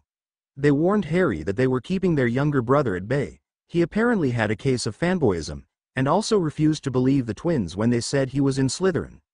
Other than them, some of his year mates he was friendlier with stopped by to say hello and ask him and Terry how their summers were. Very few from Slytherin outwardly reacted when he introduced Hermione to them, except a quirking of their eyebrows and for some reason, a knowing smirk. Eventually, someone Harry would have preferred not to have met yet decided to force his presence on them. Without even a knock, something even the twins had managed. A pale boy, with gray-blue eyes, platinum blonde hair that was gelled over, and a permanent sneer on his lips walked in. He was flanked by two boys that were only a couple of inches shorter than Harry, and they seemed bulky in a way that his cousin Dudley had. The blonde boy looked at the four of them, his sneer present, until he looked towards Harry. I heard that Harry Potter was on the train. You must be him. You'll learn that some families in the wizarding world are better than others, Potter. He looked between Dora, Hermione, and Terry again with his sneer. The name's Malfoy, Draco Malfoy, and I can help you meet the right sort. He finished, sticking his hand out to Harry. Harry stared at the boy, who had the absolute gale to approach him as if he was from a higher station. His grandparents had told him what sort of slight this was. Harry stood up and straightened to his full height. He looked down at the blonde and glared. Heir Malfoy, please do not tell me that your father has not taught you proper decorum in a public setting, he sneered. The blonde twit had the sense to gulp from the look in Harry's eyes and the tone of his voice. He realized he had probably goofed something up, but couldn't think of what. Taking the boy's silence for ignorance, Harry decided to teach him. You barge into the cabin I am sharing with my friends without so much as a knock, proceed to insult my friends with your comments, and then offer your own friendship without proper address. The Malfoy boy swallowed a large lump in his throat at that. His etiquette had been rather poor, but it was all half-bloods and mudbloods in this carriage, his family was above them all. I didn't think decorum was necessary here. He tried explaining. None of you in here are purebloods, so. But he was cut off by Harry. None of us are purebloods, are we? He shouted. Oh, great, I guess the content of my blood changes the fact that I am heir apparent to the most ancient and noble house of Potter, is that it? I suppose you think yourself above me. Heir to the noble house of Malfoy. Harry all but sneered. He had been warned of the uppity French family that had married into the Blacks by Sirius. Malfoy looked incensed at this. Watch it, Potter. I am also the heir to the most ancient and most noble house of Black. His father and mother had informed him of that one. With that it put him on the same social step as the Potters, and his pure blood made him superior in his eyes. Harry and Dora both began laughing at that, upsetting Malfoy further. What's so funny? You are, to think that you would be the heir presumptive, when the Lord Black is my godfather, and lives with me. Harry all but snarled with a vicious grin on his face. House Black would never appoint a mudblow. Malfoy quickly found himself silenced and Harry's wand was glowing with a crackling white light and pointing right between his eyes. He gulped. You, Harry began in a soft whisper, but everyone in the carriage could hear him, and none dared make a sound, not even Malfoy's two oafs on his side. Will never use such language in my presence again, Malfoy. If you do, I can assure you, I will make your time at school absolute hell. He was practically hissing at this point. Even Malfoy's two oafs caught on to what was happening and gulped. They dragged the blonde boy out of the compartment before he could get them blasted. Potter looked pissed. A small, wet trail could be seen where the trio had exited, leaving a hint to the state of one of the boys' bladders. Harry eased his magic back into himself and his wand stopped crackling. He took a deep breath and returned to his seat by Hermione. It was then he noticed the three others in the cabin staring at him. What? He asked rather defensively. Terry just broke out into a huge grin. Mate, that was bloody brilliant. I think the little tosser actually wet himself. The boy was then trying to prevent himself being consumed by his own laughter. The look on all their faces.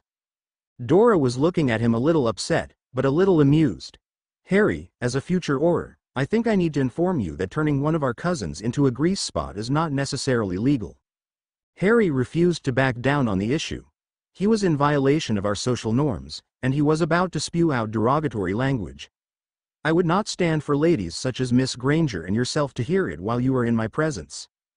Right, was all Dora said, her own hands up defensively, knowing she wasn't going to get anywhere with the kid today. Harry, Hermione said to him quietly. All heads turned to her. She could be seen biting her bottom lip nervously. Are you really part of the magical nobility?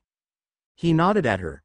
He hadn't planned on breaching this topic until she was more accustomed to their world, but he should have known that wouldn't last. He nodded.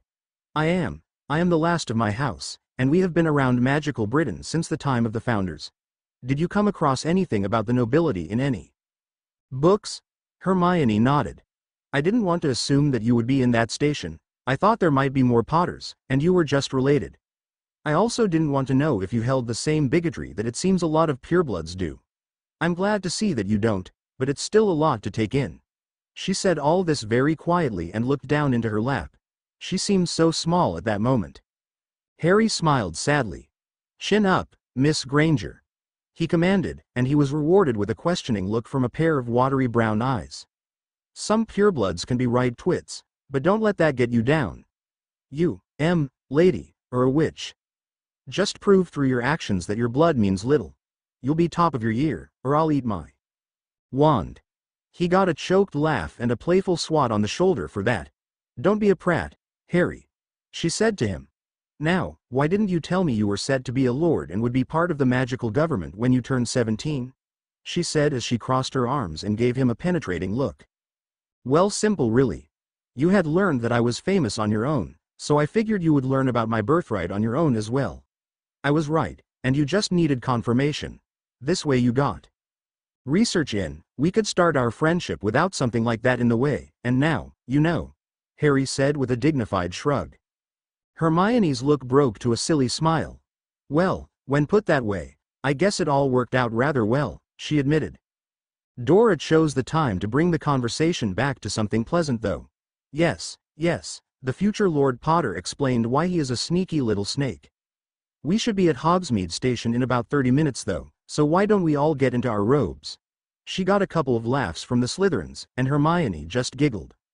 The boys took their change of clothes to the bathroom to change, so the girls could have privacy in the compartment. Soon, the whistle was blowing, and they were departing the train. The three older students dropped Hermione off with Hagrid. We leave Miss Granger in your capable hands, Hagrid. Goodbye you two, we shall see you at the feast. Harry said with a grin before he and Terry grabbed a carriage pulled by strange skeletal horses and Dora went off with some of her year mates. What breed of creature do you think is pulling the carriages? He asked.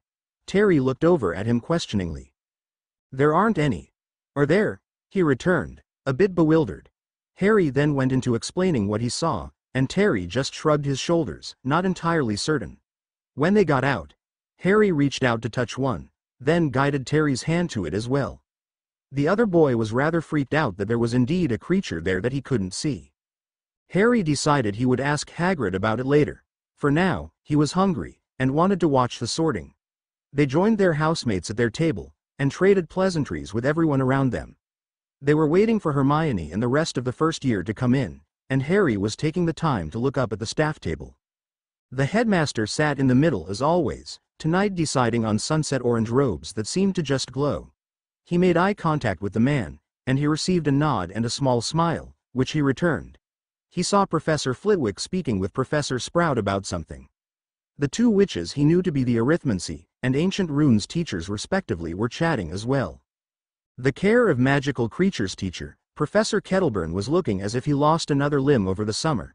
He finally caught his head of house, Professor Snape, talking to a timid-looking man in a purple turban of all things.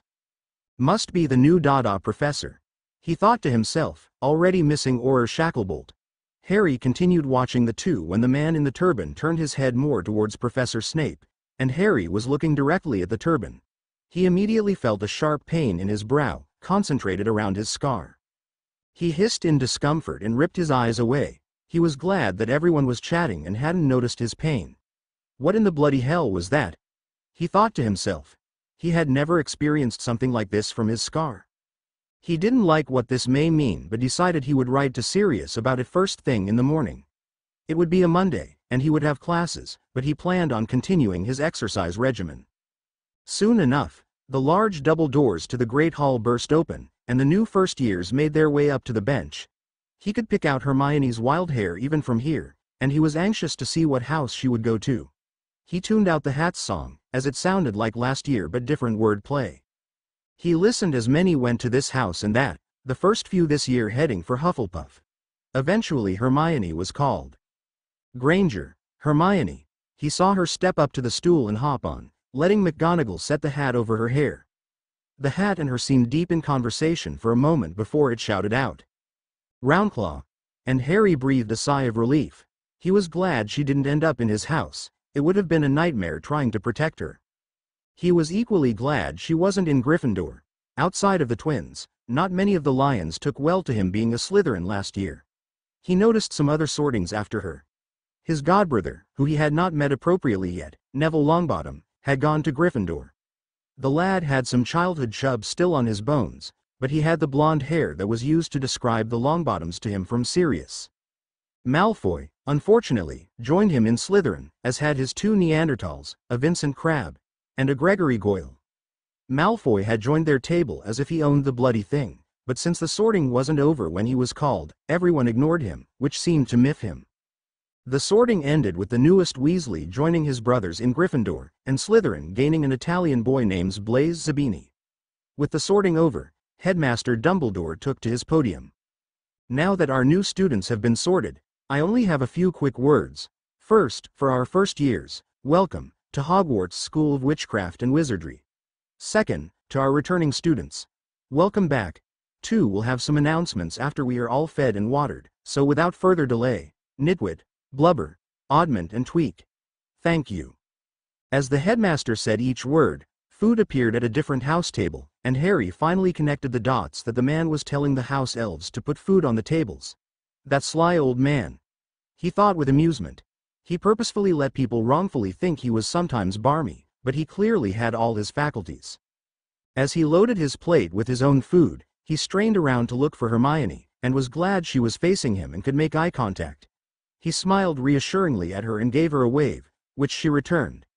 Her new housemates caught who she was waving to and immediately started hounding the poor girl with questions. He could see her blush from here. Sorry about that, Hermione. Better you than me though, he thought to himself with a grin. Chapter 8. As always, I do not own the world of Harry Potter. That joy goes to J.K. Rowling. This chapter was a bit longer than usual and will cover up to Halloween of the canon first year. It will involve Hermione a good amount, as the actions surrounding her are going to be a molding and growing point for Harry. As you may remember, he has a promise to her father to keep. I hope you enjoy the chapter, and I am sorry for the longer than normal wait in regard to this story, but work and school has been busy. Harry Potter.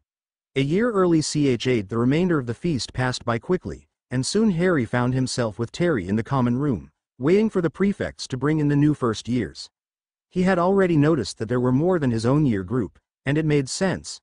The year Harry and his year mates were born was one of the most intense times magical Britain ever experienced. The war had been fought in earnest at that time. Soon, all the first years were stood where he and Terry were last year. He knew the blonde Ponce, Malfoy of course. Then he noted that the brat had a Goyle and a Crabbe flanking him. It made sense since they were vassals of House Malfoy. He also took note of a rather cute-looking blonde girl who had light blue eyes and pale skin. He racked his brain from the sorting, and remembered that she was a Greengrass, and likely the heiress to her family. She was from an ancient and noble house, a few steps up from Malfoy. There was a Theodore Nott, also from an ancient and noble house. The boy was very pale and had a ratty face that reminded Harry of his cousin Dudley's friend, Piers. The boy stood not too far from Malfoy. The last boy of the New Year group was the dark-skinned Italian boy, Blaise Zabini. Zabini was from Italy and held no political weight here in Great Britain, but likely did in his home country. Greengrass had a sandy-haired girl standing next to her who Harry thought her name was Davis or something. He didn't recognize the last name, so he didn't spend much time on her. He noticed the girl from House Bulstrode, a noble house like Malfoy's. She was rather stocky and had shoulder-length brown hair and a squarish face. If he remembered correctly, her older brother Timothy just started his 7th year. They had one more girl in their year, and it was a short girl with black hair in a pixie cut. She seemed to have a nose that was squashed like a pug's. If Harry remembered from the sorting, her last name was Parkinson. He ran out of thoughts on the matter as Professor Snape strode in and delivered the same speech as last year, near verbatim. Soon, the first years were herded to their new rooms, and Harry played a simple game of wizard's chess with Terry, surprisingly taking a win from the boy who usually trounced him. Harry bid a good night to his year mates after that, keen to go to bed and get up for his morning exercises. He went to sleep with a content smile on his face, happy to be back in the castle. The next morning saw him awake at 5, just like every other day. He was glad he wasn't up in Ravenclaw or Gryffindor Tower, as getting to the grounds from the Slytherin dungeons really did not take long at all. He ran to the Quidditch pitch and ran until he lost count of how many laps he had gone around. By the time he finished the remainder of his workout and showered, it was just about 7. Harry waited patiently in the common room, reading a book on arithmancy as he waited for Terry. He had all of his schoolbooks in his bag. Bless magic, he wouldn't have to come back up looking for specific texts ever again. He only got a few minutes of reading in, as Terry walked in at about 1:15. I assume you want to avoid the blonde Ponce this morning? Terry said with a grin.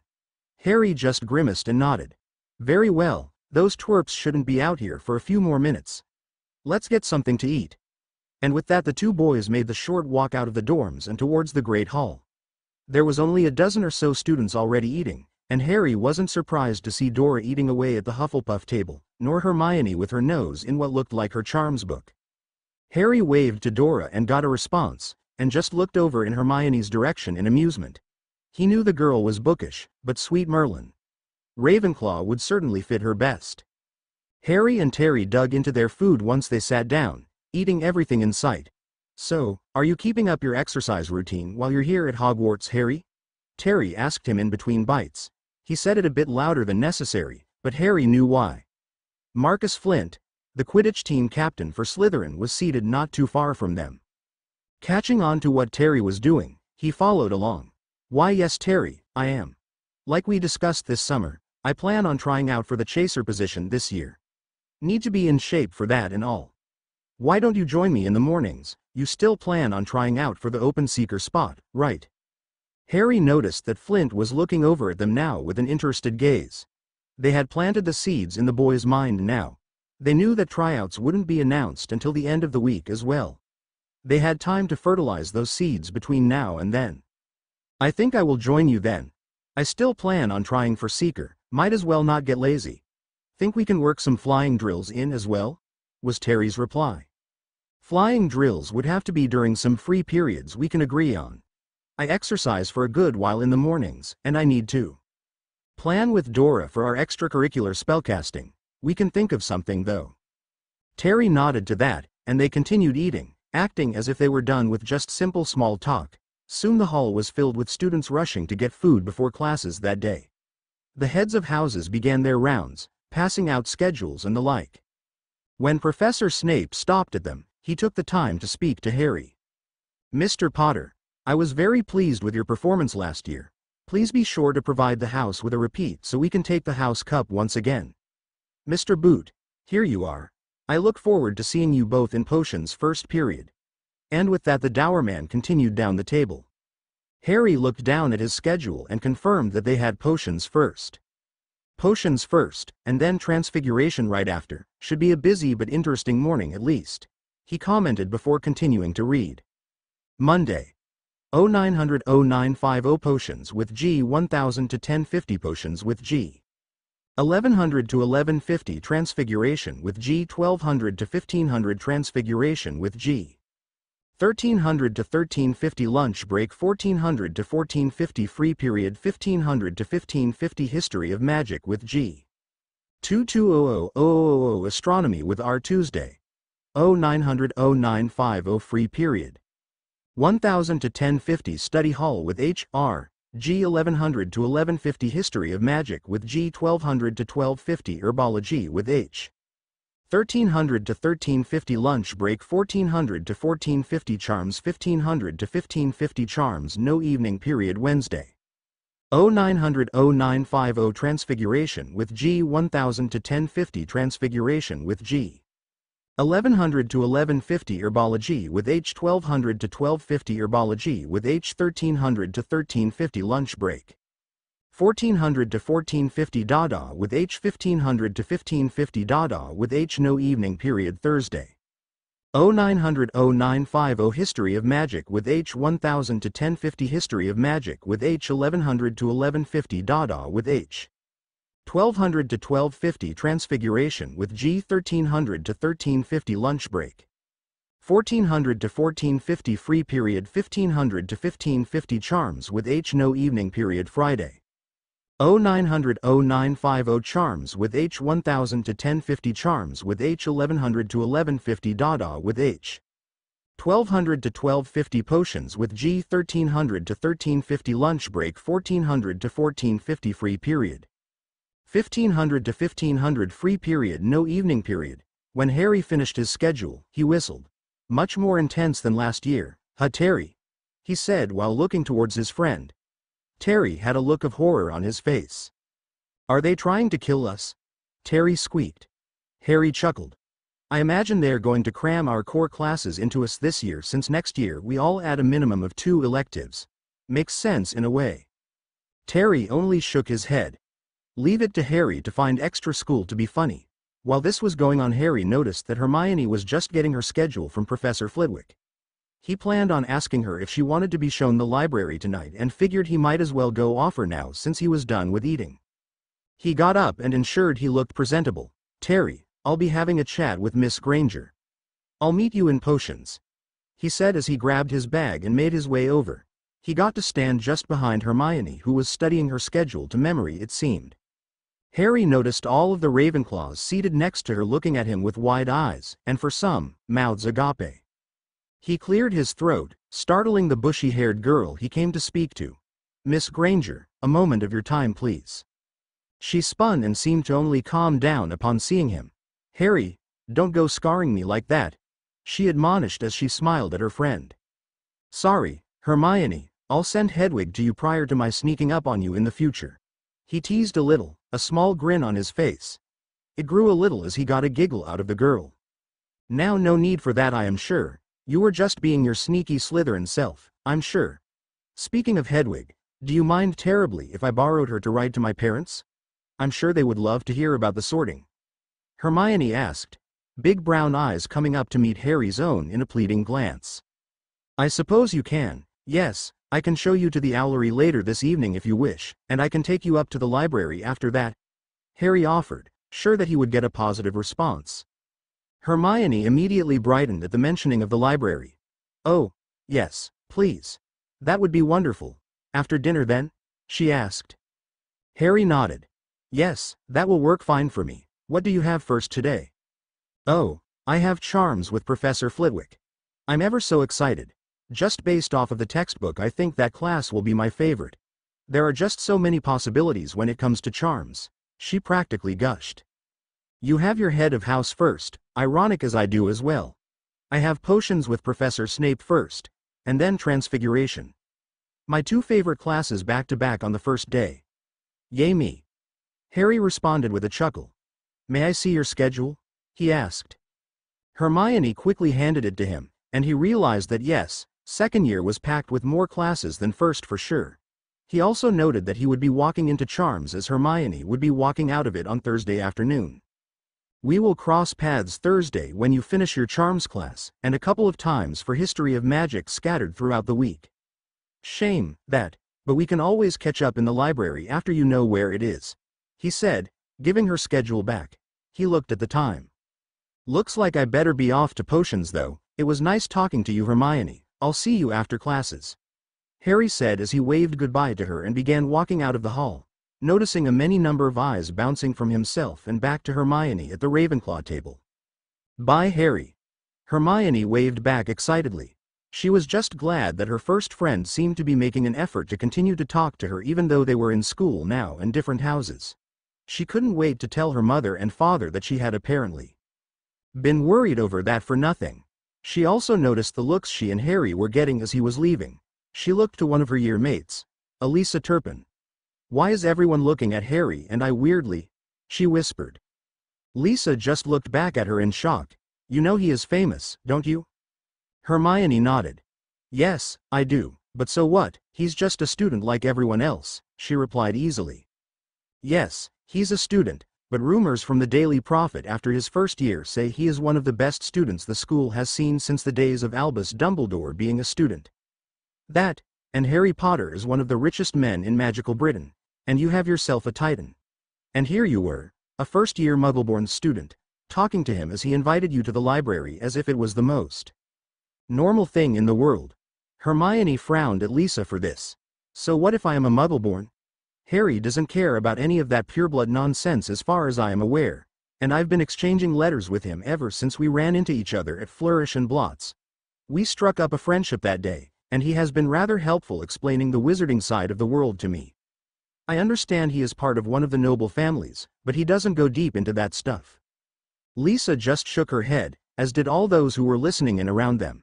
They all couldn't believe that one of their classmates knew the boy who lived so well, regardless of how he feels. About blood status, Potter is still a Slytherin. That house is known for producing dark wizards. Aren't you worried about that, boy who lived or not? A blonde boy jumped in. His name was Anthony Goldstein. Hermione just shook her head. "So what if Harry might become a dark wizard just because of his house? He's a very nice boy and he has never been anything but a gentleman to both my parents and me. And I find it laughable that you expect him to turn evil just because of what house he was sorted into. Slytherins are known for their cunning and guile, not for their propensity for evil. Just as we are known for wisdom and wit, maybe you all should practice some of that wit and try to rein in your prejudice," she ranted off. "Well said, Miss Granger, 2 points to Ravenclaw," Professor Snape said from behind the girl. And those around her realized most of the hall had already cleared out for classes at this point. Now students, best get to class, wouldn't want to be late on the first day back, would we? The black-haired man asked with his nose curled down at them.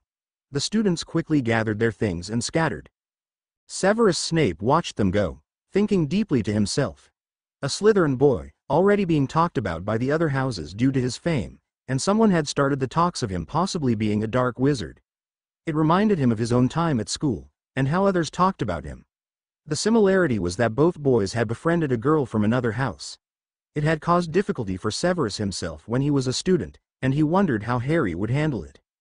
He knew Harry was different from himself.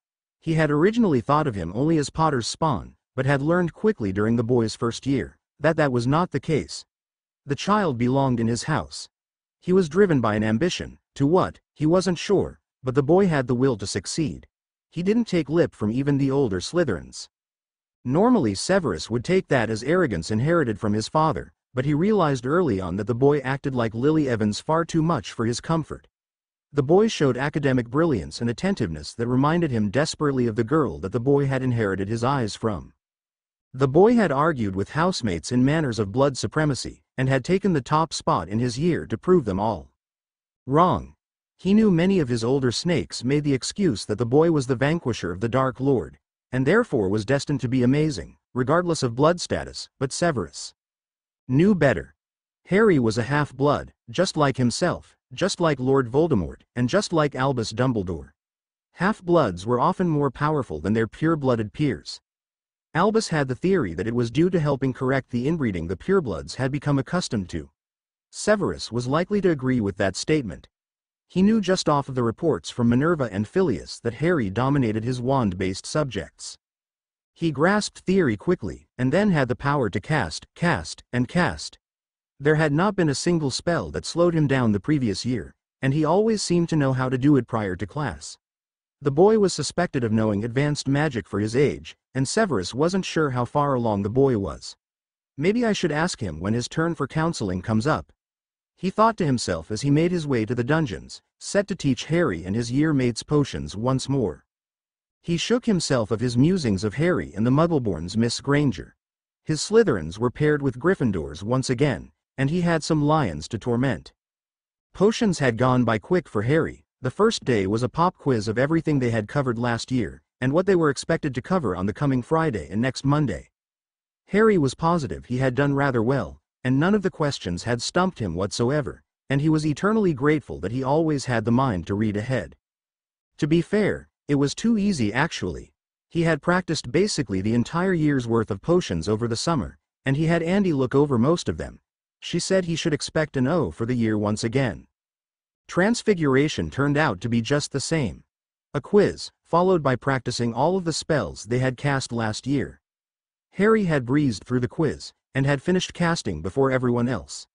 By the end of the lesson, he had earned 20 points for helping out other students, and for answering the professor's questions regarding hints for specific spells. After that was lunch, and he ate quickly and visited Dora when he was finished. They quickly compared schedules and saw that the next period was the only free period they would share throughout the year. "Well, since you are done eating, you can come with me. I figured out where we can practice last night after dinner's announcements. I asked a house elf if they knew anywhere to train, and they recommended the 7th floor. Come on." Dora led him upstairs, and they were standing across from a picture of some dancing trolls. "Okay, hold on while I walk in a circle 3 times." Harry watched as she did just that, and then, by magic, a door appeared on the blank wall. Harry raised his eyebrows at his cousin. "Do I want to know?" he asked. Dora just grinned and opened the door up and gestured for him to enter. He did as instructed and couldn't help but gasp. In front of him was his dueling room at Potter Manor. He turned to Dora in shock. "How?" he asked. Dora just smirked. "Why, magic of course." Harry just shook his head. "So, what are we going to work on today?" he asked, a sadistic grin on his face.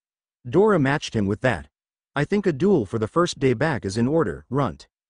Harry's grin grew.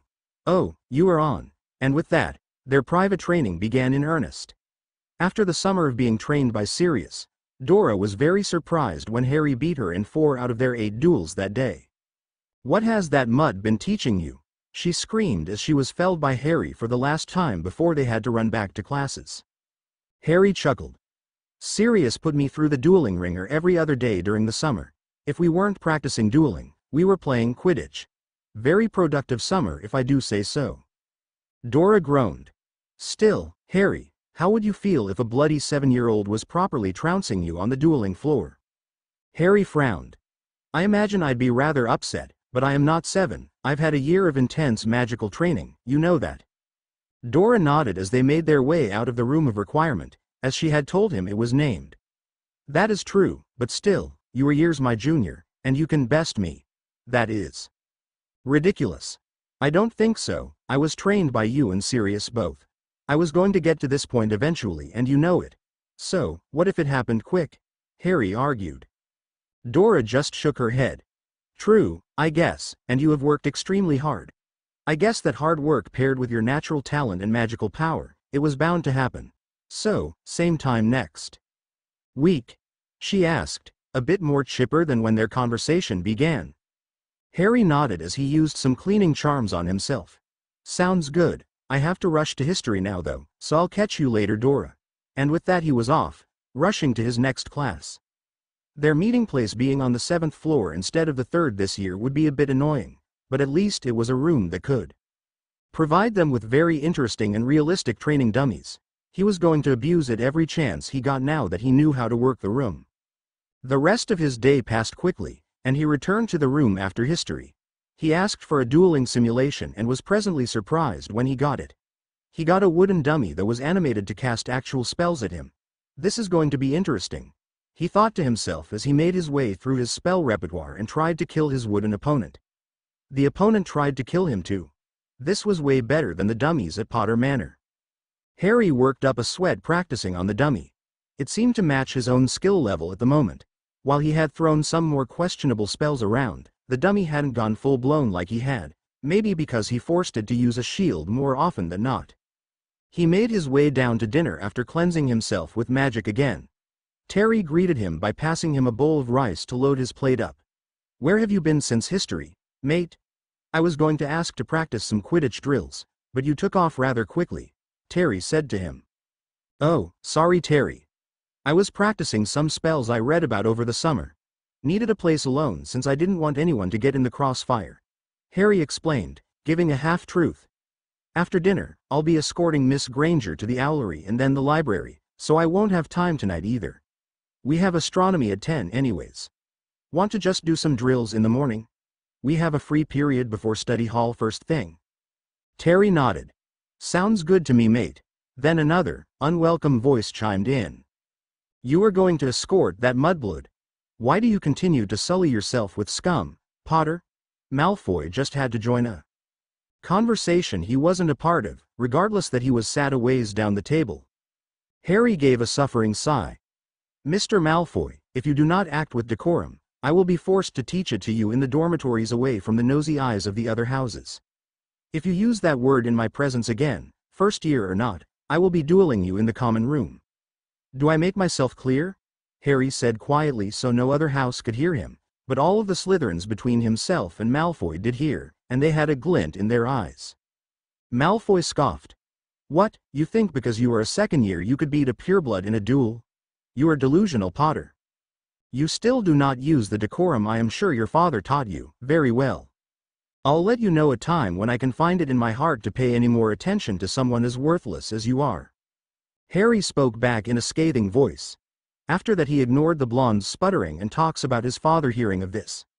Honestly, Harry hoped Lucius Malfoy heard of it. His brat clearly was spoiled and didn't know how to behave in public. He would duel the little Ponce in the common room. He would arrange it with a prefect for a night when neither the dunce nor himself had astronomy. Harry finished his dinner and moved to the Ravenclaw table after bidding his year mates in his house goodbye. He soon found himself behind Hermione once again. He was glad she didn't appear to still be eating, preferring to chat with her year mates. A girl sitting across from her gestured at him, informing Hermione of his presence. She turned around and smiled at him. Oh Harry. I was just talking about you. I was wondering when you would decide to finish eating, she tried teasing. I am a growing boy, Hermione. I need all the food I can get. He responded easily, aware that he ate a fair bit more than most his age. He had to. He did so much bloody damned exercise a day and used so much magic, he'd pass out if he didn't. She had the nerve to giggle at that, as did a couple of the other girls around her. Harry didn't exactly mind, he had gotten used to that behavior last year. "Are you ready to accompany me to the owlery now?" he asked, getting to the point of his visit. "Oh yes." She smiled at him. "Let me just put my things back in my bag," and then soon the two were out the double doors of the Great Hall. The owlery was a good walk away, so Harry took the time to ask how her day went. "Did you enjoy your first charms class?" he asked. He immediately received a gushing 11-year-old girl for his troubles. "Oh, it was excellent, Harry. Professor Flitwick really knows his stuff, and he is so passionate about the subject. After that I had herbology, followed by history. Herbology was rather fun, and it has applications to potions class, which I am looking forward to as well. Why didn't you tell me that history was taught by one of the ghosts in the castle? I was ever so surprised. Most of my classmates passed out from that man's monotone. Honestly, while it is disrespectful of them, I can understand to a degree. He even made me a tad drowsy. Study hall was fun. I can ask my housemates plenty and they don't seem annoyed to talk about schoolwork. What about you? How was your day?" Hermione had fired question after question in rapid succession. Harry was glad he was usually pretty good at focusing as he chuckled as he thought of his answers. "Well, yes, Professor Flitwick certainly is a good teacher. I enjoy herbology too, if nothing else but for the fresh air and a chance to work with your hands like in potions. Yes, sorry I didn't tell you about bins, but it's another one of those surprises. I have a bit of trouble staying awake in that class too, but I manage. I'm glad you seem to be getting along with your housemates. As for myself, I had a very good, but very busy day. Double potions followed by double transfiguration was a brutal morning, but I did well on my pop quizzes, I'm sure. I had history as well last period and it was again a quiz, nothing crazy. I met up with Dora for some family time during my free period, and then I did some self-study until dinner. Now here we are. Did I answer all of your questions?" He had a teasing smile on his face by the time he finished. Hermione had the decency to blush at that. "Sorry, Harry. You know how I get when I get going while I'm excited. But yes, you answered all my questions. I'm glad you had a good day as well." "No need to apologize, Hermione. I know you were excited, and I don't mind the rapid-fire questions. It challenges my brain a bit." He joked back at her and elicited a small laugh. "Did you write a letter to your parents already?" he asked her. She nodded and proceeded to pull an envelope out of her bag. "Yes, I wrote it after I finished the day's homework in my free period. Are you sending a letter as well?" He shook his head. "No, not today, I am afraid. I'll hold off until Hedwig gets back with your parents' reply. Sirius shouldn't miss me too much, and I don't have any groundbreaking news for him. I typically send an owl towards the end of the week while at Hogwarts." "Oh, well, thank you again for loaning me Hedwig. Mum and Dad love her, but they are hesitant to get an owl of our own at the moment."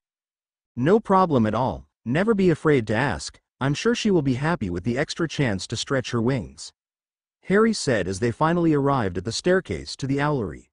Once up there, Hedwig flew onto his shoulder to nuzzle and nip his ear. "Hello, girl. Hermione has a letter to her parents here for you. Would you mind taking it for her?" His owl hooted in response and stuck her leg out for Hermione to attach the letter. Soon enough, she was out the window and flying south. "Well, now that that is over with, you owe me a tour of the library." "Harry!" Hermione exclaimed as she started to drag him away, getting him to laugh. "Easy there, no need to rush, it's still rather early and it will only take about 10 minutes to get there. No need to gas ourselves out." Hermione wasn't having any of that though, and he relented to a brisk pace to appease her. The moment he opened the door to the library for her several minutes later, he watched the twinkle appear in her eyes, and he couldn't help but be amused and wary of what that twinkle might mean as she took in all the books surrounding her. He did not yet realize what monster he had set upon these poor tomes. By the end of classes Wednesday, Harry was very concerned. The last class he just had was Dada, and it was a nightmare. For one, the teacher was a stuttering fool, and seemed afraid of his own shadow. That itself didn't concern him too much. What did, was the fact that his scar felt as if it was on fire the entire class. He had done his best to hide his discomfort for one reason.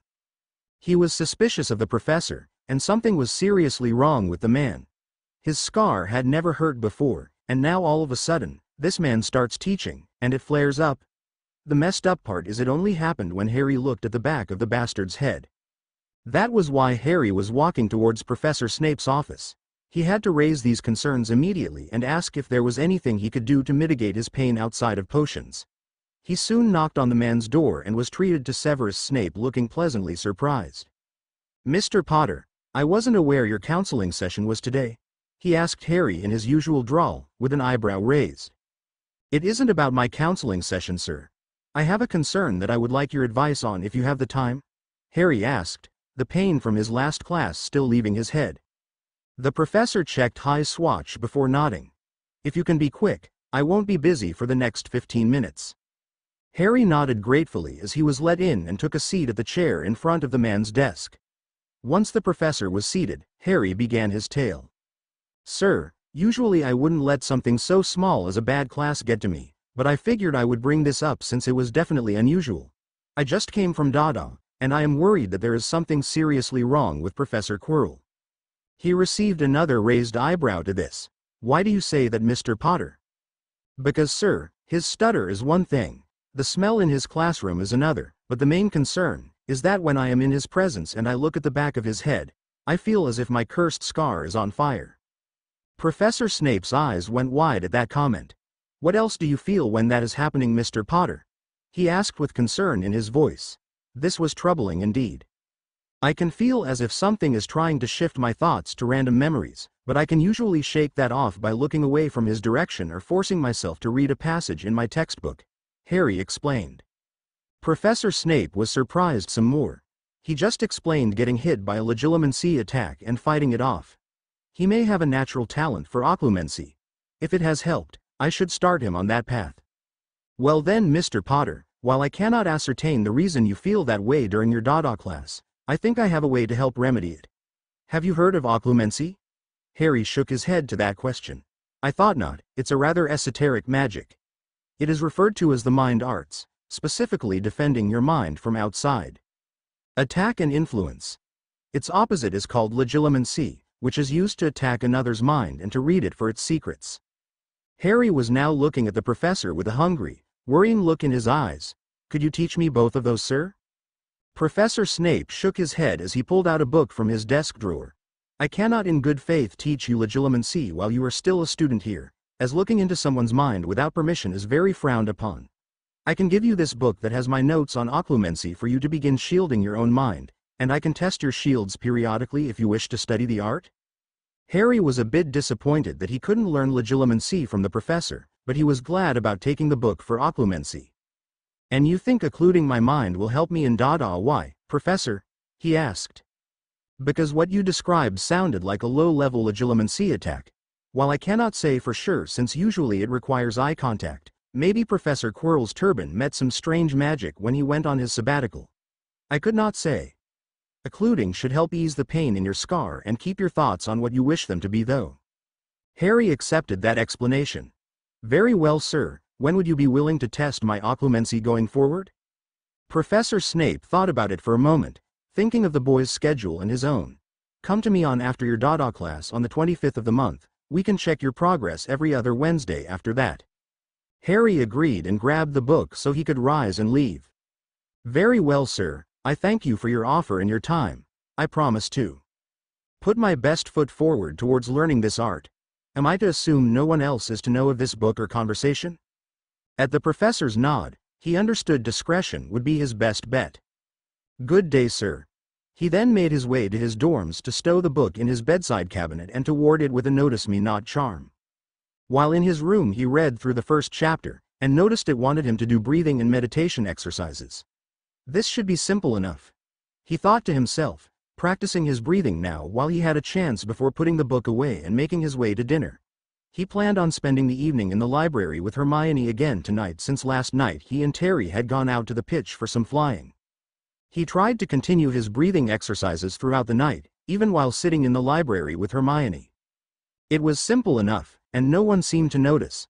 Hermione was scribbling away note after note that she was researching for one of her essays. Harry wasn't sure which. He was simply reading up on books that had suggestions for dueling techniques. Battle transfiguration was something he was going to start incorporating more into his skill set now that he knew more of the subject. He was thinking of modifying the matchstick to needle spell to a larger scale before Hermione and him were disturbed from their quiet table by a not-so-quiet boy. "Hey there, Harry." Both he and Hermione looked up in shock at the noise. In front of them was a ginger-haired boy that Harry recognized as the Weasley twins' younger brother, Ronald. Harry raised an eyebrow at the greeting, wondering why the kid thought he could use his first name. "Hello, Mr. Weasley, can I help you?" he asked the boy slowly. "No need for that, mate. My name's Ron," the boy replied. "Your name is also Mr. Weasley, as I do not know you, and it would be improper for me to use your first name at this time, just like how it is improper for yourself to refer to me as Harry considering you do not know me," Harry admonished the boy. This caused him to go red in the face and ears. "Why do you care about all of that etiquette crap at all, Harry? Only blood purists and dark wizards believe in that nonsense." Boy looked as if he was getting angry. This caused Harry's eyebrows to disappear into his hair. "Etiquette is most certainly not only for dark wizards and blood purists. I will remind you that my mother was a Muggleborn, but she had learned the etiquette of this world just as I have ever since I rejoined it. There is nothing dark nor racist about having proper manners and comporting yourself accordingly. Who gave you that nonsensical idea anyways? I know for a fact that your three brothers who attend the school both exercise etiquette on the regular when talking to people outside of their friend groups." Harry was running out of patience with the kid rather quickly. "Well, I don't know why they do that. My mom taught us that that kind of stuff made you go dark. You shouldn't do it either, and you shouldn't even be in Slytherin. How can you stand being surrounded by so many Death Eaters?" The Weasley was nearly yelling at this point. "Shush. This is a library," Hermione hissed at him. "Oh, be quiet, you bookworm. No one cares what you have to say," Weasley said scathingly. "I'll have you know I care what the so-called bookworm has to say," Harry hissed as he drew his wand and pointed it at the ginger. "Leave us be, now. I will not have you sit here insulting my sorting, my manners, nor my friend any longer." Weasley gulped as he saw the wand. "I guess a year in the slimy snake pit was too much already. You're already a dark wizard. Are you daft, boy? Being a Slytherin does not make one evil, you little twit. Begone, I don't wish to suffer your presence any longer," Harry said, gesturing with his wand for the boy to leave. Luckily, he did, or Harry would have had to resort to hexing the bastard. Once he was out of sight, he turned to Hermione. "Don't let his comments get to you, Hermione. I saw your face when he called you a bookworm. I also meant it when I said I care what you have to say. You are my friend, and nothing is going to change that. Especially not little twits like that sorry excuse for a wizard." Harry soothed her, knowing her feelings had been hurt. She gave him a watery smile. "Thank you, Harry, that means a lot to me. Some of my housemates still talk to me, but kids from the other houses and even some claws seem to be upset that I raise my hand in classes so much and answer questions or ask a lot in class. I thought everyone would be equally excited about learning magic as I am. They're already starting to act like the kids in my last school outside of yourself and a few others." Harry frowned at that.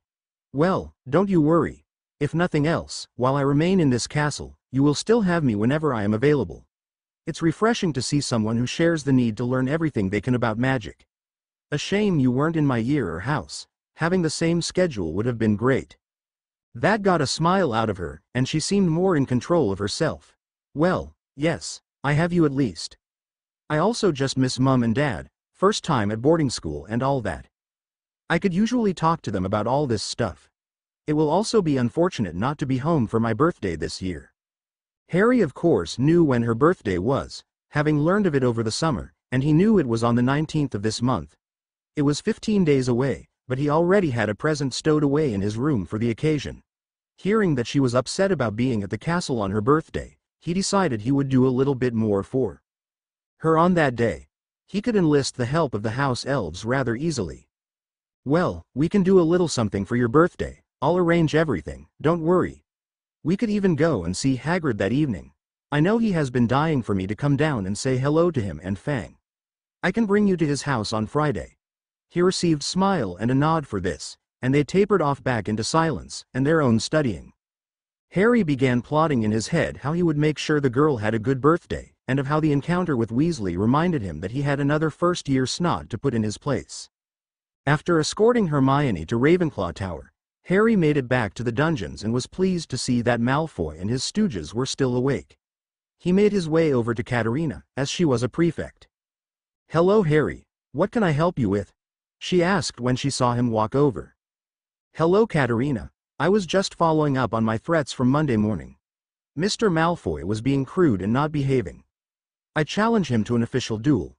He may choose the time, but the place will be here in the common room, as is the standard practice. Slytherins had infighting due to their politics all the time. They only ever dueled each other here, away from prying eyes, and so that they could keep the appearance of unity in the face of the other three houses." Katerina nodded her head appreciatively. Harry had gone through the entire last year without needing to duel anyone, and he even argued with upper years verbally on matters of supremacy, and still it never came to wands. He really doesn't like the Malfoy brat, she thought to herself. "Okay, I'll announce it," she said as she stood up. She cleared her throat and began. "Slytherins, a moment of your time, please. Our Mr. Potter has requested to sanction a duel between himself and Mr. Malfoy on the basis of proper comportment. As some of you may remember, Monday morning Mr. Malfoy was being rude to Mr. Potter, and would not address him appropriately. Mr. Potter is heir to two of the most noble and most ancient houses of our nation, and Mr. Malfoy comes from the noble house of Malfoy. The duel will take place here in the common room at a time of Mr. Malfoy's choosing, since Mr. Potter has requested the duel. Mr. Malfoy, what say you?" Everyone looked over at the blonde, who was looking shocked and horrified that Harry had called him out. He looked around the room before something the prefect said made him sneer. "Potter is not the heir to two most ancient and most noble houses. I am the heir to the most ancient and most noble house of Black," he said, but many of the upper years laughed at him. "What is so funny? It's true." Katerina answered for Harry.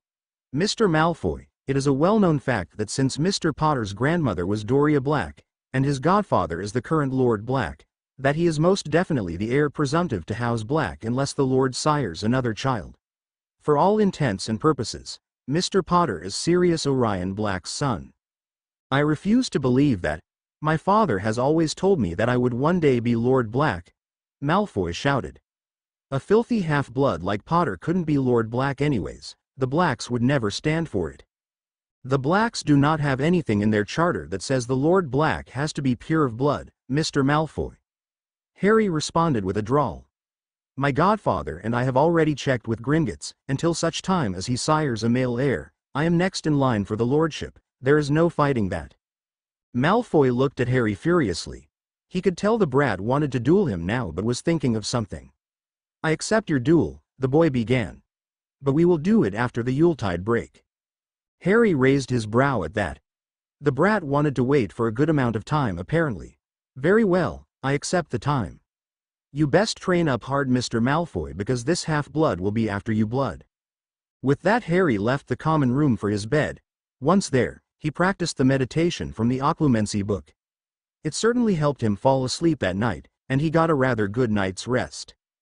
The remainder of the week passed by without much trouble, and on Friday, Harry brought Hermione down to see Hagrid.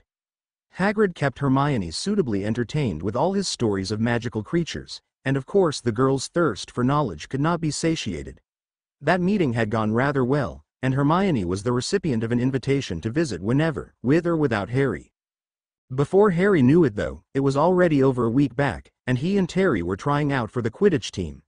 It was the second Saturday since getting back to the castle, and it was around 8 a.m. Harry and Terry were sat with their brooms as they got a speech from Flint about only the best of them being led on the team. They only had room for 2 chaser and 1 seeker this year. Harry would be up against 3 other chaser hopefuls, and Terry had to compete with 2 for seeker. The beaters were Peregrine Derrick and Lucian Bowl. They were rather large 4th years, but then again Harry was a rather large 2nd year. Flint was the only returning chaser. The returning keeper was a 3rd year named Miles Bletchley. 2 of Harry's competition were 3rd years as well, Graham Montague and Adrian Pusey.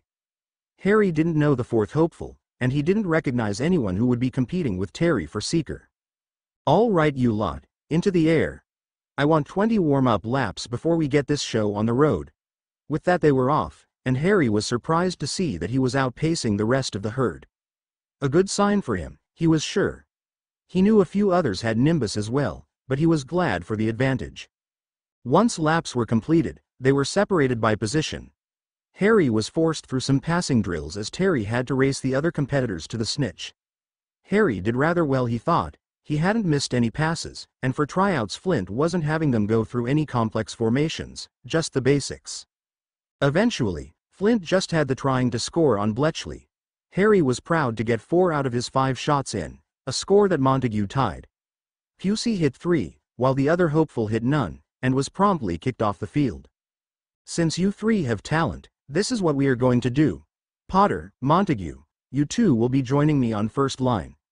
Pusey, you still make the team. Last year taught me that we need reservists. If any of us 3 are injured, you take to the skies. It's a legal replacement as long as you are on the roster. Unfortunately, we had no hopefuls for beater or keeper reservists. Let's go see how the Seekers are managing. It turns out Terry was doing very well against the other hopefuls. He was 6 for 10 on catching the snitch, the highest between the hopefuls. Flint blew his whistle and called them back to the green. Higgs, you make the team, you other 2. Better luck next year, I am afraid, Flint said. Once the hopefuls had left, Flint addressed his new team. Starting today you play for the Snakes. I expect everything out of you all when on the pitch. We will practice twice a week. Our first match this year will be against Gryffindor. That first game will be on the 9th of November. That means we have just under 2 months to whip you all into shape. That being said, back into the air. I want 20 more laps, and then we practice for real. With that, Harry and the others were put through an almost literal hell. This on top of 3rd early morning workouts had Harry and Terry completely exhausted by the time they showered and made it back to the castle. Once back, Harry forced himself to write a letter to Sirius, and another to Andromeda and Ted to let them know he made the team. He stopped at the Great Hall for a quick lunch, and as he was leaving, he was hounded down by Hermione. "Hello, Harry. You're looking rather beat up. Did you make the team then?" she asked him, walking at his side. Harry smiled at her. "You are looking at one of the newest Slytherin chasers, Miss Granger. I'm off to the Owlery to let Sirius and my cousin Andy know. Care to join me? I'm sure we could go to the library after if you were free." Hermione grinned. "Yes, please. Would you mind terribly if I sent another letter off with Hedwig? If not, I can use a school owl, but if you are sending mail off anyways," she trailed off, and Harry had to laugh. "I've told you, Hermione. You can use Hedwig as long as she isn't already in flight for another delivery. Yes, you can send your letter as well. I'll tell Hedwig to stop at your parents last and to wait for them to reply. I must inform you that I have arranged an empty classroom on the 1st floor not too far from the hospital wing for your birthday celebration. Do you plan on inviting anyone along? Dora and Terry said they would join us already," Harry explained. Hermione looked a bit sad. "No one from my house seems to want to join me that night. I fear things have gotten a bit worse in my house. The Ravenclaws treat academia as a competition, but it seems they can get rather petty about class rankings," she said quietly. Harry frowned at her. "They aren't being mean to you, are they?" He had suggested Ravenclaw for her because he figured someone like her would do best there. She would get teased in Gryffindor, abused in Slytherin, but maybe Hufflepuff would have been better at this point. "They don't call me names or anything like that, Malfoy or the youngest Weasley," she let slip and realized her mistake as Harry's eyes seemed to flash a bright green. "What do they call you?" Harry asked her, deathly quiet as he stopped in the middle of the hallway. She gulped at him. "Don't worry about it, Harry, they don't get under my skin, I promise." "No, Hermione, I won't let them harass you unpunished. I've already challenged Malfoy to a duel, but that won't take place until after Yule. What did those 2 little snots say to you?" Hermione swallowed again before answering. "Malfoy likes to call me a Beavertooth or a Mudblood usually. Weasley calls me Bucky or the know-it-all bookworm." Harry could see her eyes glistening. Harry was pissed. He started walking to the Owlery again, but his stride was fast and angry. He didn't say anything until they had sent their letters off. As they were walking to the library, Harry had calmed down enough to speak. "I'll deal with them eventually. Continue to ignore them, They don't know what they are talking about. You're a brilliant young girl, your blood has nothing to do with your capabilities, and you have a pretty smile, so I don't know where they are getting this bucktooth nonsense from. Your front teeth are not that much larger than normal. He was promptly glomped by a teary-eyed Hermione. Thank you, Harry. I know I shouldn't listen to them, but it is getting to be a bit much in this castle with really only you or Terry or Dora to talk to without judgment. Harry frowned as he hugged the girl back. He was getting used to the girl's over-affectionate attitude and didn't mind as much anymore. It was just a hug. Have you thought of speaking to Professor Flitwick about your housemates? He asked her. She shook her head. I'll only do that if I really need to. I think I will be okay as long as I have you as a friend, Harry, she sniffled. Harry rubbed her back in comfort for a moment. Then I guess I won't be transferring schools anytime soon, he joked. He got a watery laugh for that, and a swat on the arm. They let go of each other after that and they made their way to the library. That next Thursday was Hermione's 12th birthday party, and he had escorted her to the abandoned classroom where Hagrid, Terry and Dora were in wait. There they surprised the birthday girl with a large carrot cake covered in white frosting with her name written on it and 12 candles lit. She had teary eyes as they sang her happy birthday. She blew out her candles in one go, and gladly accepted her presents. Hagrid got carved her a wooden flute that she had thanked him for his thoughtfulness. Terry had gotten her some sugar quills, which while she wasn't obsessed with sweets, she was interested in nonetheless. Dora had gotten her some actual high-grade quills for her schoolwork. Harry had gotten her something else though. He passed a rectangular package to her when everyone else had finished. She tenderly took off the blue wrapping paper and gasped when she saw what it was. It was a book, but it was one of the first editions of Hogwarts. A history. Harry, you shouldn't have, she said as she looked at the text reverently. She had been talking about the copies at the school only going back so far as the 4th edition. Where did you find this? Harry shrugged. Oh, I had 2 copies sitting in the Potter family library, and I figured you might like one. No reason for me to have 2 now, is there? He finished with a smile. He was promptly snagged into what he was fondly labeling a Hermione hug at this point. Even as the moment happened, he utilized his budding occlumency skills to store this happy moment away for another time. When Hermione released his, she had tears in her eyes and a watery smile. Thank you, Harry, that was very thoughtful. Happy birthday, Hermione. You're the same age as me and Terry now. Harry teased. Come on, birthday girl. Let's get everything gathered up. I'll escort you to your common room. With that, their little celebration wound down, and Harry ensured Hermione made it safely to her tower. He still thought it was funny that all Ravenclaw had to do to get in was answer a riddle, but whatever. The days continued passing by. Harry would occasionally hex Malfoy or Weasley in the halls when no one was looking to ensure he was getting back at them for any suffering they caused Hermione in classes or in the halls. His Dada class on the 25th was the most bearable one up to that point. He assumed he could thank occlumency for that relief. His scar would still hurt a bit, but the art allowed him to focus his thoughts to what he wanted as opposed to whatever force in Quirrell's classroom was doing to him. As planned, he went straight to Professor Snape's office after class was let out. He was promptly let in and told to sit. Now, Mr. Potter, I imagine you read through that book I gave you. Thoroughly, the professor asked him. Harry's response was to pull said book out of his back and set it on the coffee table. I actually finished the book, sir, thank you. It was most certainly helpful. I remember everything that is in it and wrote some notes down in my grimoire for reminders and hints later. I've been practicing constantly and can report some improvement in Dada. While my scar still stings, I can focus through and ignore it better. Professor Snape raised his brow at that. Is there nothing this child can't exceed at? He asked himself. Well then, Mr. Potter, I assume you already know how to compartmentalize your thoughts. Have you begun creating defenses in your mind? Harry nodded. Yes, sir. I figured you could test those out today with you. Professor Snape nodded and pulled out his wand. Very well, Mr. Potter. Prepare yourself. After a moment he pointed his wand at Harry and incanted. Legilimency. Harry immediately felt the foreign presence in his mind and focused in on it. What Professor Snape saw was merely pitch darkness, and couldn't make sense of left or right, but the mind felt like a cramped space. The next thing anyone knew, light flooded into the scape, and a large meaty hand reached in and yanked the professor straight out of his mind. As he was thrown out, The professor couldn't help but to think, what the bloody hell just happened? Teacher and student just stared at each other for several moments.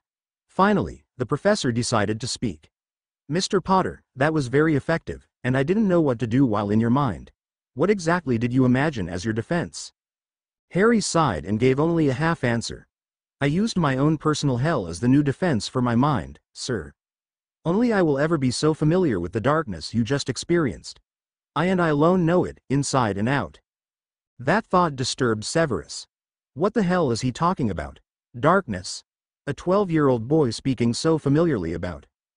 Darkness was worrying on its own. The fact that pitch black was something he thought could protect him was even more worrying. The boy put on a strong front, but only on this day did Severus truly realize that the boy was damaged in some way. But how? Well, if you continue advancing the features of that defense, I have no reason to believe that your mind will not become impenetrable. That as your shield is already most impressive, and just looking at you it is hard to ascertain your surface thoughts. In 2 weeks' time, let us talk again on what you feel your progress is, and if you have any questions about doing certain things, I am more than willing to assist. He offered, not know what else he could do for the boy now, besides maybe force him into counseling. Harry nodded in appreciation. That would be excellent, sir. It is good to hear that I did well in creating my shields. That was the only layer of defense I had been able to implement, so I am glad it worked so well. I will see you on Friday for potions, sir. With that Harry left the room, leaving a contemplative potions master in his wake.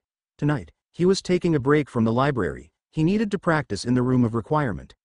His weekly practices with Dora weren't enough for him, and he was constantly finding more spells that interested him. Some of them were of a questionable nature, sure, and he had adapted some of his transfiguration knowledge into battle spells. When he got to the room, he began by practicing turning random objects like tree branches provided by the room into metal lances, or spears, like how he could turn a match into a needle. He had been practicing this since he returned to the castle, and it honestly thrilled him. He could do it with the same incantation as the first-year spell, he just had to focus on what he wanted and add more power into the spell. It's almost too easy, he said to himself as he utilized the knockback jinx to send the spear hurtling into the wall. He had to find a better spell for throwing the objects though. That would be his next project. In mixing transfigurations and charms to do battle. The rest of the night he practiced some more destructive things, like his lightning spell. He had started to get the hang of it, and his only issue was how much power it drained from him.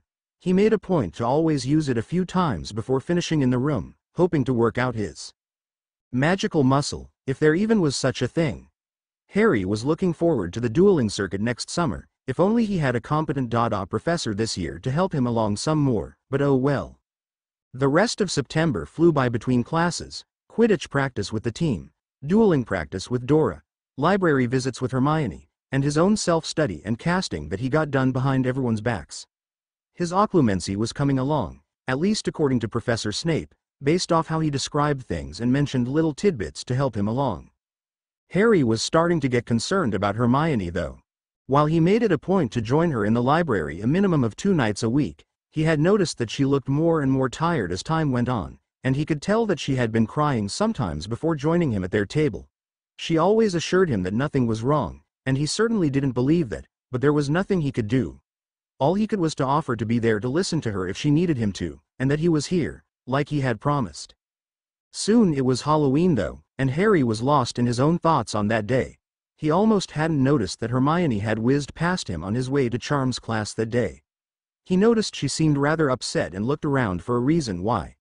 He could see Neville Longbottom, his supposed godbrother, admonishing the little Weasley shit about something, but he couldn't tell what as they were headed in the opposite direction. Harry was torn between one of 3 things. He wanted to go and see if Hermione was all right, he wanted to tear the ginger shit to shreds, and he wanted to get to his charms class so he wouldn't lose points for the day.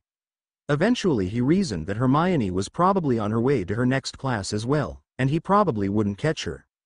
He entered the charms room before the bell and had an overall good lesson, but Professor Flitwick had noticed his distraction.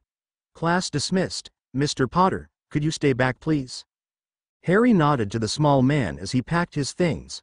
Once everyone was gone, he made his way to the front of the room. Did you need something, sir? He asked politely.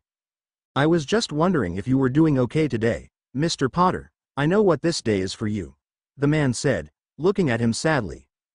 Harry looked rather shocked at that. No one had said anything to him about it last year. "Yes, sir, I am doing okay. I plan on honoring them later tonight away from the feast. I don't think I could go to a celebration on this day. I am also a bit worried about a friend of mine. She seems so tired lately, and I can tell she has been crying, but she won't open up and let me help her. Then she seemed distressed leaving your class before this period, and I don't know what to think or do, sir." Flitwick looked to get even sadder. "Yes, I can understand your reluctance to celebrate. I imagine it doesn't seem so festive to you. And judging off what you described, I can only assume you mean Miss Granger. I am extremely glad that she at least has you in the castle, my boy. She does not seem to fit in well, even with most of my ravens. If she was leaving in distress, I can only assume Mr. Weasley said something rather rude to her after leaving the classroom. She had corrected him on the levitation charm in class today, and he was rather upset about it. Harry was at first confused. "You guys are still on the levitation charm? I thought we were past that last year? And yes, I figured it was Weasley. Excuse my language, Professor, but I think I might hex the twit for making her cry." Flitwick laughed at that. "Just don't let me catch you hexing him, and mum is the word. Keep that between you and me. Miss Granger is a brilliant student, just like you are, but she has a bit more passion for charms than you do. I know you prefer transfiguration even though you are no slouch here. Yes, you were past the levitation charm last year. This class is not, as it has some slower performers than your own year mates. Neville Longbottom is not the most accomplished caster, and neither is Mr. Weasley. So, you're saying a rather poor wizard has been tormenting my rather brilliant of a witch best friend?" Harry asked the professor, a rather dark tone taking over his voice, shocking the small man. Professor Flitwick felt the boy's anger in the air. He could feel the ozone pouring off of a 12-year-old boy. This was simply awe-inspiring. He could see the green of his eyes flashing between dark and lit-up variations of the color. He composed himself, realizing he had a very angry student to calm down. "Mr. Potter, please, control your magic," he chastised the boy. Harry took a few deep breaths and rolled his power back into himself. "I am sorry, sir, but I am not happy right now," Harry admitted. He was ready to turn that little weasel shit into a grease stain. "I think I had best separate myself from the rest of the student population today. I am going to go and exercise this frustration away." Flitwick nodded in agreement. "Yes, that might be a good idea, Mr. Potter. I expect not to see you at the feast. Just ensure you aren't out of bounds or past curfew tonight." "Of course, Professor," Harry said as he turned and left the classroom, leaving a very worried charms professor behind him. "Oh, Mr. Weasley, I hope you know what you just released against yourself. Harry's friendship with the twins won't help you now. That was likely the only thing holding him back before." Phileas thought to himself, filled with dread and excitement at what would come next. Harry had gone to the room to work out some of his frustration, and he used it to make a memorial of his parents. After he blew numerous dummies that all looked like a certain ginger apart, he decided he had spent enough time alone, and decided to take a long walk through the hallways. He took his time heading back down to the dungeons. He had just made it to the first floor before he heard a crash and then what sounded like a girl screaming. He immediately took off in the direction of the noise, and realized it was coming from the first floor girl's toilet. He heard another crash and a scream. He ran into the room with his wand drawn and took in an unexpected scene. There was a troll standing about 10 feet high with gross, grayish-blue skin. It was barely clothed, and he saw that it was winding up to swing a large wooden club. He saw what the troll was trying to hit. It was a bushy-haired, brown-eyed little girl in Ravenclaw robes, and Harry saw red. With a snarl, he whipped his wand at the troll's club to prevent it from falling towards Hermione. The troll was confused as its club would no longer move. It looked up at it wondering why it was floating. Have twisted his wand and morphed the club into a large spear and promptly used his control to stab the troll onto place as he moved, so he was in between it and Hermione now. The troll screamed as it was pierced by the transfigured spear and was trying to pull it out of itself. Harry quickly grabbed Hermione and dragged her away as quickly as he could. He almost got her out of the door before he heard the troll roar and pull the spear from its body. They both turned around to see the beast charging at the two of them. Hermione screamed again, but Harry roared out his most powerful spell, Desperate to end the threat, he quickly shoved her the rest of the way out of the door before he stabbed his wand at the troll and screamed, "Fulman!" A flash of white, and a deafening crack filled Harry's senses and left his ears ringing uncontrollably. He had thankfully remembered to shut his eyes before his spell fired off, and he blinked the light out of them. When he could focus, he was disgusted by what he saw. The troll's upper half had been almost entirely vaporized by his spell. Its chest was a charred mess with a trash bin-sized hole in it. The most disturbing part of the scene was that the troll's head was rolling on the ground, and the thing's legs didn't seem to want to collapse, so it was just standing there with half a chest and no head. If Harry didn't have so much adrenaline and anger flowing through him right then, he would find this rather curious, if disgusting.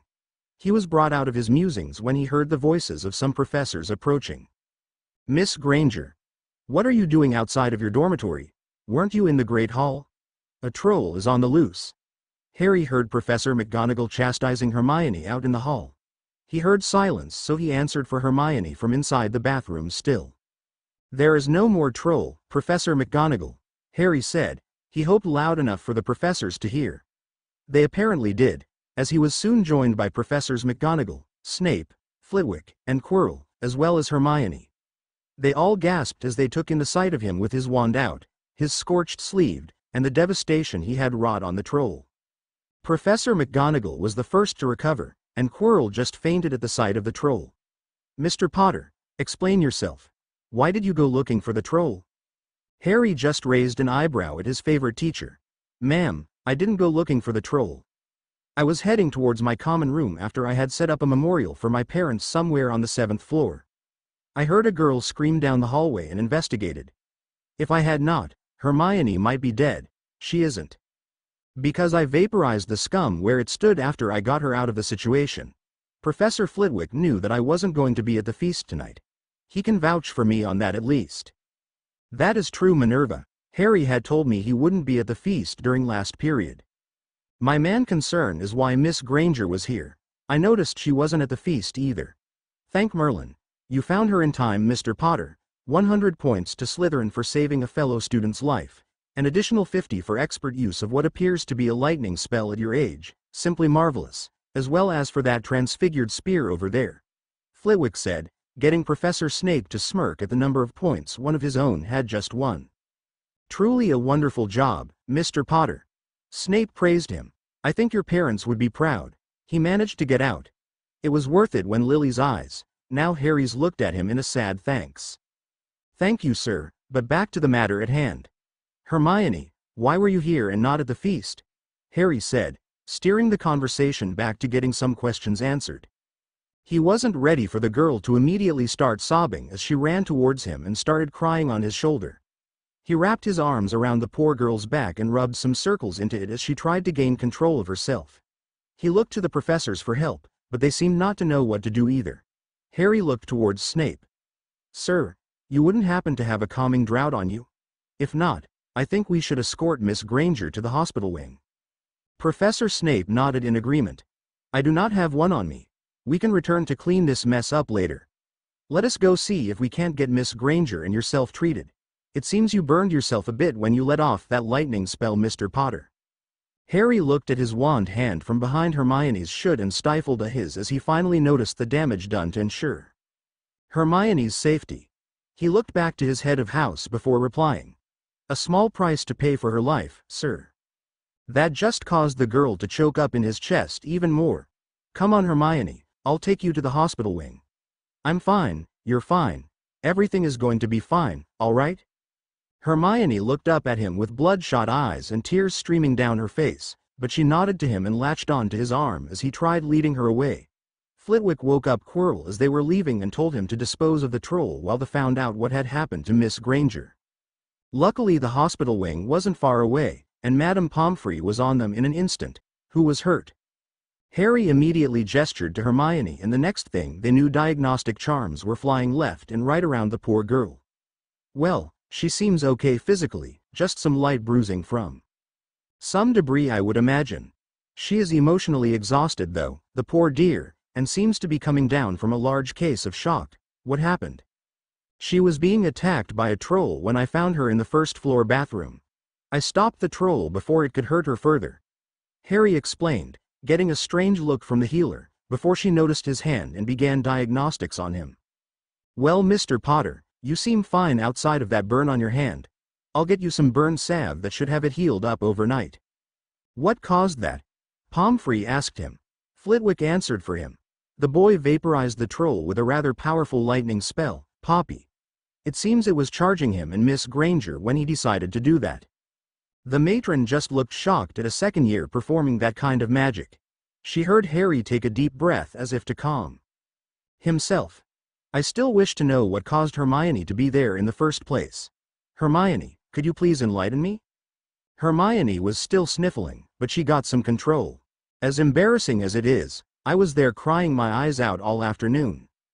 You saw me after my last class for the day, Harry. It was charms, and you were heading to it. When we were leaving, Ronald Weasley had made some rather rude comments about me not having any friends and being an insufferable know-it-all. All these months of his bullying finally just snapped me, and I will admit that it didn't help that I could see you and you seemed to be off into space, as if you didn't care what was happening around you. I thought you had heard his comments and didn't do anything about it. I had just come to terms with the reality that it was Halloween today and what that meant for you. It explained why you seemed so out of it in the hallway. You probably didn't hear what Weasley said at all. I cried the afternoon away, and then eventually the feast. I was straightening myself out to join the feast when the troll found me. It had missed me twice, knocking some sinks off of the walls in the process, and then you came charging in just after I had slipped on the floor, and I thought it was going to kill me. Then you silently stopped its club from hitting me, you turned its club into a spear, you stabbed it, and then you were dragging me away. I remember hearing the troll roar and seeing it charging us and thinking then we were both going to die, and then you pushed me out of the room. The next thing I hear is you scream an incantation and it felt as if the whole castle shook. It was so loud. She explained herself, and when she finished, she crushed Harry in a hug again. Thank you for saving me, Harry. I'm glad to have a friend like you. Harry sighed tiredly after she explained what had happened to her. You mustn't thank me for saving you. Had I skipped charms and chased after you like I wanted to when I noticed you seemed upset in the halls, this wouldn't have happened. It does sound like we have another troll to deal with. His troll joke got a choked laugh from the girl who was burying herself in his chest. Please, no violence against students, Mr. Potter. I will deal with Mr. Weasley personally, of that I can assure you. Professor McGonagall told him. Miss Granger, if you are experiencing any bullying whatsoever, you should be informing your prefects. If not them, your head of house. We cannot deal with things if we do not know about it. I am just as glad that Harry here was fortunate enough to find you before something terrible happened. Yes, Miss Granger, I assure you, I would have attempted something at the very least had you come forward about your issues. Flitwick chimed in. As heroic and great of a knight in shining armor Mr. Potter makes, I don't think we need him vaporizing trolls on the regular. That got a sigh from Harry and a giggle from Hermione. I understand that, Professor, and if things continue, I will be sure to notify you, she said in response, suitably chastised. Madame Pomfrey decided now would be a good time to end the evening.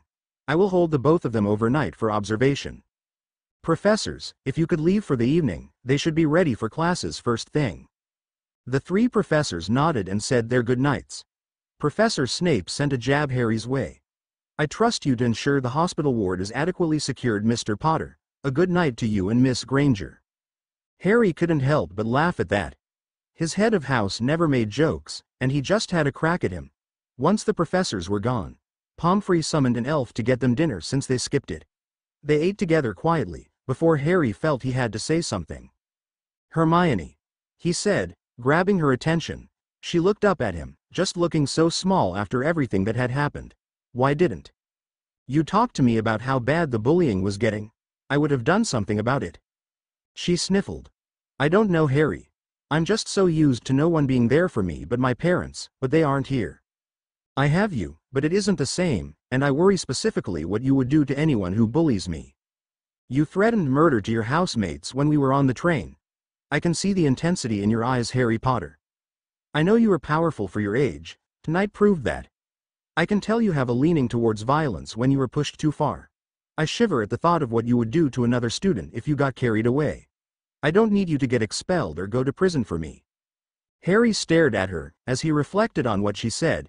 He knew that she had a propensity towards authority and the rules, and he knew that when he didn't care, he'd go right around them.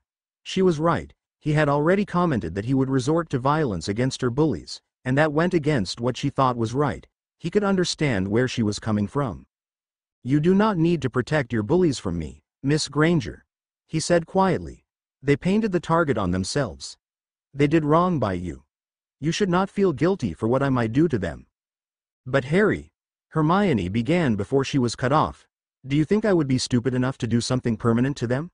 Do you think I would put myself in a position to get myself expelled?" Hermione stalled after hearing that.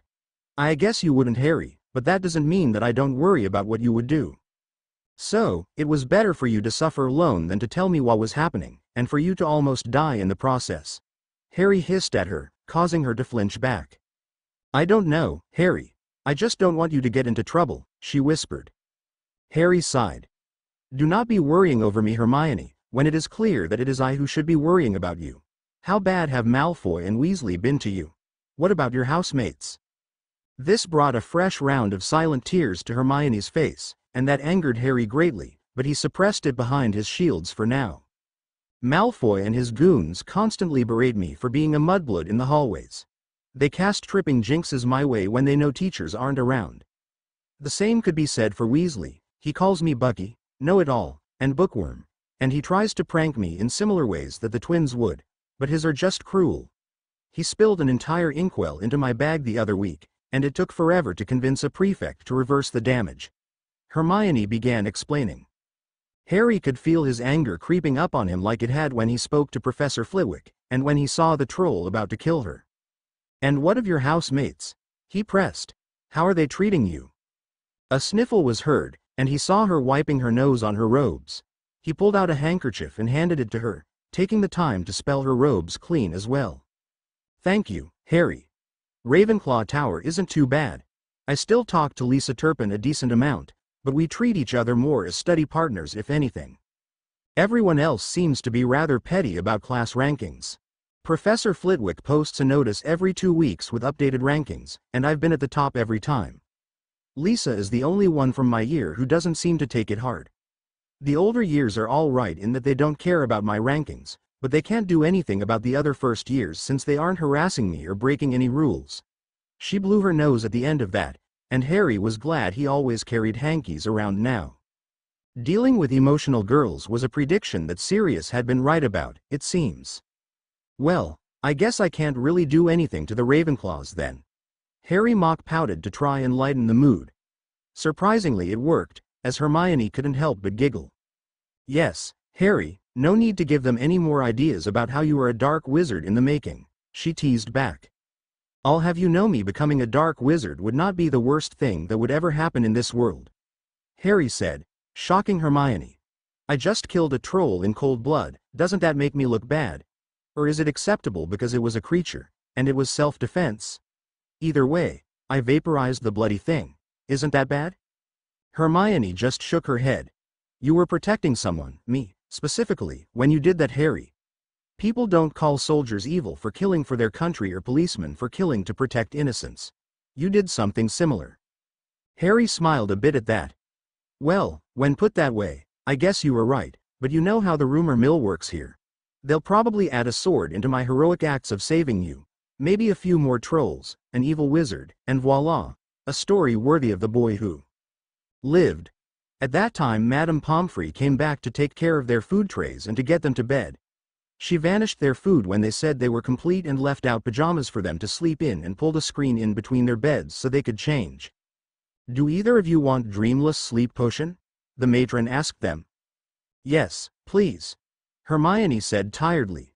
"I'll be all right, Madame Pomfrey. I have some thinking to do before I fall asleep," Harry told her. He could tell Hermione had crawled into bed, and must have finished changing to do so, but he hadn't moved, and he didn't plan on changing. "Are you done changing, Hermione?" he asked to make sure. "Yes, Harry?" He moved the screen out of his way and sat down on the chair near her bed with his wand in his hand. "I'll be staying awake for a bit, Madame Pomfrey, if that is all right with you." He could tell by the woman's face that she did not like the idea one bit, but she didn't argue with him. She simply handed Hermione a vial and instructed her to drink the whole thing. "Good night, Harry," she said to him before drinking it, and almost immediately her eyes were closed, and her head hit the pillow. "Good night, Hermione." "Good night, Madame Pomfrey," he said quietly while looking down at the girl who almost died that night. "Don't stay up too late, Mr. Potter. Good night to you as well." With that she left for her chambers. Harry would not sleep that night. He sat awake the whole night with one thing on his mind. He had made a promise to Hermione's father that day on the platform. Today, he had almost let that promise be broken. Hermione almost had to leave the school in a pine box, and it would have partly been his fault. This would not do. Madame Pomfrey was shocked to see Harry unmoved from his seat the previous evening. She was even more shocked to see that he did not look tired at all. She made her way over to him as she began diagnosing Hermione. "Mr. Potter, did you even sleep a wink last night?" At the shake of his head, she grew worried. "Were you having nightmares? Again?" Harry shook his head. "No ma'am, just wasn't feeling tired. I feel fine." He spoke. And truly, he looked as if he hadn't missed a night of sleep. The matron only guessed because he was in the exact same position that she had left him in. "Well," she began, "just ensure you don't skip sleep tonight, dear. It won't do you any good in the long run." She finished her diagnosis of Miss Granger and waved her wand at him to see he was perfectly fine, and his hand had healed overnight thanks to the balm she gave him.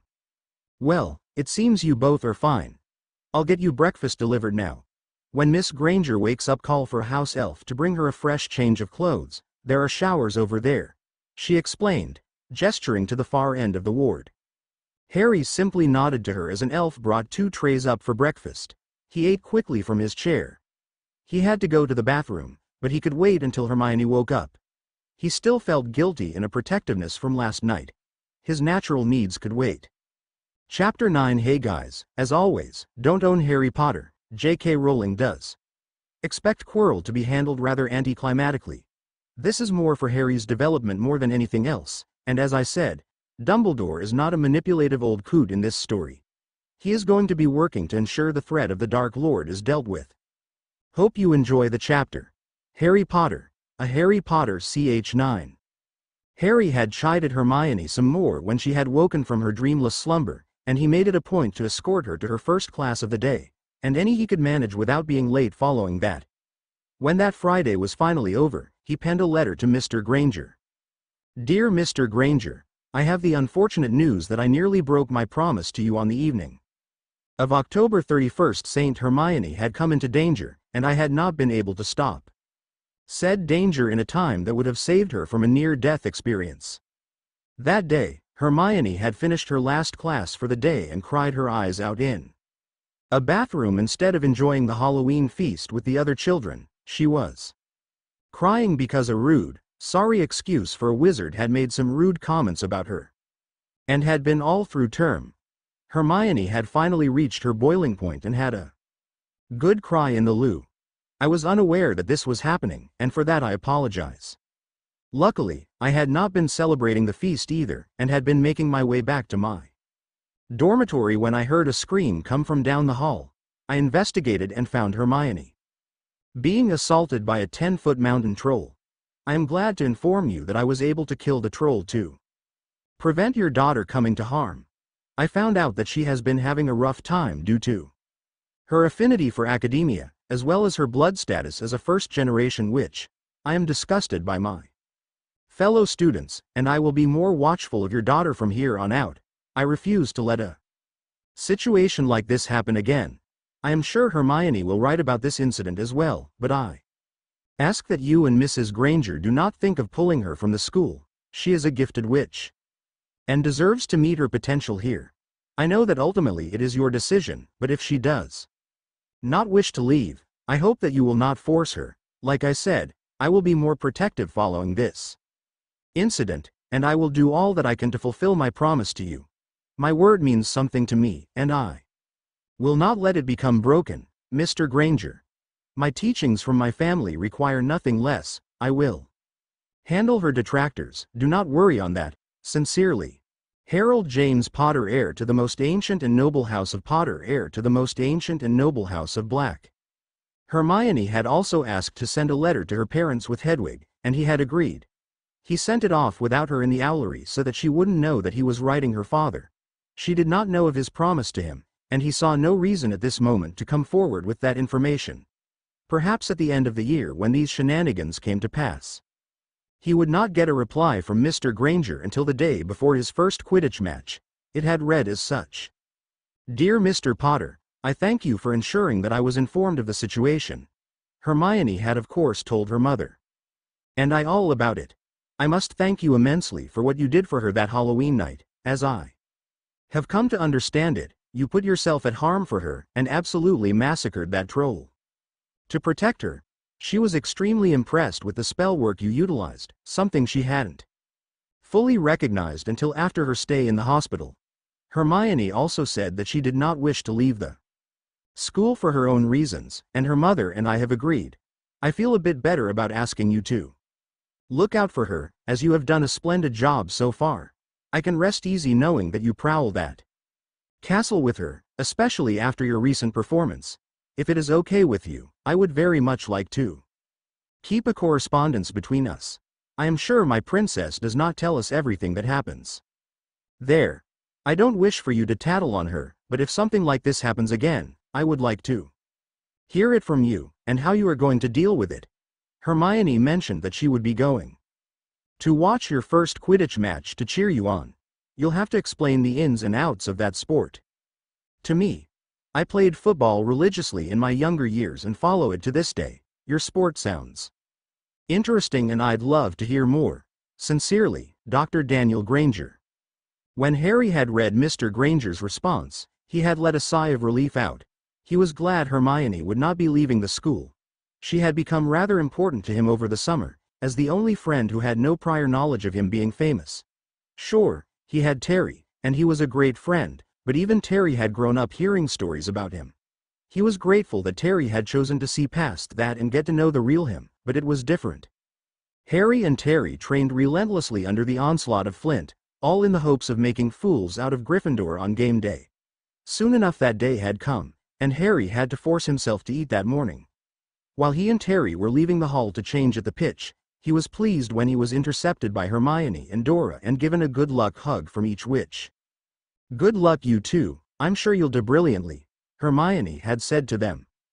Thank you, Miss Granger, but luck will not be necessary, Terry had responded, trying to appear confident, mostly for his own sake. I happen to agree, Harry said as he draped his arm around Terry's shoulder. I should score enough goals that Terry here catching the snitch will really only be a formality. He joked, getting laughs out of the other three. Well, good luck all the same, you too. Hermione and I will be cheering you snakes on, Dora said as she led the younger girl away.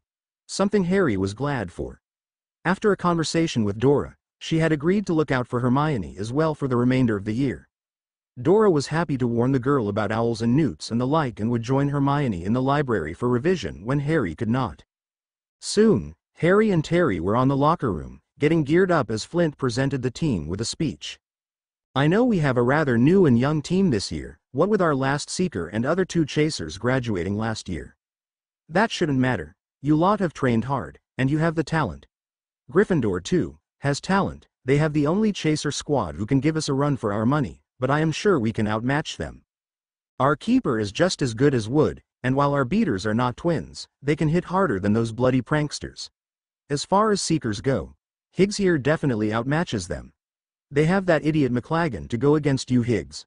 I've spotted him on the pitch, he's nothing but a blowhard and he doesn't have the skill or guts to be a flyer, let alone a Seeker. Since we will be closely matched against the Lions lineup, your job is to catch the snitch as soon as possible, don't worry about goals, it's the first match of the season. If we win, we can trounce the other two teams. Now that your little pep talk is over, if you are all dressed, let's take the field. Flint was positively foaming at the mouth by the end of his little spiel, and Harry had to say the boy brought up good strategy and points, and he was feeling fired up, the last of his nerves leaving him. They walked down the ramps and awaited the announcer to call for their team to enter.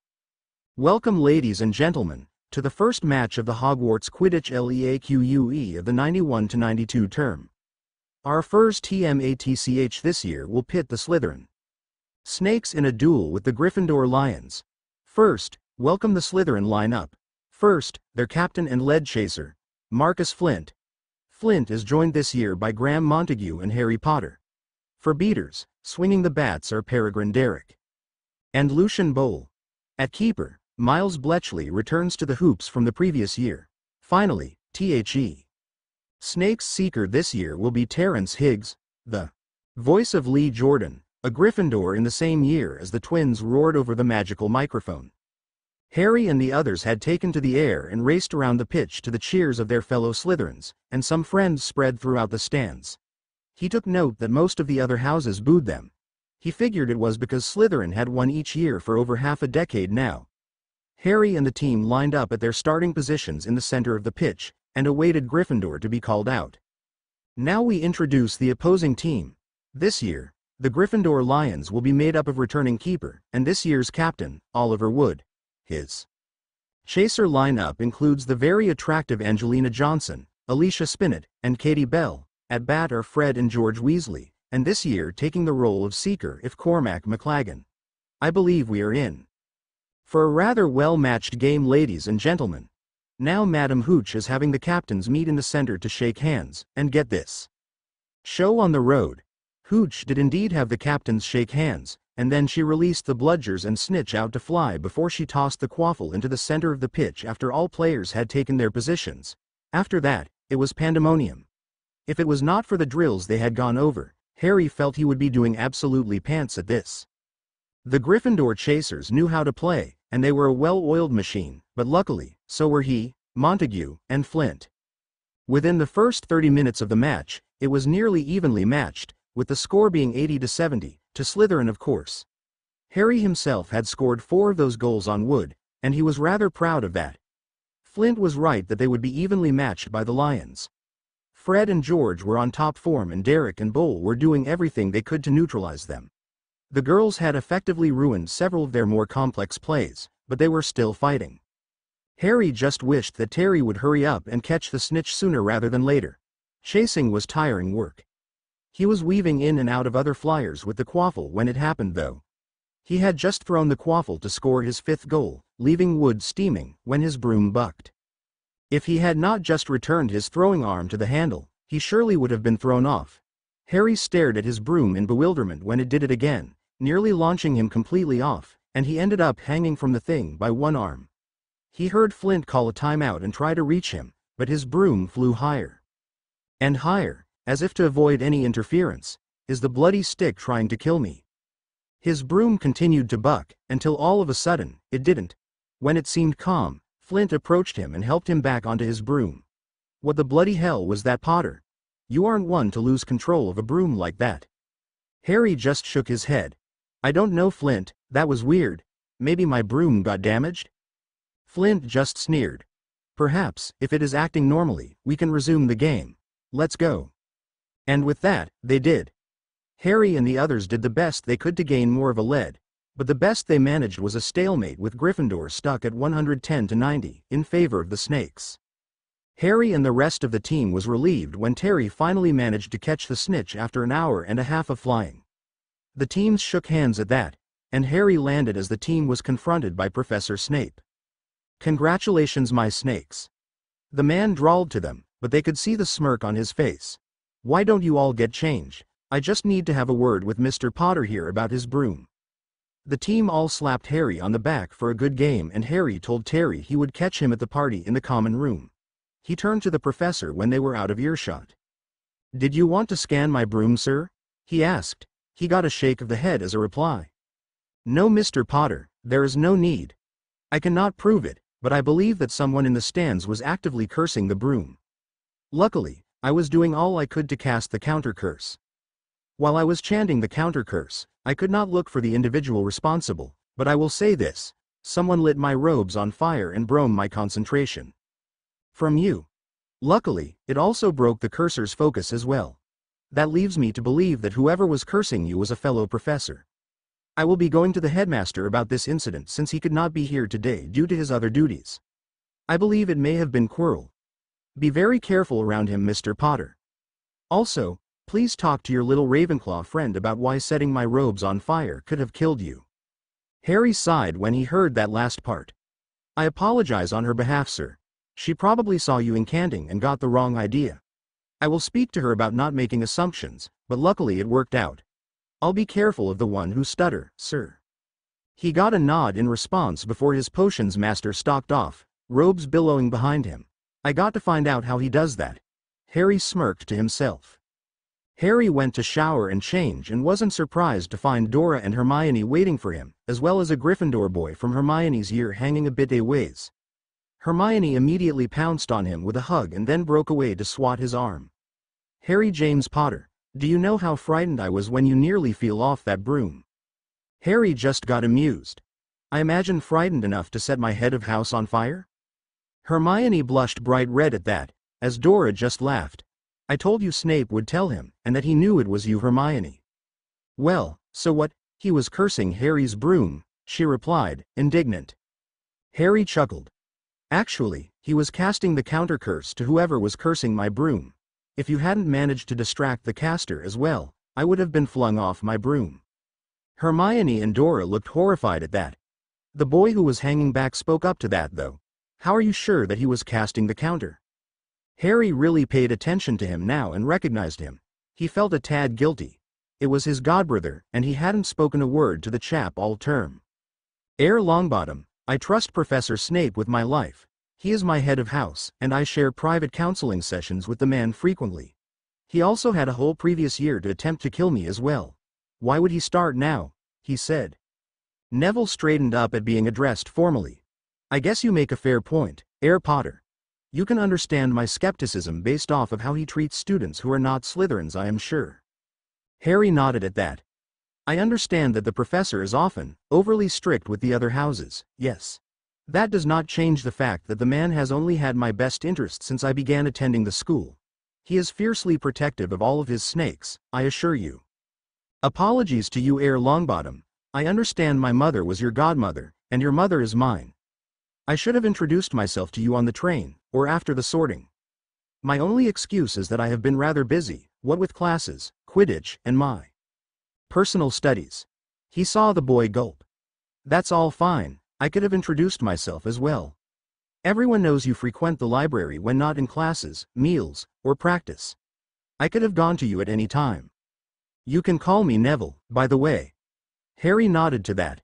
"Harry then, if you will. It's good to finally meet you." And with that Harry stuck his hand out, and Neville crossed the distance to shake it. Hermione and Dora were shaking their heads at them. Hermione spoke up. "I don't think I'll ever get used to you purebloods acting that way. It reminds me of very old-style movies." Neville looked at her confused. "Movies?" She was quick to explain. "Movies are like magical portraits, but they are set to play a specific sequence of events that tell a story. Imagine a book being acted out by the people in a portrait." Neville nodded at that. "That sounds interesting at least. I didn't know Muggles had their own version of portraits.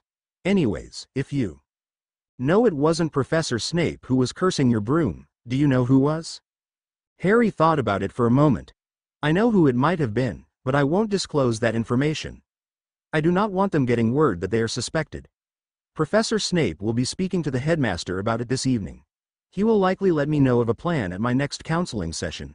For now, as much as I love being in the presence of you ladies, and as great as it was to finally meet you, Neville, but I stink, must shower, and I have a party to get to."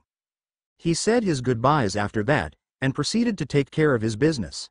When he returned to the common room, he joined the rest of the team, and they were treated like conquering heroes. "I could get used to this," he thought to himself as he was a center of attention for something he himself had done. It was thoroughly more enjoyable than the silly boy who lived nonsense. Professor Snape requested Harry to follow him to the headmaster's office at their next counseling session, and he readily agreed. He was not ready for what the headmaster had divulged to him in that office. He was glad that the headmaster had invited Sirius through the flow though. "Now, Albus, what is the meaning of all of this?" Sirius had asked as he sat down on Harry's right, while Professor Snape sat on his left. The old man popped a lemon drop into his mouth and offered them around the room. Harry took one to be polite, and they weren't too bad. The headmaster sighed deeply.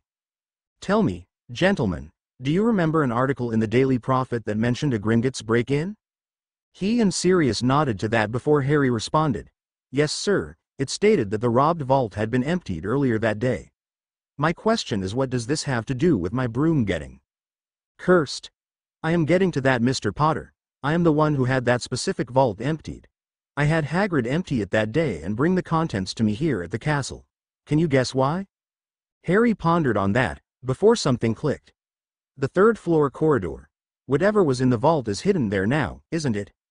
Dumbledore nodded, pleased that Harry connected the dots so quickly. Sharp as ever, Mr. Potter. I will divulge to you our secret, as Severus here has informed me that he has helped you build some rather impressive occlumency shield. Impressive for your age, he has high praise of your abilities in the art. I will divulge it to you as well, Sirius, because everyone knows about the formidable Blacks and their mastery of the mind arts. On that day in August when an artifact was moved from Gringotts, I had it placed here on the third-floor corridor.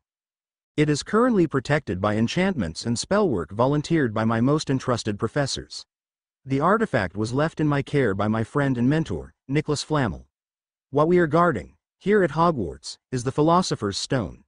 It is capable of turning any metal into gold, and producing the elixir of life, the very elixir that has made Nicholas and Perenelle, his wife, immortal. Harry and Sirius reeled in shock at that. You hid the Philosopher's Stone, at a school full of children. Albus, what in Merlin's name were you thinking? Sirius raged.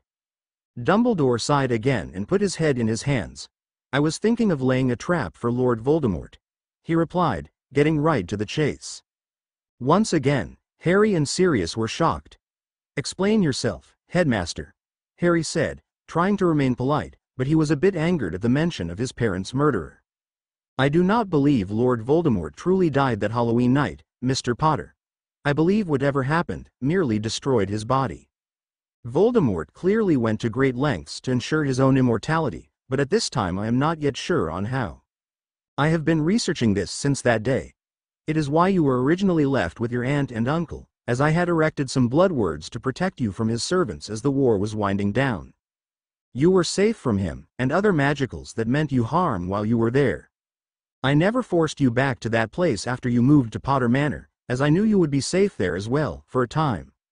I couldn't put you back with them after Arabella Figg told me what she believed happened to you in that house. I apologize for my part in it, but it was necessary at the time. When I found out you had broken away from them, I was worried about your safety at first, but the goblins assured me the wards over the manor would protect you well. Luckily you have grown up to be a fine young wizard in the making. I was ever so proud to hear of your actions this last Halloween when you saved Miss Granger's life. You will be receiving an award for special services to the school at the end of the year, for that incident, by the way. Back onto the matter, Voldemort is trying to return to a solid body, and he tried to rob Nicholas and Perenelle when they were out of their home one day over the summer. They arranged with me to provide guard over the stone. It is now here, and I believe one of my own professors has been compromised and is housing the spirit of Lord Voldemort within themselves as we speak. Harry reeled at the headmaster coming forward with so much at once. It took him a moment to process all of that. Thank you, sir, for admitting that. I will have you know my time with the Dursleys was dreadful, and I am glad to be rid of them. I would not be nearly as good of a student had I not gotten out form under their thumb. I probably wouldn't be at the school at all. They hated all things freakish, as they would call it. As for the especial services, I was only saving my best friend. There was no way I would not have done that. As for Voldemort not having a body but being alive, well, that sucks. I was hoping the tosser would never re-emerge, but we can't have everything, now, can we? My main question to you though is, do you believe it is Quirrell? I am sure Professor Snape has informed you of my troubles in his class, my main need to learn occlumency in the first place. Dumbledore nodded. I do believe he is Voldemort's agent here in the castle, and I have checked the wards. Quirrell seems to be possessed by rather dark magic. Why I asked you here today, is to propose a plan. When you have Dada next Wednesday, I wish for you to test a theory of mine. Your blood protection from your mother should still be flooding through you to this day. If Quirrell is indeed possessed, if you make skin-on-skin contact with him, I expect the experience would be rather terrible for him. I wish for to stay back after class that afternoon and approach him Fake tripping and put your hands on any skin of his if you can. Professor Snape and I will position ourselves in the hall outside while this is happening to ensure you do not come to harm. Do you agree to this? Harry thought about it and looked to Sirius. The man grimly nodded to him. I don't like it, Harry, but I don't want that sick bastard near children any longer than necessary. I don't want you to be at risk either, but I know you can handle yourself if you need to. You've gotten rather good at dueling up to this point. Dumbledore and Professor Snape both raised their brows at this admission. How good is he, Sirius? Kid is bloody amazing, Albus. I've never seen anything like it. Kid can best me every now and again already. I already enrolled him for the U13 circuit here in Britain this coming June. Snape and Dumbledore each looked suitably impressed. They each knew how good of a fighter Sirius had been in the war. The man had been nearly unstoppable but for a few opponents he faced, the Dark Lord and his cousin Bellatrix coming to mind. Well, that makes me feel a bit better asking this of you, Mr. Potter. Dumbledore commented. What do you say? Harry thought about it before deciding. I'll do it, sir. But I have a request for that to happen. Even if we catch Quirrell, do you expect to get Voldemort as well? A sigh was his response. Unfortunately, no, Mr. Potter. Without knowing the kinds of magic he has used to preserve his life, I cannot hope to counteract it at this time. What I do know is we can get his spirit out of the castle if it is not in a host body. The wards will take care of that. We need to confront Quirrell and confirm our suspicions. I will warn you. You simply touching him very well may kill the man. Are you prepared for that to happen? Harry grimaced. If he is being possessed by Voldemort, he is likely the one who let that troll in that almost killed Hermione. For that, I have no pity. If he must die, so be it. He was nearly hissing when he finished that, getting alarmed looks from all three adults in the room. They heard a laugh come from one of the headmaster's shelves. What did I tell you, Albus? The boy belongs in Slytherin, ruthless, determined, vicious, and a speaker to boot. They all looked at the Sorting Hat in shock. What do you mean by speaker, Hat? Harry asked. Why, I mean you speak Salazar's noble tongue, of course. You are a snake speaker. A parcel tongue. Just like Slytherin. It was one of the main reasons I decided you could go to no other house. All of them were floored by that. Dumbledore hastened to ask his own question to that. Is the ability his own, or did he get it from the Dark Lord that Halloween night? The old man seemed to be in a panic. The Hat chuckled. No, he got the gift from his mother's blood meeting up with his black ancestry. His mother was very far removed from a Slytherin line that died out due to them becoming squibs, and the Blacks had Parseltongues in the very distant past. No, the gift is all his. If you are worried about that piece of Voldemort's soul in the lad's scar, don't worry, a simple cleansing ritual at Gringotts will take care of that. What? Harry shouted when the Hat talked about his scar. What do you mean a piece of Voldemort sitting in my bloody scar? All three adults were looking at him, deathly pale. The Hat responded jovially. Well, that man had done some severe damage to his own soul apparently prior to trying to kill you. When he tried killing you and it backfired, he somehow accidentally split his soul, and that piece of his soul attached unknowingly to your scar. It's not that big of a concern, since it has never been able to possess you. Your mother's protection and your own magical power is too strong in its own right. Like I said, a cleansing ritual at Gringotts should do the trick. Those goblins deal with Horcruxes all the time. The three adults gasped at that. Horcruxes. Dumbledore whispered. It makes the most sense, dear Merlin. What has he done? Harry looked to Sirius. What the bloody hell is a Horcrux? He asked, beginning to get frustrated. Sirius swallowed before he answered. A Horcrux is an artifact that contains a piece of a witch or wizard's soul in it. As long as the artifact exists, a wizard can never truly die, as there is always something anchoring them to the world. According to the Black Library, they are very difficult to destroy, fiendfire, basilisk venom, and killing curses being some of the only effective way of destroying them. Harry realized why Voldemort was still alive at this point. Hat, you said the goblins could remove it from my scar? Would it kill me? While it always has a chance of killing you, I highly doubt it. Goblins have been dealing with Horcruxes plenty these last few centuries thanks to their raidings of Egyptian tombs. The worst case scenario is you absorbing the soul piece and dominating it, and mixing it with your own. It should increase your magical power some, and it would open up more of your own since the thing wouldn't be leeching on you any longer to survive. The hat replied easily.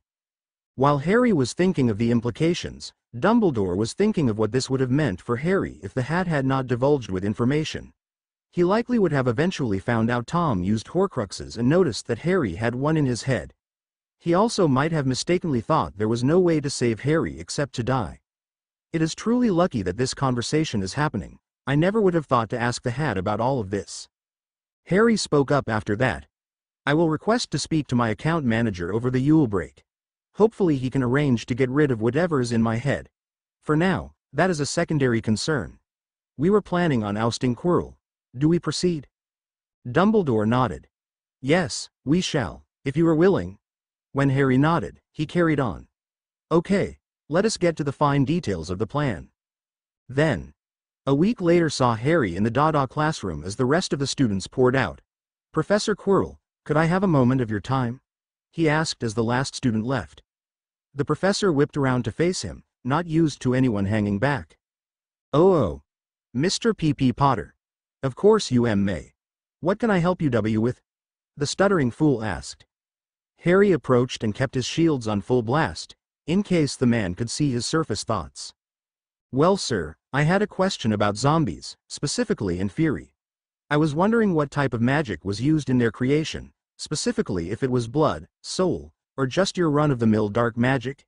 He asked as the professor seemed to back away from him a little. Harry set his book bag on a random desk and continued to advance, waiting for an answer. Why would you wish to know that, Mr. P. Potter? The man asked him nervously. The man seemed to gaze at the wall for a moment, lost in thought, and Harry took that time to make his move. He tripped and reached for the professor's left hand as his right was up near his turban. When Harry made contact, a blinding pain shot through his scar, and he could hear screaming. He let go of Quirrell and used his occlumency to fight through the pain so he could pull his wand out. He was shocked at what he saw. The professor was gripping his left hand as it was disintegrating into ash. The man was wailing. Harry pointed his wand at him and watched as a voice hissed. You fool! I warned you not to let him touch you. The protection from his mudblood mother is still in effect. Kill him! Kill him! Harry didn't wait, he closed the distance and quickly shoved his hand into Quirrell's face as the door to the classroom banged open and the headmaster strolled in. Harry knew Professor Snape must be under his invisibility cloak, something the headmaster had admitted to having and was planning to return to him as a Christmas gift. The pain that erupted in Harry's head was torture, but he pushed through, delighted that he could hear Quirrell and what was probably Voldemort screaming in pain. He was forced to separate from the Dada teacher when Dumbledore waved his wand and sent Quirrell into a wall. Harry watched, fascinated as the man's face disintegrated, followed by the rest of his body, and then a black, ethereal mist fled from the room. Curse you, old man! And curse you, Potter! This will only be a delay to my return. I shall rise again, and you will suffer, it screeched, and Harry felt the shift of magic as the headmaster asked the wards to boot the spirit from the castle. Professor Snape revealed himself then, looking grim, and the headmaster turned to him as well. He found the situation rather funny. Well, gentlemen, how are you going to explain that the boy who lived just murdered a professor? He asked with a laugh before he passed out from the pain his scar was still causing him. Sweet darkness enveloped him, and he welcomed it. He woke up a few hours later in the hospital wing. He looked around, and wasn't surprised to see the headmaster, Professor Snape, and Sirius waiting for him to come to. He spotted a glass of water and drank from it before he addressed them. Judging by me being alive, and what I remember, I would say we were successful, correct? He asked the three. He got 3 grim nods. Yes, Mr. Potter, Dumbledore began. You were successful in destroying Quirrell's body, and therefore allowed us to ensure Voldemort's spirit left the castle. As far as the school is concerned, the professor had an accident while studying some magic and tried a spell that vaporized him when it drained High-S magical core. Amelia Bones, the director of the Department of Magical Law Enforcement, has accepted this explanation rather hesitantly, so I will likely have to explain some things to her during the winter solstice meeting of the Wizengamot. Harry nodded at that, glad that there was a cover story. Does anyone know that I am involved or in the hospital wing? He asked. Professor Snape answered this one. No, they all think you are off doing your self-training at the moment. Currently, dinner has recently finished. No one but us and Madame Pomfrey know that you are here," Snape explained. Sirius chimed in. "That was bloody reckless, Harry, but I'm proud of you for what you were able to do. You got the jump on him and didn't even have to cast a spell to finish the bastard." "Well, I don't think I wish to end up in the hospital wing every time I deal with him either, but I'll take the small victories. Now that this is all over with, can we discuss what we began arranging in your office, sir?" Harry directed that last part at the headmaster. Dumbledore sighed tiredly before he began his tale. "Well, Mr. Potter, at your request, I have already asked Professors McGonagall and Flitwick to provide you with extra training in charms, battle transfiguration, and dueling while you reside in this castle. They will start with you after the Yule break, as we have only a couple of weeks before you leave for your manor. Professor Snape has also agreed to." Here the old man swallowed a lump in his throat and Sirius scowled. "To provide you tutelage into the dark arts, so that you may be prepared for whatever is to come. I hope you understand the amount of trust I am putting in you, to allow you to study such material while you are still at this school. The only reason I am allowing it is due to the prophecy that hangs over your head, and your need to advance rapidly in case Voldemort ever manages to return. Just remember during your studies with Professor Snape that what you learn with him, you can ever only use in self-defense, and you are not to abuse such magic. I think if you abide by those rules, you should not fall to the madness that is associated with the dark arts. Your occlumency will also help you there. As promised, I have turned over your father's invisibility cloak to Sirius, so he may place it safely at Potter Manor. I agree that it was foolish of me to provide a schoolboy with the means to sneak about the castle and likely abuse it to spy on girls in the future," he finished with a chuckle, trying to relieve the tension he felt, putting so much on a 12-year-old's shoulders. The man was not happy that he had to reveal the prophecy to young Harry at such an age, but the boy was exceedingly mature for his age. He had also pointed out that he had not gotten a chance to be a child while at the Dursleys, and that ruined any fight he had in his old heart to withhold information from the boy now. All he could do was provide him with the best tutors available, and hope it was enough to prepare him for the storm ahead.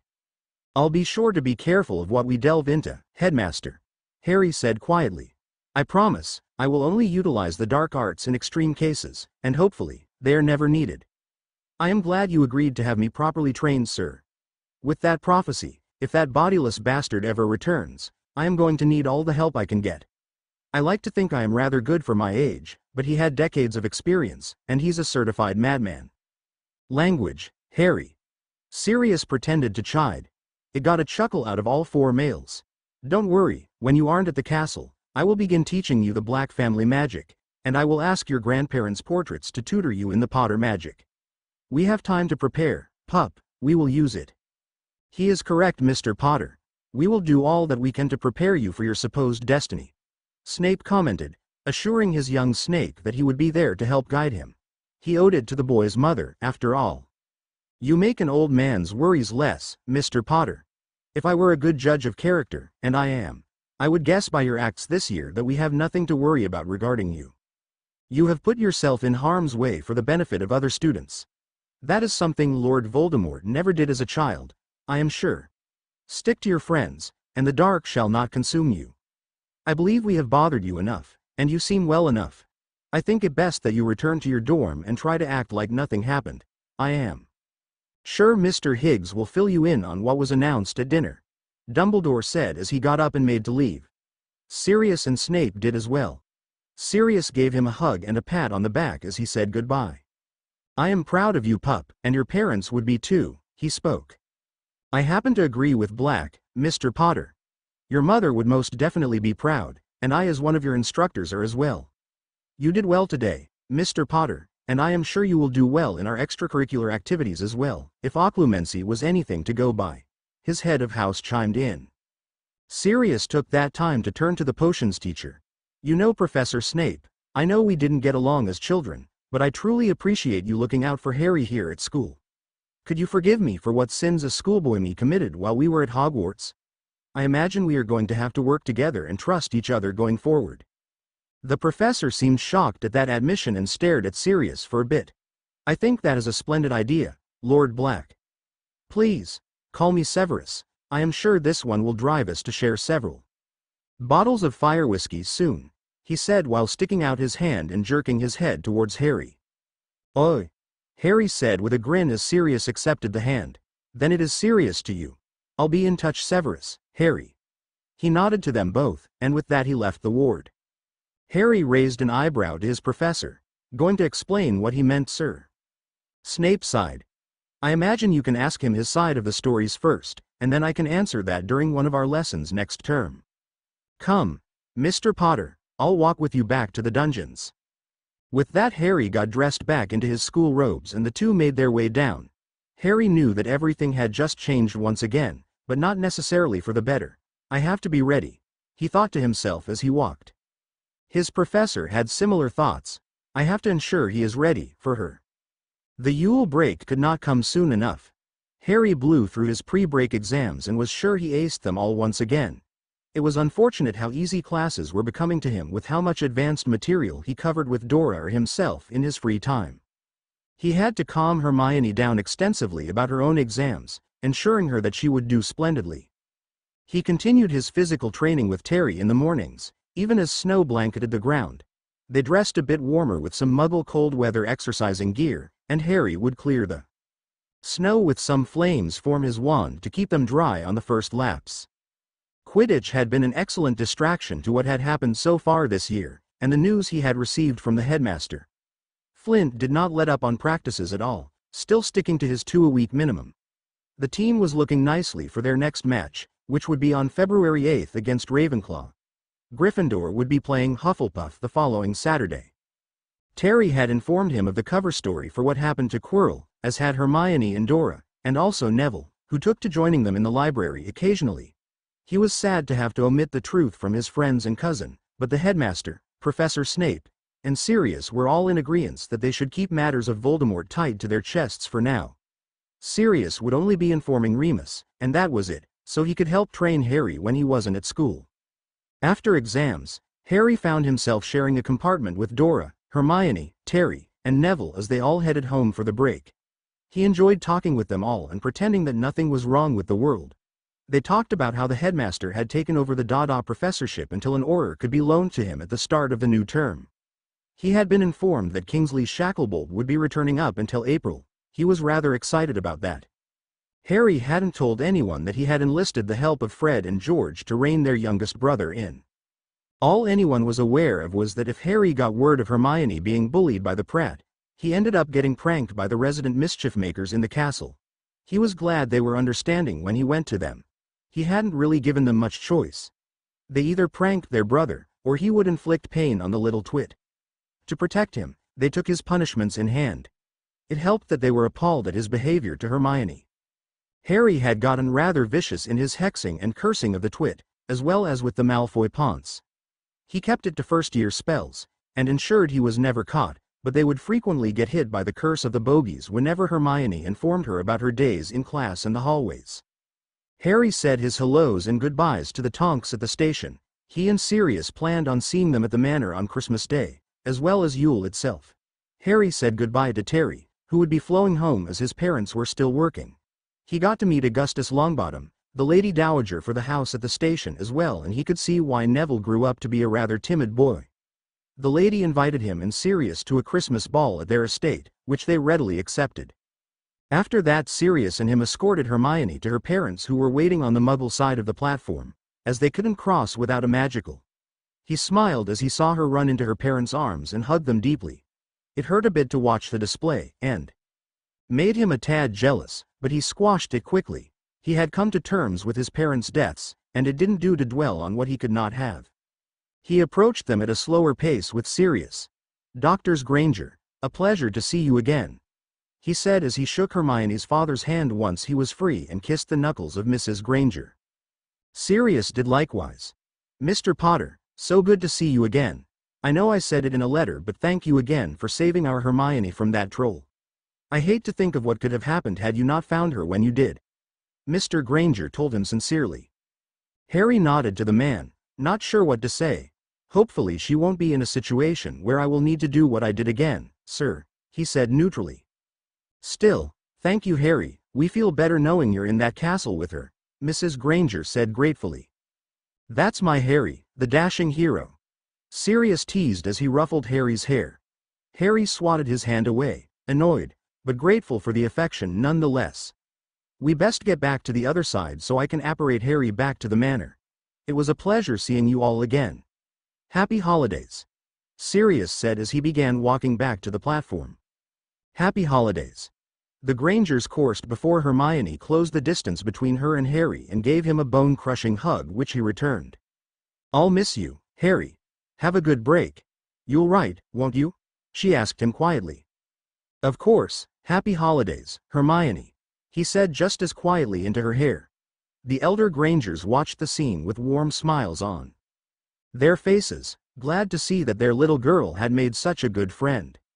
When she let go, she waved as they led her away, and Harry stepped back into the magical side to begin his holiday break. Not that it would be much of a break. Sirius had already informed him that his training would be advanced up, and he would be learning to duel him and Remus simultaneously. Well, I never shied away from hard work before, he thought to himself resignedly, prepared to do what was necessary. He had a fate to fight. As Yule was a 12-day event, they started on the solstice, and would observe Christmas, Boxing Day, and New Year's as they came. On the solstice, he and his living family members, Remus included, all performed a small rite for magic, and it was truly a surreal experience for Harry. The manor seemed to be flowing with excess magic during those days. The day after the solstice, Harry and Sirius went to Gringotts to ask about his scar. They met in Rockjaw's office. Good day to you, Heir Potter, Lord Black. I hope your gold flows freely. The Goblin greeted them. Hello, Rockjaw. I pray your enemies tremble in your presence, Harry responded. Let us attack the matter at hand. You said in your missive that you were concerned about some latent magic in your scar, is that correct? Rockjaw asked, not wanting to dally. Time was gold after all. Harry nodded. Yes, tell me, are you familiar with the term Horcrux? He asked, and Rockjaw positively hissed. Those vile things? You don't mean to say? The Goblin asked, shocked. He had known that the boy had dark magic about him, but he hadn't thought it would be one of those. Harry nodded sadly. I am afraid so. Sirius and I are here to see if Gringotts could offer services to remove the taint from me. Rockjaw nodded. We can certainly cleanse you of its influence from you, but it will not get rid of it completely. We can destroy the magic that makes it a Horcrux, but then there comes the tricky part. That piece of soul, which I will only guess is a piece of the Dark Lord Voldemort, has been with you for over 11 years. We can remove its influence, and make it no longer a soul anchor, but you will have to absorb it. Harry and Sirius nodded at that. Sorting Hat had mentioned that this would be a possibility. We expected as much. Sirius said. What can we expect if Harry absorbs a piece of that monster? Rockjaw thought for a moment. Well, it is likely that it has been siphoning his magic since a young age, so you would see a power boost in him from that, as all of his magic would no longer be fighting its influence on him. On top of that, he would absorb whatever magic the soul piece itself has, boosting his own core as they merge. He will also undergo a slight personality change, nothing drastic, however. The most concerning part will be the memories that come with it. He will likely slowly accumulate that man's memories slowly up until the point he defeated him that Halloween night. Sirius and Harry were a bit shocked at that, and worried. I'll have his memories? Harry nearly panicked in his head. Sirius was looking at him in horror, knowing what that would mean. Harry would have a first-person recount of all of the people Voldemort murdered, all the dark deeds he did, including up until the point he cast the killing curse at Harry. Harry swallowed a lump in his throat.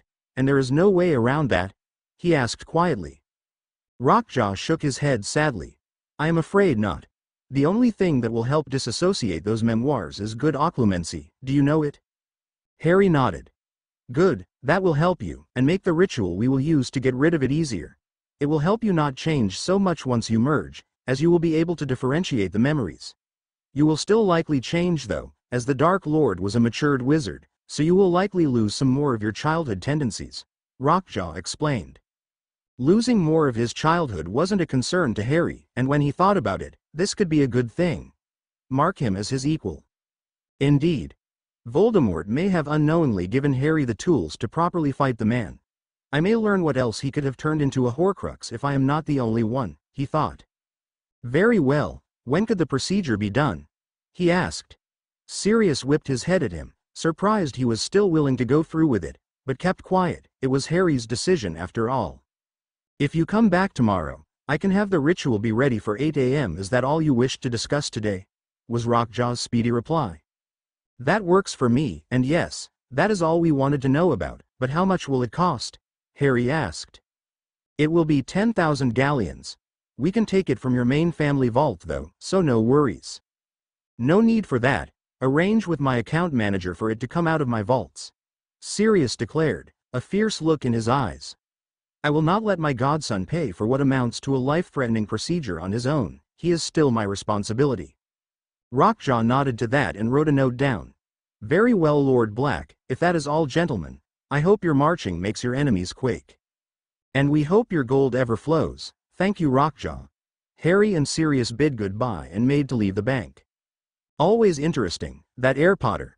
Rockjaw thought to himself as he left. He had to go and inform Ragnarok. His king would be greatly interested in this development. After leaving the bank, Harry and Sirius went and got some ice creams, and then split up to do some last-minute Christmas shopping. Harry was deep in thought about what tomorrow would bring. The next day, when they returned to the bank, Harry was, of course, nervous. Rockjaw led them down into one of the lower levels of the bank, and into what could only be a ritual room. This is where we will do the deed, Mr. Potter. We will need you to strip down and change into this pair of boxer shorts here. There is a changing room over there. After that, you will need to provide some of your own blood so that our healers can draw some runes on you. Any questions so far? Harry shook his head and took the proffered boxers and left for the side room. He returned not long after. Rockjaw provided him with a silver dagger and a bowl made of gold to let his blood flow into. It will be best if you cut your wrist across. I will of course heal it once you have filled the bowl, Rockjaw explained. Harry once again nodded, a grim, but determined look on his face. He caught eyes with Sirius, who looked decidedly worried, and Harry could not blame the man. It will be okay, he said to him, and Sirius nodded once, but stayed quiet. Harry sat down on the floor with the dagger and bowl, and promptly slit his wrist and held it over, letting the blood pour out. It hurt, but he squashed his pain. It did not take long to fill the bowl, and Rockjaw came through on his promise and healed the cut. That will do nicely, Mr. Potter. Now what needs to happen is I need you to go over to that circle over there with the bowl and lie flat on your back. The healers will be in shortly to draw the runes and perform the ritual. Lord Black and I will have to move to the observation room so that we do not taint the magic in here. Good luck, Harry, Sirius said as he pulled him onto a hug and left with the goblin. Harry did as he was told and took the bowl and lied in the center of the circle. He did not have to wait long for the healers. There were 4 of them, and they quickly used brushes to begin drawing on him in a very efficient manner. Be sure to remain still, Mr. Potter. We should be done shortly, but we are sure this can tickle a human, one of the goblins said to him. The drawing took only minutes, and he was glad for that. The anticipation was killing him. The next thing he knew, the goblins stopped, and took points at the cardinal directions around him, and then as one, they began to chant. And then, Harry went from laying half naked on a cold floor, feeling a fool, to being in immense amounts of pain. With one blood-curdling scream, he passed out. In the observation room, Sirius was staring, horrified. He watched in both fascination and terror as his godson magically floated in midair, as swirls of golden light danced around him and the goblin healers. He wanted so bad to go in there and put a stop to it, but it was the words of Rockjaw that stopped him. If you interfere now, you will only get the boy and the healers killed, he said quietly. All we can do is wait. Sirius had to choke back a sob. Back with Harry, he was in his mind. He was in his darkness, and he felt safe. He could no longer feel the pain. But then, he wasn't in his darkness anymore. He was in a pure white room, and he wasn't alone. What he saw was what looked like a half-human, half-snake abomination of a baby, and it had glowing red eyes, and appeared to be whimpering a distance from him. It was when it and he made eye contact that Harry felt pain again. It felt like eternity, but when he opened his eyes again after the pain abated, the thing that had been with him was no longer there. What was I doing over there whimpering? He thought to himself, but then he wondered where that thought came from. Why did he think of that thing he had seen as himself? Well, that was a piece of your soul, you fool. he thought. But that wasn't right. That wasn't a piece of him. Or was it? He was a bit confused now, and he had to think of who he was. He was Harold James Potter. He was born on July 31, 1979. His parents were murdered by him on October 31, 1980.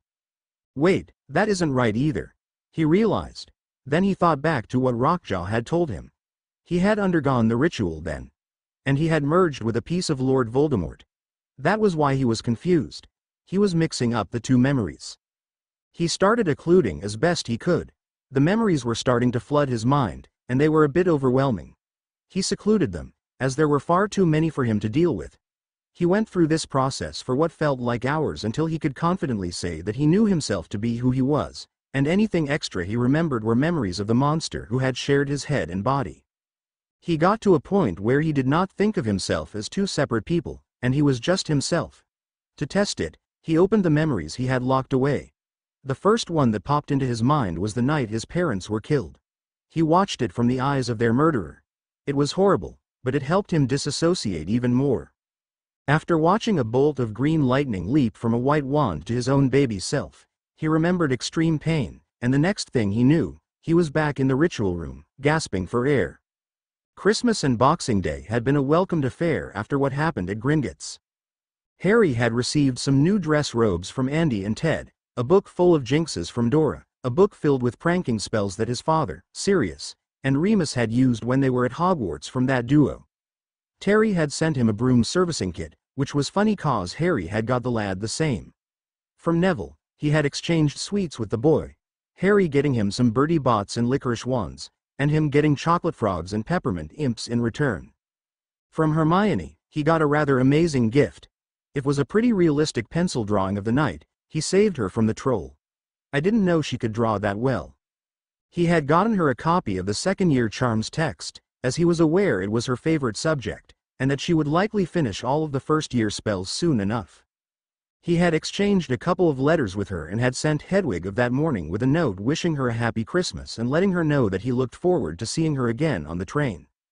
After the ritual, he was glad that Remus and Sirius had given him a reprieve until Boxing Day. It helped him sort things out some more. He knew that they noticed the change in him and knew why. The rest of his family did not, and he felt terrible for that. He seemed more aloof, and a tad apathetic now. That was not truly the case. He still cared for them all deeply. He just did not truly know how to express that as much anymore. He didn't feel as happy as he once did. He still hugged and tried to joke with everyone, but it was different. He hoped that would change in time. At the moment, he did not want to dig into his other set of memories. Fearing that they would change him further, he decided to wait until after second year to begin assimilating everything, and to focus on his extra training for now. That would keep him plenty busy enough, he was sure. He smiled at the thought. It seemed the opportunity to learn advanced magic was a similarity in both him and Voldemort, as it did make him a bit gleeful. It was disturbing, but he understood it. Voldemort had been terrible, yes, but great, just as Ollivander had said to him in the wand shop last year. The New Year's party turned out to be rather fun, in a socialite way. Harry and Sirius flew to Longbottom Estate, and they were dressed in their best. Sirius was wearing traditional black dress robes with silver trim and had trimmed his beard some more and cut his hair a bit shorter for the occasion. He wore the black family crest on his left breast. The grasped wand, and the 3 ravens underneath surrounded by gold wreaths topped with a gold skull cut an impressive figure. Harry wore emerald-colored robes trimmed with gold. He had also gotten a haircut, having the sides clipped and then fading in at the top, leaving several inches that were easier for him to style with some sleek easy hair potion. It was looking tamed for once. His Potter family crest worn proudly on his left breast as well. The scarlet and gold of the stags giving his robes a Christmas touch. They had been greeted by Neville and Lady Longbottom and were escorted to the ballroom by an elf. While in the ballroom they were approached by Amelia Bones, who was wearing a gold evening gown. Lord Black, Heir Potter. She greeted them with a curtsy. They responded with a kiss to her knuckles. Madam Bones, lovely to see you again, Sirius said with a rakish grin on his face. Madam Bones, I hope your holidays have been well, Harry replied, giving his godfather a look. They have been most good, Heir Potter. It has been good having my niece home from Hogwarts. She is a Hufflepuff in her first year. Do you know her? The Auburn witch asked. Harry had to admit she looked much better out of her work clothes and without the monocle. Guess that is why Sirius is acting like a dog. I only know her in passing, Madam Bones. Being in different years and houses and all is a noticeable barrier.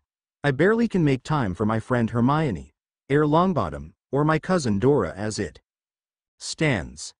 Harry told her neutrally. Well, that is a shame, but no matter. She is here with me tonight. I understand she is friends with Air Longbottom already. Don't tell her I said this, but I think she has a crush on the lad. I may be opening up talks with Augusta if that continues when they are older, Madam Bones said rather seriously. Harry felt better at hearing that. He thought the woman would try pawning the girl onto him. Phew. He did not need to be dealing with talks of betrothal anytime soon.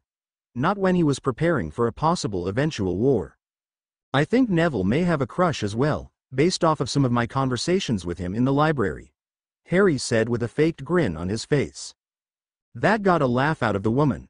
Oh, good. I am glad to hear that. Would you mind terribly if I stole your godfather for a few dances, Air Potter? This is a ball after all. Harry shook his head. Feel free, he's been eyeing you since you walked up to us, he joked. Oi, Sirius said indignantly as the witch led him away. Harry could actually chuckle at that. He did still find his godfather amusing at least. He made his way over to the buffet table and loaded a plate and found a corner table to sit alone at. He went relatively undisturbed except for a few of the other heirs he knew coming over to say hello. He shook many hands and kissed many knuckles as they brought their parents over to meet him. It was all very tiring. He just wanted to eat. Sirius and Remus had been throwing him through the ringer. Even with his now enlarged and unblocked core, they were working him to the bone, and he found his appetite insatiable. Neville eventually joined him, bringing Susan Bones and Hannah Abbott with him. Hello Harry, how was Christmas? Thanks again for the sweets by the way, Neville said to him.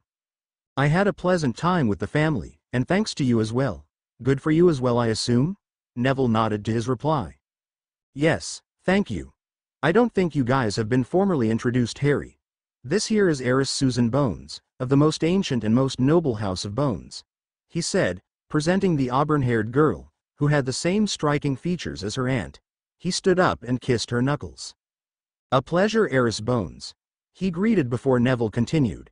And this here is Miss Hannah Abbott, of the ancient house of Abbott. The other girl was one he knew to be another Hufflepuff first year. She had sandy blonde hair and pale gray eyes, and a rather small nose. He kissed her knuckles as well. A pleasure as well, Miss Abbott, he said. He got 2 curtsies in return. The 3 left to grab plates of their own and soon joined Harry to eat. Harry was surprisingly, or not, on his 3rd helping already. Neville noticed this. Blimey, Harry, where do you put it all? He said, getting some giggle from the girls. Harry swallowed the chicken he had been chewing before responding. Well, I run several miles daily, regardless of weather, and I do a fair bit of working out. Add on to that all of the magic I cast daily, and you have me needing to replenish my calories at a cyclic rate. I burn almost all that I eat, thank you.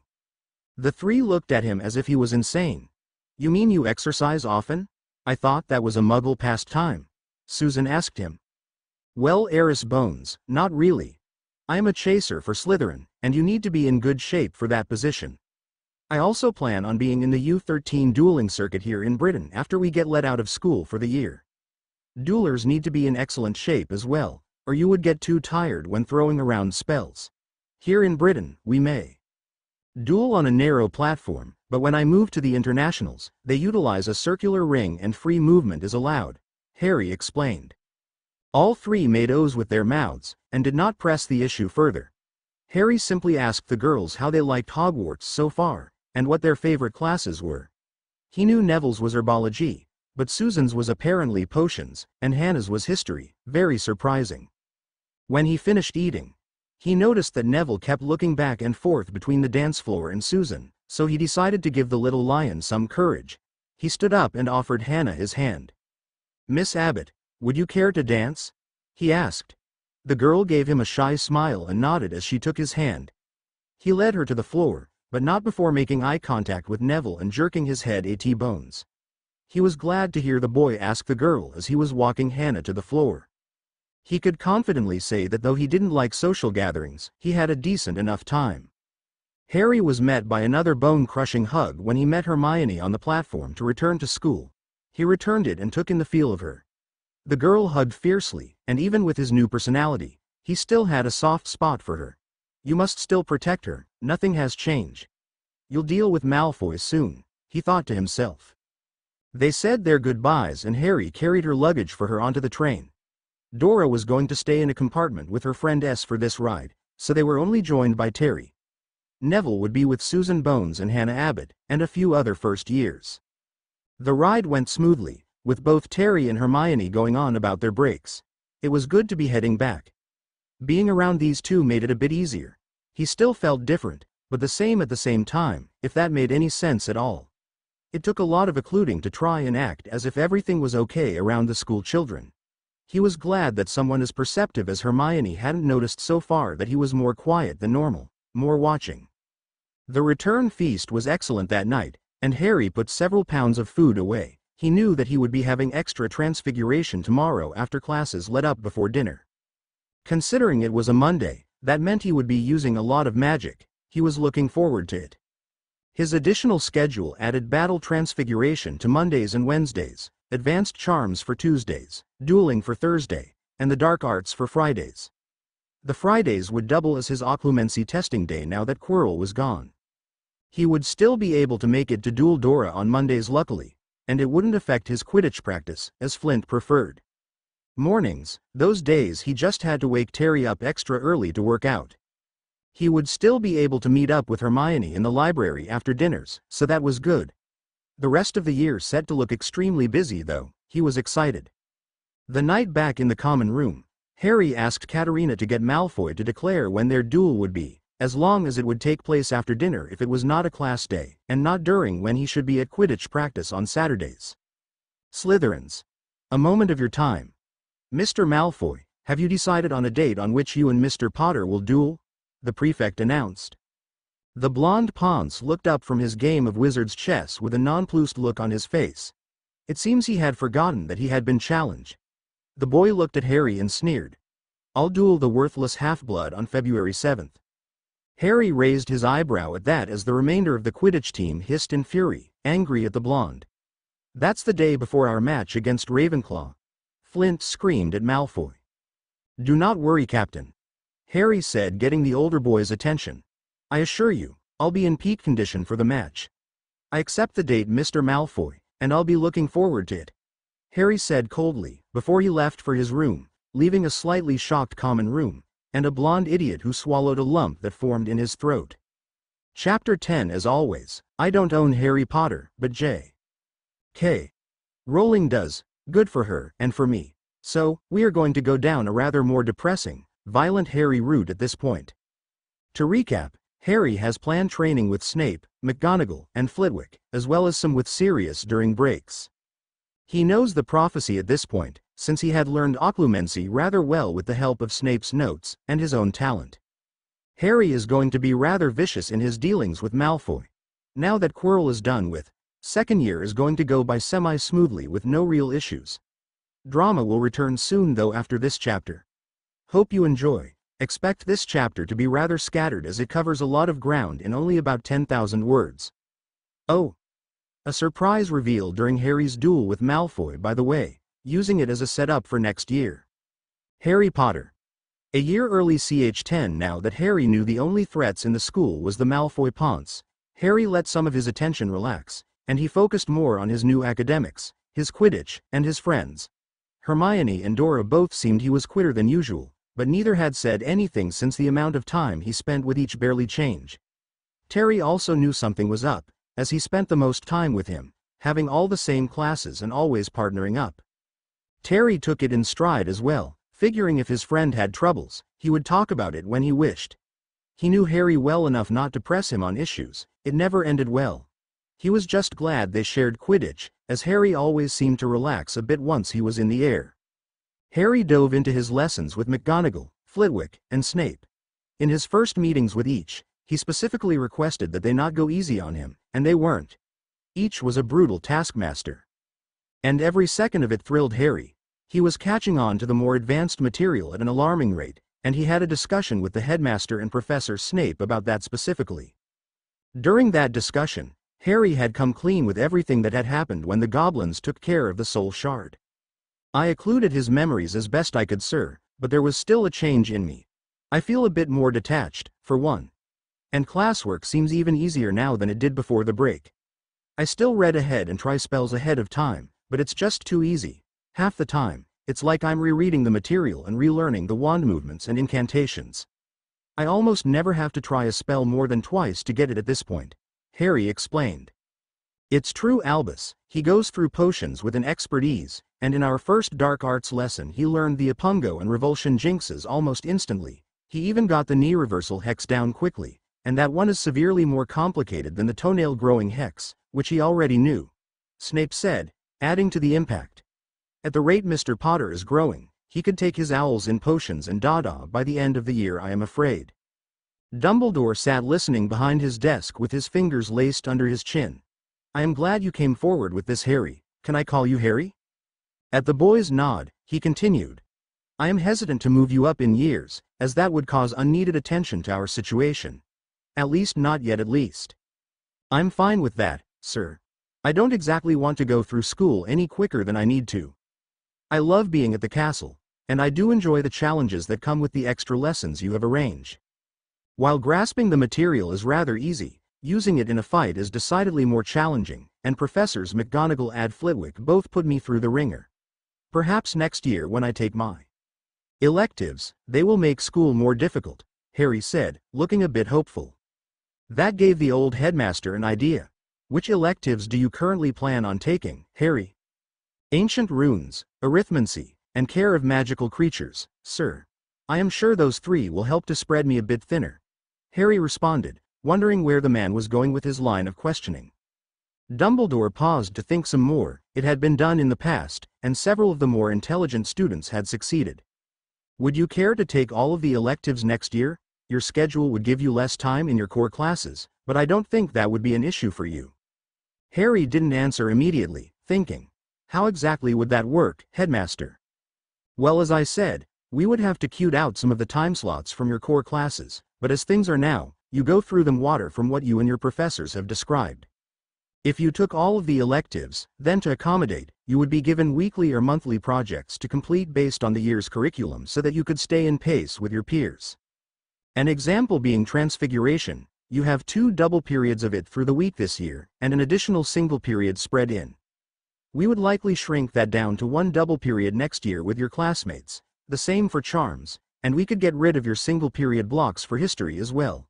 It would put you in the realm of mostly self-study, with you going to classes just to ensure you are keeping up, Dumbledore explained. I think this might do you some good, Mr. Potter. It would also allow you to take all 12 normal owls in your 5th year.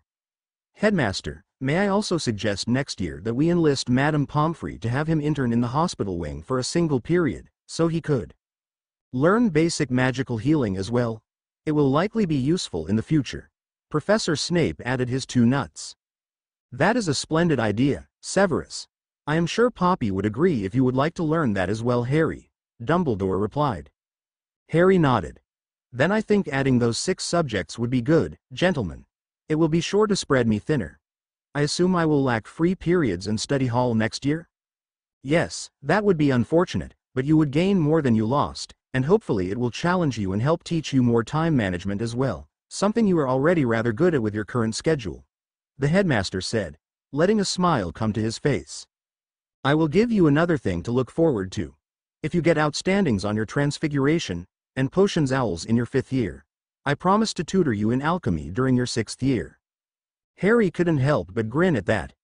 Alchemy was one of the most difficult and esoteric arts in their world. I would like that very much, sir. Dumbledore smiled at that. He had always loved studious children. It reminded him of his younger years. Excellent. Now that we have broached the concern of your ease of magic and rapid advancement, let us get back to the more concerning issue. You absorbed the piece of Voldemort that was in your scar, making it a piece of yourself.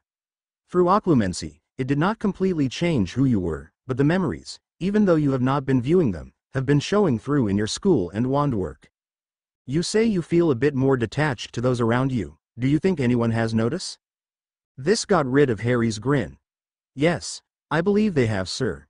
My cousin Dora has noticed I am quieter these days, and she seems concerned that when her and I have dueling practice that I've begun to essentially wipe the floor with her.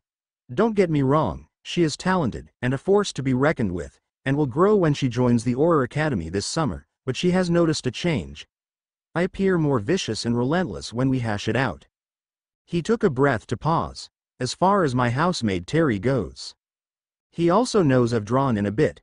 He hasn't said anything or expressed any concerns, but I can tell he thinks something happened. He's still happy to just spend the same amount of time we usually do together though. It's Hermione that concerns me. I catch her watching me rather relentlessly while we study in the library. She has noticed that I have been grabbing some questionable material and seems concerned herself. Is there anything I could tell them that would help explain what is happening with me?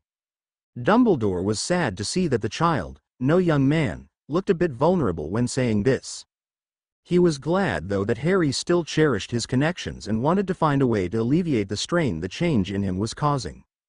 Well, you could tell them a bit of the truth, I suppose. Not the whole truth, as we need to keep these things close to our chests. Madame Amelia Bones, who you have met a couple of times now, is aware of what happened here before the break, and is silently preparing the Auror force for the years ahead as necessary without tipping anyone off. I suppose you can come clean to them with what happened with Quirrell. It is a widespread rumor that Voldemort is not truly gone. You could tell them that Quirrell made an attempt on you when you were confronting him, and you were his downfall. It should be believable enough and could explain your change in attitude. I think that would alleviate some of the strain, sir. It could certainly explain my aloof behavior. Killing your professor in self-defense would certainly be a good reason to act as I do now, Harry said thoughtfully. Should I be overly concerned that I essentially became more like that monster though, sir? Harry asked after a moment. Professor Snape looked at the boy in deep thought for that, and Dumbledore steepled his hands one over the other on his desk and leaned towards Harry. I would not be too concerned, Harry. Your occlumency is impressive and has served you well.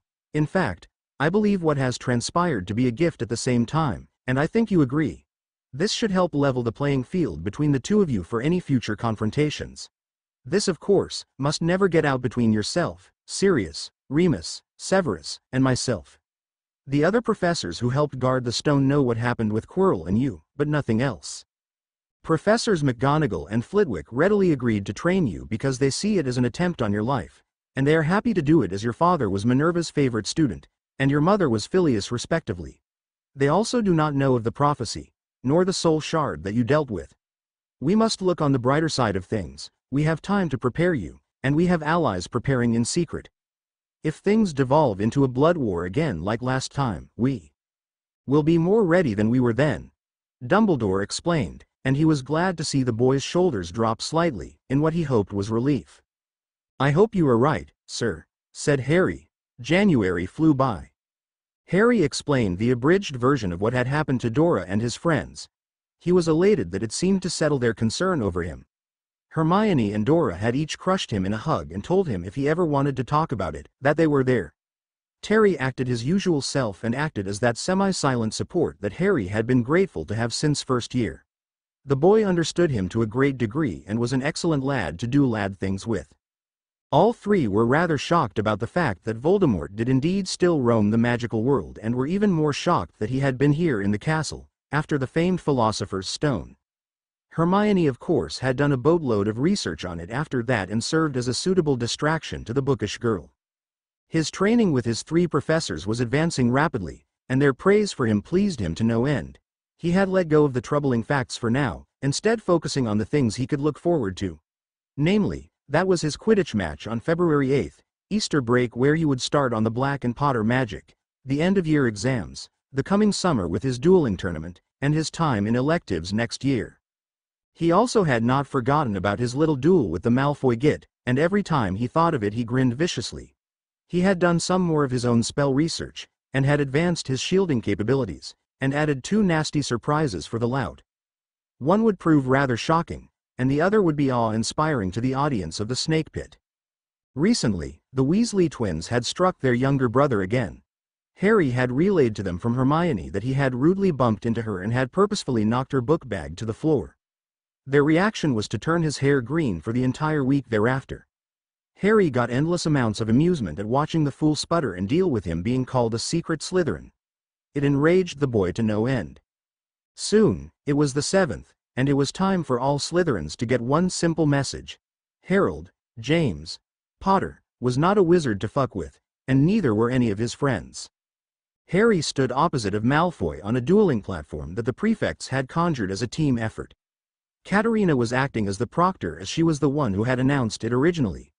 Malfoy was glaring at him but seemed to have a smug look on his face that made Harry question if the boy's father had taught him anything over the break. It wouldn't help. Slytherins, we have all been waiting for this duel since nearly the beginning of the year, Katerina announced with an amplifying charm. Second-year Harry Potter has challenged first-year Draco Malfoy to a duel over proper decorum and etiquette, which Mr. Potter says Mr. Malfoy broke. As we all know, Mr. Potter is the heir currently to two most ancient and most noble houses. Mr. Malfoy has been rude to Mr. Potter numerous times throughout the year. They will settle their difference on the dueling platform. She then turned to the platform to address the two combatants.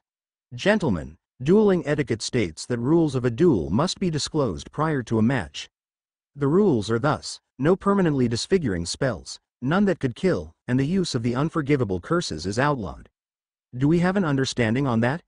Malfoy only nodded with a sneer to the older girl, while Harry replied properly.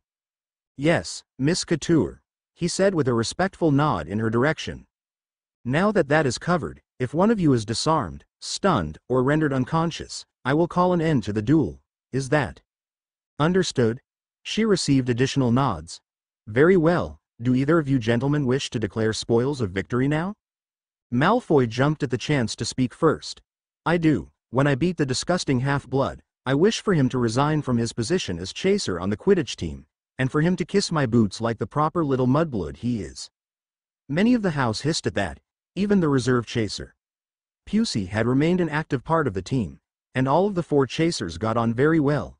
He didn't like the prospect of not earning his place as a starting chaser. He was the prideful sort, in a good way. Flint looked murderous. How dare this first year try to ruin his team? Harry only stared back at the boy, his usual emerald eyes cooling rapidly, as he looked straight into his eyes.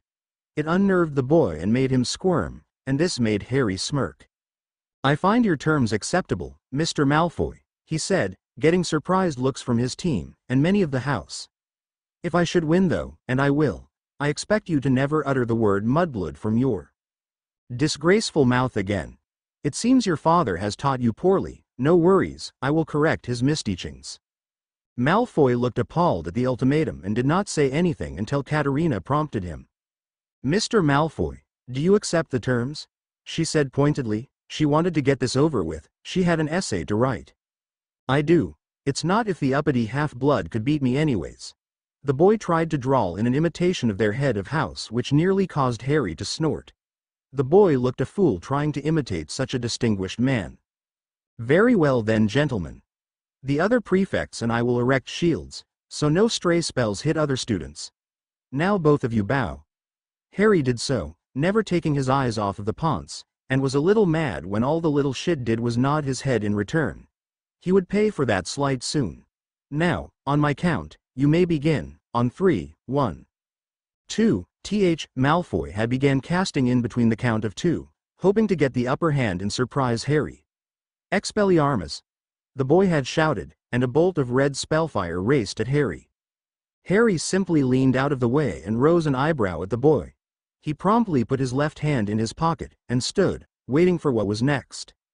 Malfoy snarled at the easy dodge, thinking for sure he would have one in one fell swoop. He brandished his wand again. Mucus ad nauseam. Harry lazily flicked the spell into the shield barrier and grinned viciously at the boy. Malfoy began throwing spells with reckless abandon at that, nothing topping the first few spells from the second-year curriculum, something the boy's father must have shown him over the break in preparation.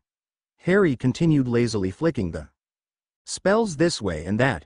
He was getting ever amused that while the boy knew some spells, his fire rate was slow, and his casting was weak. This went on for several minutes before the boy seemed to break. That's it, you filthy bastard, let's see how you deal with this. The boy raised his wand again, panting, and casted a spell that impressed Harry. Serpensortia. A cobra launched from the boy's wand and landed in the middle of the platform. The blonde grinned smugly at Harry, thinking this would scare him. Harry couldn't help the evil smirk that came to his face, and chuckled, unnerving all. Harry listened to the snake, while watching for any movement from Malfoy. He flicked a few more spells away. "Who dares disturb my slumber? I was fast in hibernation." Harry smiled at Malfoy, and then looked at the snake, and spoke. "It was the blonde one across from me, little one." Every jaw in the common room dropped. Potter had just spoke Parseltongue. Malfoy looked like he was going to piss himself. The cobra looked at Harry. "A speaker," and it bowed its head to him. "Please return me to my nest, speaker." "Of course, little one." Vipera Evanesca. The cobra vanished, and Harry looked back to Malfoy viciously. "You look surprised, Mr. Malfoy." Harry drawled as he brandished his wand and fired a silent spell that Professor Snape had taught him. Levicorpus, Malfoy was promptly yanked to the air by his ankle and yelped. He maintained his wand and continued trying to cast at Harry, but he couldn't aim as well and most missed, the rest were shielded. Harry approached the little shit slowly. When he was right in front of him, he grabbed the boy's wand hand so that he could no longer cast. This allowed the duel to continue since his opponent was both armed and conscious. "Now, do you see, Malfoy? You act as if because I am a half-blood, that I cannot touch you. Well, I am touching you now." Harry continued slowly, staring into the boy's now frightened eyes. He brought his wand tip to the frozen boy's forehead. "Oh, I can most certainly touch you, and it won't be pleasant." Harry grinned as blue static began sparking from the tip of his wand. Harry then used a spell of Norwegian descent that he had found perfect for such an occasion. Shokus, shocks of electricity raced through the idiot's body, causing him to convulse, and to scream in pain. Harry had let go of his wand hand just before he finished the incantation, and enjoyed the boy's cries a bit too much. All in the common room looked on in shock as the Malfoy boy screamed in agony, and then let his bladder go. Once the boy wet himself, Harry ended the spell reluctantly, as the fool dropped his wand in his spasms. He promptly cancelled his dangling jinx, and let the idiot hit the floor, unconscious. Harry turned to Katerina with a pointed look. Her jaw was wide open, and a look of fear was on her face. He cleared his throat, snapping everyone's attention back to him, and away from the mess of the boy who was in a pile on the floor. "Are you going to call the match, or must I embarrass the idiot some more?" Harry asked slowly. Katerina shook herself and reapplied the amplifying charm. "Mr. Potter has won the duel, as Mr. Malfoy has been rendered unconscious," she shouted. She and the other prefects promptly cancelled the shield spells, and 2 seventh years rushed to check Malfoy's health. One turned to Katerina. "The boy is fine, he will likely sleep through the night, and be twitchy for a few days, but Mr. Potter didn't do anything permanently damaging to him, except maybe his ego." Katerina nodded at that. All eyes returned to Harry at that news. Terry was the one who spoke the question everyone was thinking. "Bloody hell, Harry. You're a Parselmouth?" The boy was looking at him in partial awe. He knew his best friend was a monster with a wand, but what he had just witnessed was epic, and a bit scary. Harry applied his own amplifying charm.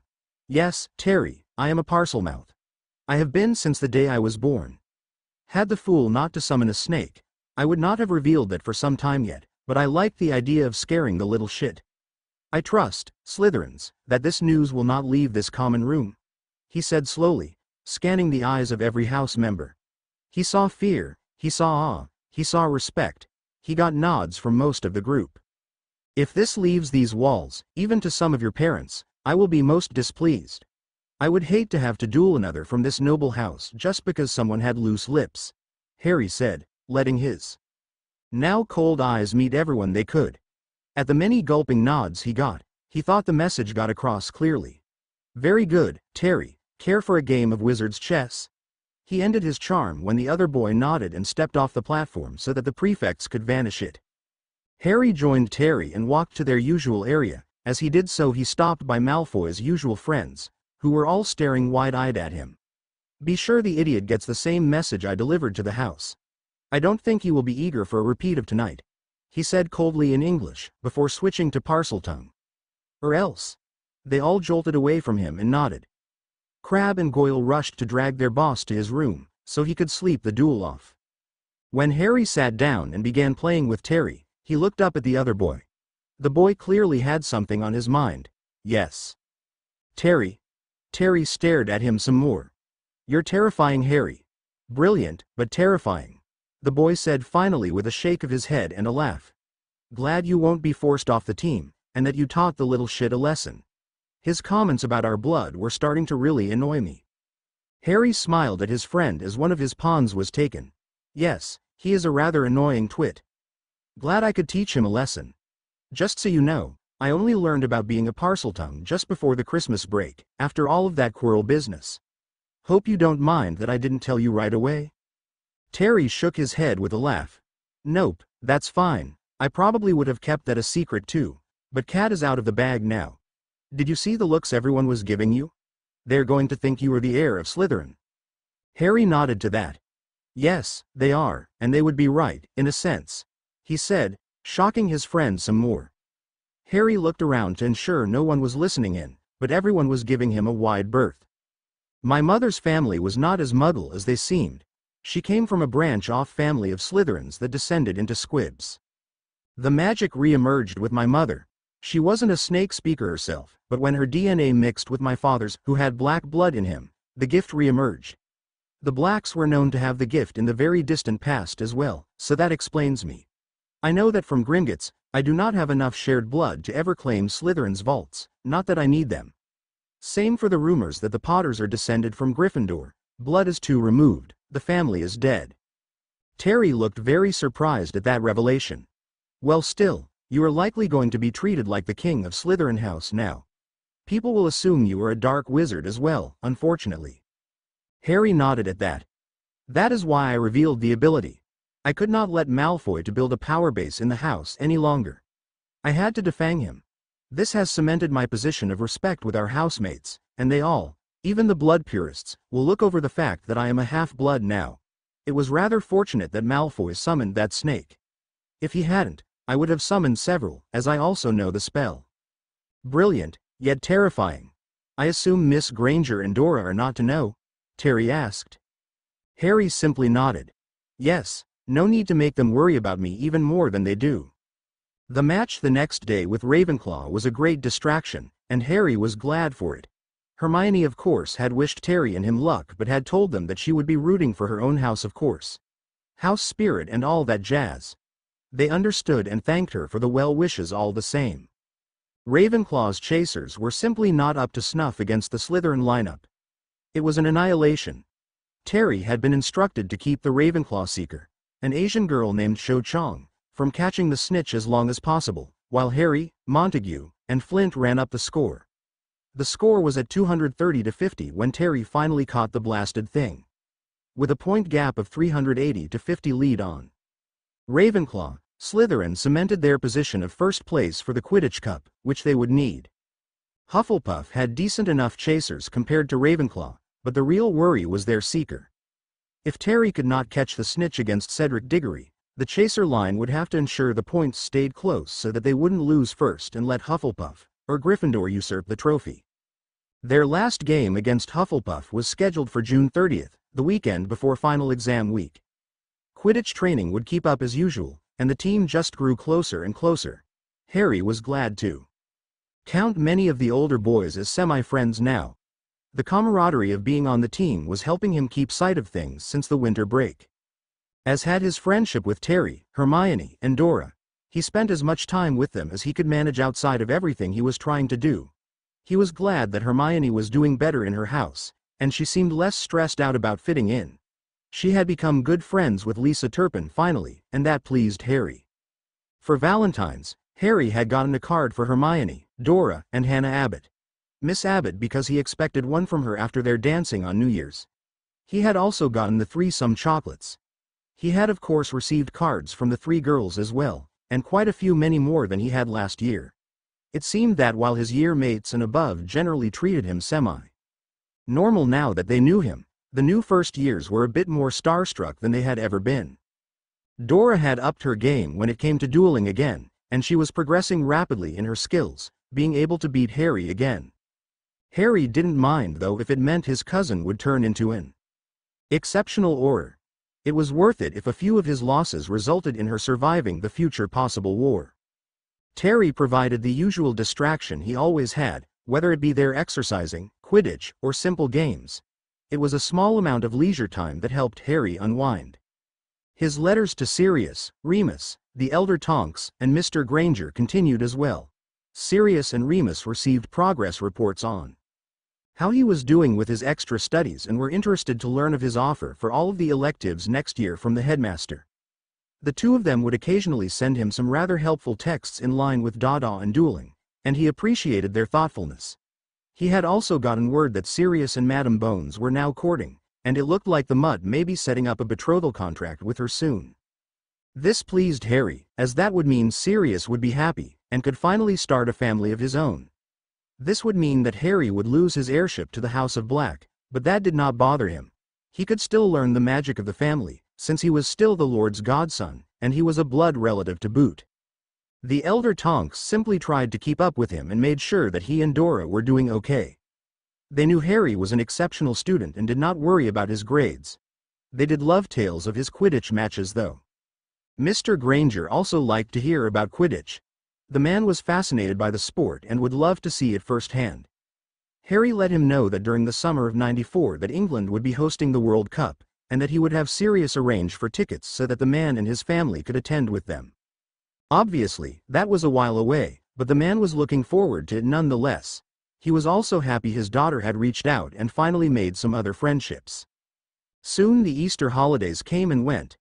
Harry had enjoyed his break from school, even if it meant learning more about the Potters, Blacks, and their magics. Sirius and Remus continued dueling him 1 version 2, and he would occasionally best them both. The Potter family had specialized in transfiguration and warding specifically. Since Harry did not yet know enough about runes, they were holding off on the latter. He instead learned some transformations that his family had come up with and were considered rather advanced. It took him a while, as the family magic called for these to be done silently, to prevent people learning them too easily. Anyone could technically learn it, and this was the only defense to protect the spells outside of them only being in the Potter family grimoire. What Sirius taught as far as the Blacks were concerned, were curses, and lots of them. Sirius didn't like the spells, but he had used them to save his life and his friends during the war and was willing to show Harry. There were variations of the blood-boiling curse, the skinning curse, and the madness curse that the family had invented, with specific counter-curses. It was scary what magic could be used for, in Harry's mind, but he also took some glee in learning these things. Magic was magic, after all. The break was too short, and he returned to the castle with his friends to continue on as they were. The years simply flew by after that. Terry had worried over what electives to pick, but had settled on ancient runes and arithmancy, deciding he might like to be either a warder or a spellcrafter when he left school, and those were the two best for him. Well, the boy also wanted to be a professional seeker, but he needed options. Harry had taken to helping tutor Neville, and by extension Susan Bones, Hannah Abbott, and Lisa Turpin with the help of Hermione. She had formed the little study group that would join he and her in the library occasionally for revision. Harry was curious why Neville seemed to have difficulty with spell casting, as he usually had the correct incantation and wand movements, and took Harry's advice for each spell willingly, but it still took him longer than most to get a spell down. It was strange. He didn't mind the extra people being around now, as they were friendly enough. He got to make sure that Miss Turpin wasn't using Hermione, as the girl was rather intelligent on her own, and that pleased him. He had very many discussions about spells with the two Ravenclaws that he had enjoyed a good bit. It was always good to speak to other intellectuals. Susan Bones and Hannah Abbott were generally quiet around him. Susan did seem to have a crush on Neville though and would look at him more than she would ever look at Harry, a small blessing. It did seem though that their night of dancing had created a small crush with Miss Abbott. She seemed fine with just doing studying in his presence occasionally, and he put it out of his mind. He didn't need the extra unwanted attention from girls. He had gotten enough well wishes on Valentine's Day.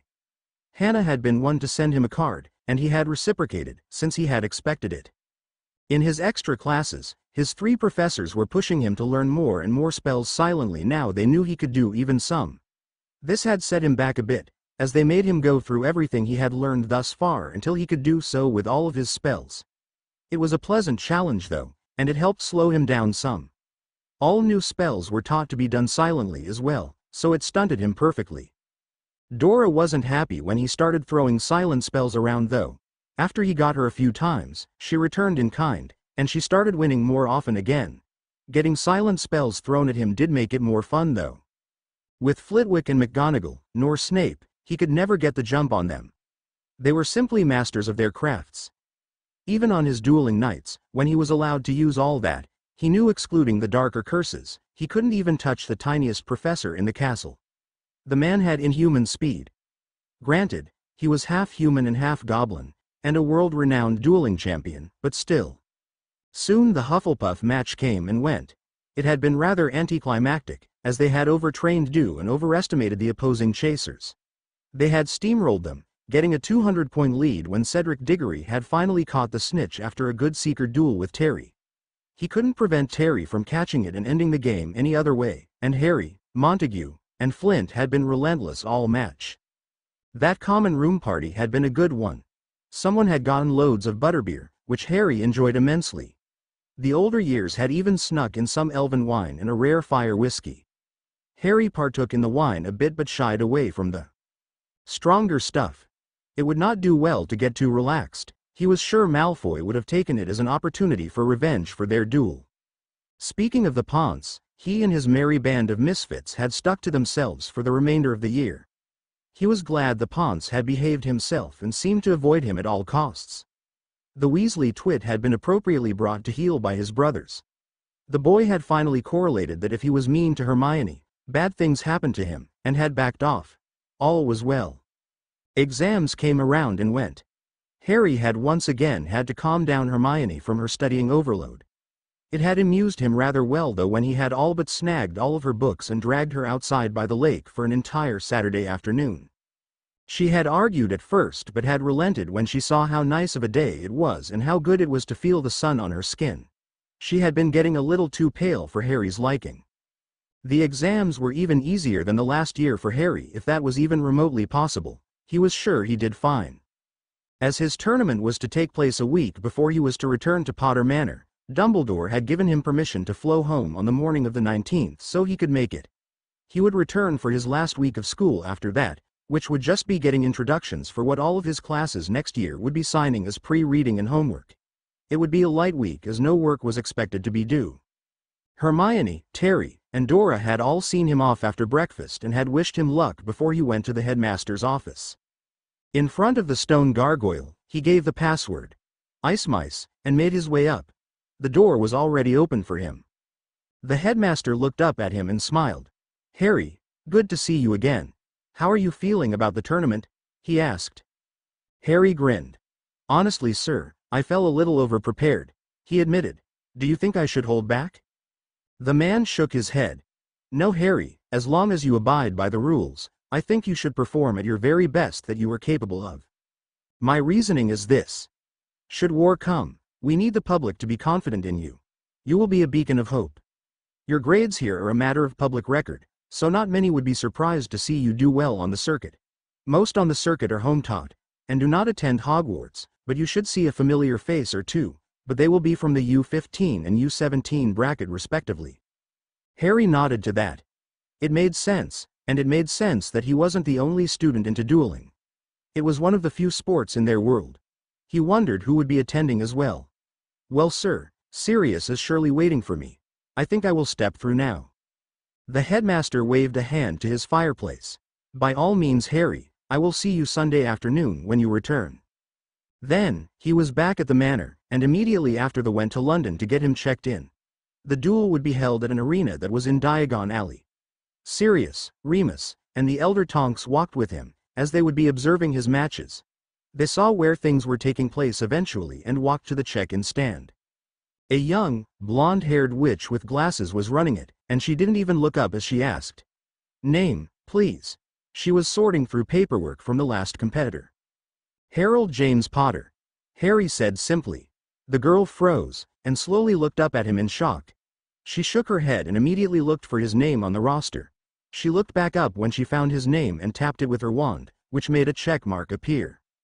"You're checked in, Mr. Potter." Please wait by platform 2 for your first match. Over today, Saturday, and Sunday, you will have 2 matches a day. Everything is sudden elimination. No permanently disfiguring curses and no unforgivable are permitted at the tournament. Everything else is fair game. Any questions? Harry shook his head. Very well, you are contestant number 7, here's your badge. Harry took the proffered badge and was amused that it was the same number as his Quidditch jersey. Odd, that. Harry went to his platform with his family and waited for things to get rolling. Eventually a pudgy man wearing yellow and black striped Quidditch robes came up onto the platform. Harry saw him tack out his wand and use the amplifying charm. Welcome ladies and gentlemen. My name is Ludo Bagman, from the Department of Magical Games and Sports. Today we will be observing the British U13, U15, and U17 dueling tournaments. This year, there are 64 contestants for the U13 branch, so they will have 6 rounds total, 2 each day of this weekend.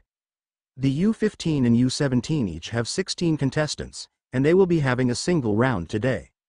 Tomorrow, and both their semifinal and final rounds on Sunday. Since there are many more rounds to do for the U13 block, they will be utilizing Platform 2, which I am standing on, and Platform 3. The U15 and U17 blocks will be completed on Platform 1. Now, I will call out the first matches, 1 from the U15, and 2 from the U13. Blocks. The man said to open the tournament up. The man called contestants out by their numbers, it appeared, and he wouldn't have to wait too long. He and the adults decided to just hang at Platform 2 and wait for his number to be called. He looked back to Platform 1 and saw to his surprise that Cedric Diggory was in the U15 tournament. That answered the other student from that block. He wondered who was in the U17 one. He noticed Diggory had done rather well and had beaten his opponent in a couple of minutes of trading spells. Harry clapped for him, glad the fellow Quidditch player managed a win. He turned his attention back to his platform. The 2 boys who had originally been called up were still going at it, but he noticed they were rather sloppy. This may take a while, he thought dejectedly. And it did. It wasn't for another 15 minutes that his own first match was called up, considering he was in number 4, and there was another round to go after the remaining 12 matches. It would be a long day. He made his way onto the platform after getting a kiss on the cheek from Andy and pats on the back from all the men. He wished Dora could have come too, but she had newts to finish today still. She would be here tomorrow though. When he got to his spot, the crowd noticed who he was, as they gasped, and he was a little annoyed to hear Ludo Bagman announce it. Great Scott, ladies and gentlemen. It's the boy who lived, Harry Potter. I think we are in for a treat today. Harry sighed before shouted over to the man. I'm just contestant number 7 today, sir. Can we get this ball rolling? Of course, number 7. Quite right. Our next match is between contestants 7 and 8 as I announced. Now, you gentlemen know the rules. Please bow to each other. Harry did bow to the other boy. He was a little bit shorter than himself, and had neatly cropped red hair and brown eyes, and his face was littered with freckles. The boy could pass for Weasley. The boy looked nervous after hearing who his opponent was. Now gentlemen, on my count, 1, 2, 3, Bagman called. The other boy immediately launched a disarming spell at him, which Harry deflected. He shot off a quick stupefy which hit true, ending his opponent. The crowd was silent. That match had been over instantaneously. They erupted into cheers as Harry revived his opponent and helped him up. You all right? He asked the kid. The kid stared at him. You moved so fast, the boy simply stated. Harry shrugged. I duel a lot and I play Quidditch too. Need the reflexes. Good match, name's Harold Potter, and you? He said, sticking out his hand. The boy seemed to remember himself after that and grinned. Dominic McTavish, I'm disappointed I lost in the first round of course, but yeah, good duel. Maybe we will cross wands again at the U15 circuit next year. Harry gave him a small smile. I hope so. Nice meeting you. With that, they both left the platform, the crowd still going crazy. Bagman was still at it and hadn't called the next contestants up yet. Ladies and gentlemen, that was the fastest match so far today, over in 2 spells. Marvelous, well done number 7. Bagman had winked at him, and Harry couldn't help but chuckle at the man's antics as he reached his family, all of whom promptly congratulated him on a job well done. The day proceeded, and it wasn't until around 2 in the afternoon that his second duel popped up. He had to trade a couple more spells with the witch he fought, who tried to overwhelm him by firing a spell chain at him. He had been impressed, but she couldn't batter his shield and winded herself in that first volley. He promptly stunned her as well. After that, they were told to be back at 10 the next day if they did not wish to watch the rest of the matches. The U15 and U17 blocks had already finished for the day, so Harry wasn't interested to keep watching. They all ate a late lunch at the Leaky Cauldron and talked about the day. Harry had been a little disappointed with the level of challenge his first two competitors gave him, but he squashed it. He had been receiving rather advanced training, and he had the memories of a murdering megalomaniac that made him learning magic almost a cheat code. He shouldn't expect normal children to be able to stand up to him. It wasn't fair. I wonder if I will even bother with the U15 circuit next year? He had thought to himself. Harry returned to the castle Sunday afternoon victorious. Diggory had been the runner-up for the U15 block, and it turns out that Oliver Wood had made it to the semifinals for the U17 block. He had run into them both in between the Saturday duels. Harry had not had difficulty with his following opponents. It had been a clean sweep. No one had touched him or even come close. He didn't think he would join the circuit again next year. He would wait until his opponents were in the U17 block perhaps. He had been assailed by Hermione and Terry almost immediately upon his return, and he retold his happenings for the weekend. They were very happy he had won, and Terry had teased him that he would only be more famous now. Harry had promptly told him to stuff it. The remaining week of school flew by, and it was time to leave the castle for good. Well, for the summer at least. Flint had given Harry and Terry a heads up before they left the castle though. Apparently, Malfoy was trying to have his daddy buy his way onto the Slytherin Quidditch team. The man had offered to Professor Snape to buy a full set of Nimbus 2001s with the sole condition that Harry and Terry be kicked off the team. I have already talked to the professor about this in length and we are in agreement. This would only give the house a bad name, and it would be obvious what happened to everyone else. You two are good players, and you helped us with the Bloody Cup this year. I won't have that Ponce ruining our dynamic. I asked the professor to refuse, and he has agreed. Slytherin prestige is better earned, not bought.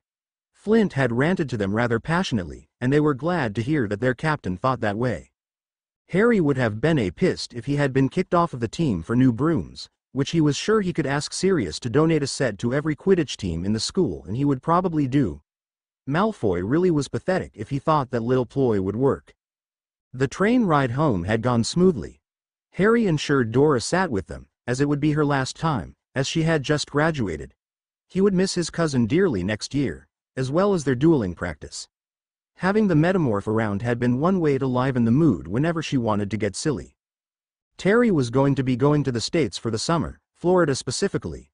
His parents wanted him to experience the tropical climate and have a chance to go to Disney World. Hermione had gushed to that, saying she had been to the park in Paris, and it had been a great time. Hermione and her parents would actually be going to southern France for the first 2 weeks of vacation as well, so she would not be around. Dora was off to the Auror Academy next week, so she wouldn't be available to be a distraction from his training either. He was glad to hear that Neville had no lasting plans and invited his godbrother to the manor whenever he wished, as long as he rode or called over first. The boy happily agreed but admitted that he would be rather busy in his greenhouses this summer, as his grandmother had gotten a fresh shipment of seeds for a variety of plants. Susan Bones had stopped in his carriage to warn him that with his godfather courting her aunt, she would likely be at the manor frequently. That was something he already knew, as Sirius had to ask him permission as it was his house. He wasn't bothered by it, he liked the girl enough as a friend, and she would soon be a pseudo-sister if Sirius ever popped the question to Madame Bones. Eventually the ride finished, Harry said his goodbyes, he got his typical hug from Hermione, a man hug with Terry, a handshake with Neville, a wave to Susan and Hannah each. Then he, Sirius Remus, and the Tonks apparated to the manor for a welcome home dinner. Tipsy outdid herself with the feast she prepared. She looked rather tired though, and Harry remembered that he should look into getting another elf soon. They are trying to kill me. Harry had decided a week into being back home. Remus and Sirius were destroying him every bloody day. Mornings were for his torture. Sirius had gotten too fit with Harry not around. The bastard had fitted the manor with an entire muggle gym and made him utilize it after every morning run. At this rate, Harry would be more fit for a beater than a chaser. He wasn't opposed, but he preferred scoring as opposed to playing the defense. After he finished working out, and he had breakfast to recharge, they had the nerve to place him at the library desk and begin to lecture him about all manner of things. After lunch, they would either practice new spells, or duel. For the entire afternoon. Don't get him wrong, he loved to be pushed, but this was insane. When he asked them about it, they had replied in unison. "We already lost your parents, Harry. We can't lose you too." That had sobered him and shut him right up. They were doing everything they could to help prepare and advance him. They did not really treat him as a child anymore, as he didn't really feel like it ever since last Christmas. He was grateful for that. Sirius covered down on transfiguration and the dark arts, as well as the family magics, now that he was home, and Remus covered charms and Dada. They both taught him the dueling aspect. Just because you are the British U13 champion doesn't mean you get to slack off. Battle is nothing like dueling. We won't teach you dueling, you're going to fight us. Had been what Sirius had told him the day after he got back. And fight they had. Every day left him battered and bruised. He got no days off whatsoever, not even the weekends. They were always hounding him. He was theirs from 5 in the morning until 4 in the afternoon. It did him good though, he saw improvement in all areas, and they continued piling on new material. He had asked to go over his elective subjects as well but shot him down. They were prepping him for offense and defense, and nothing else. He could learn the rest at school.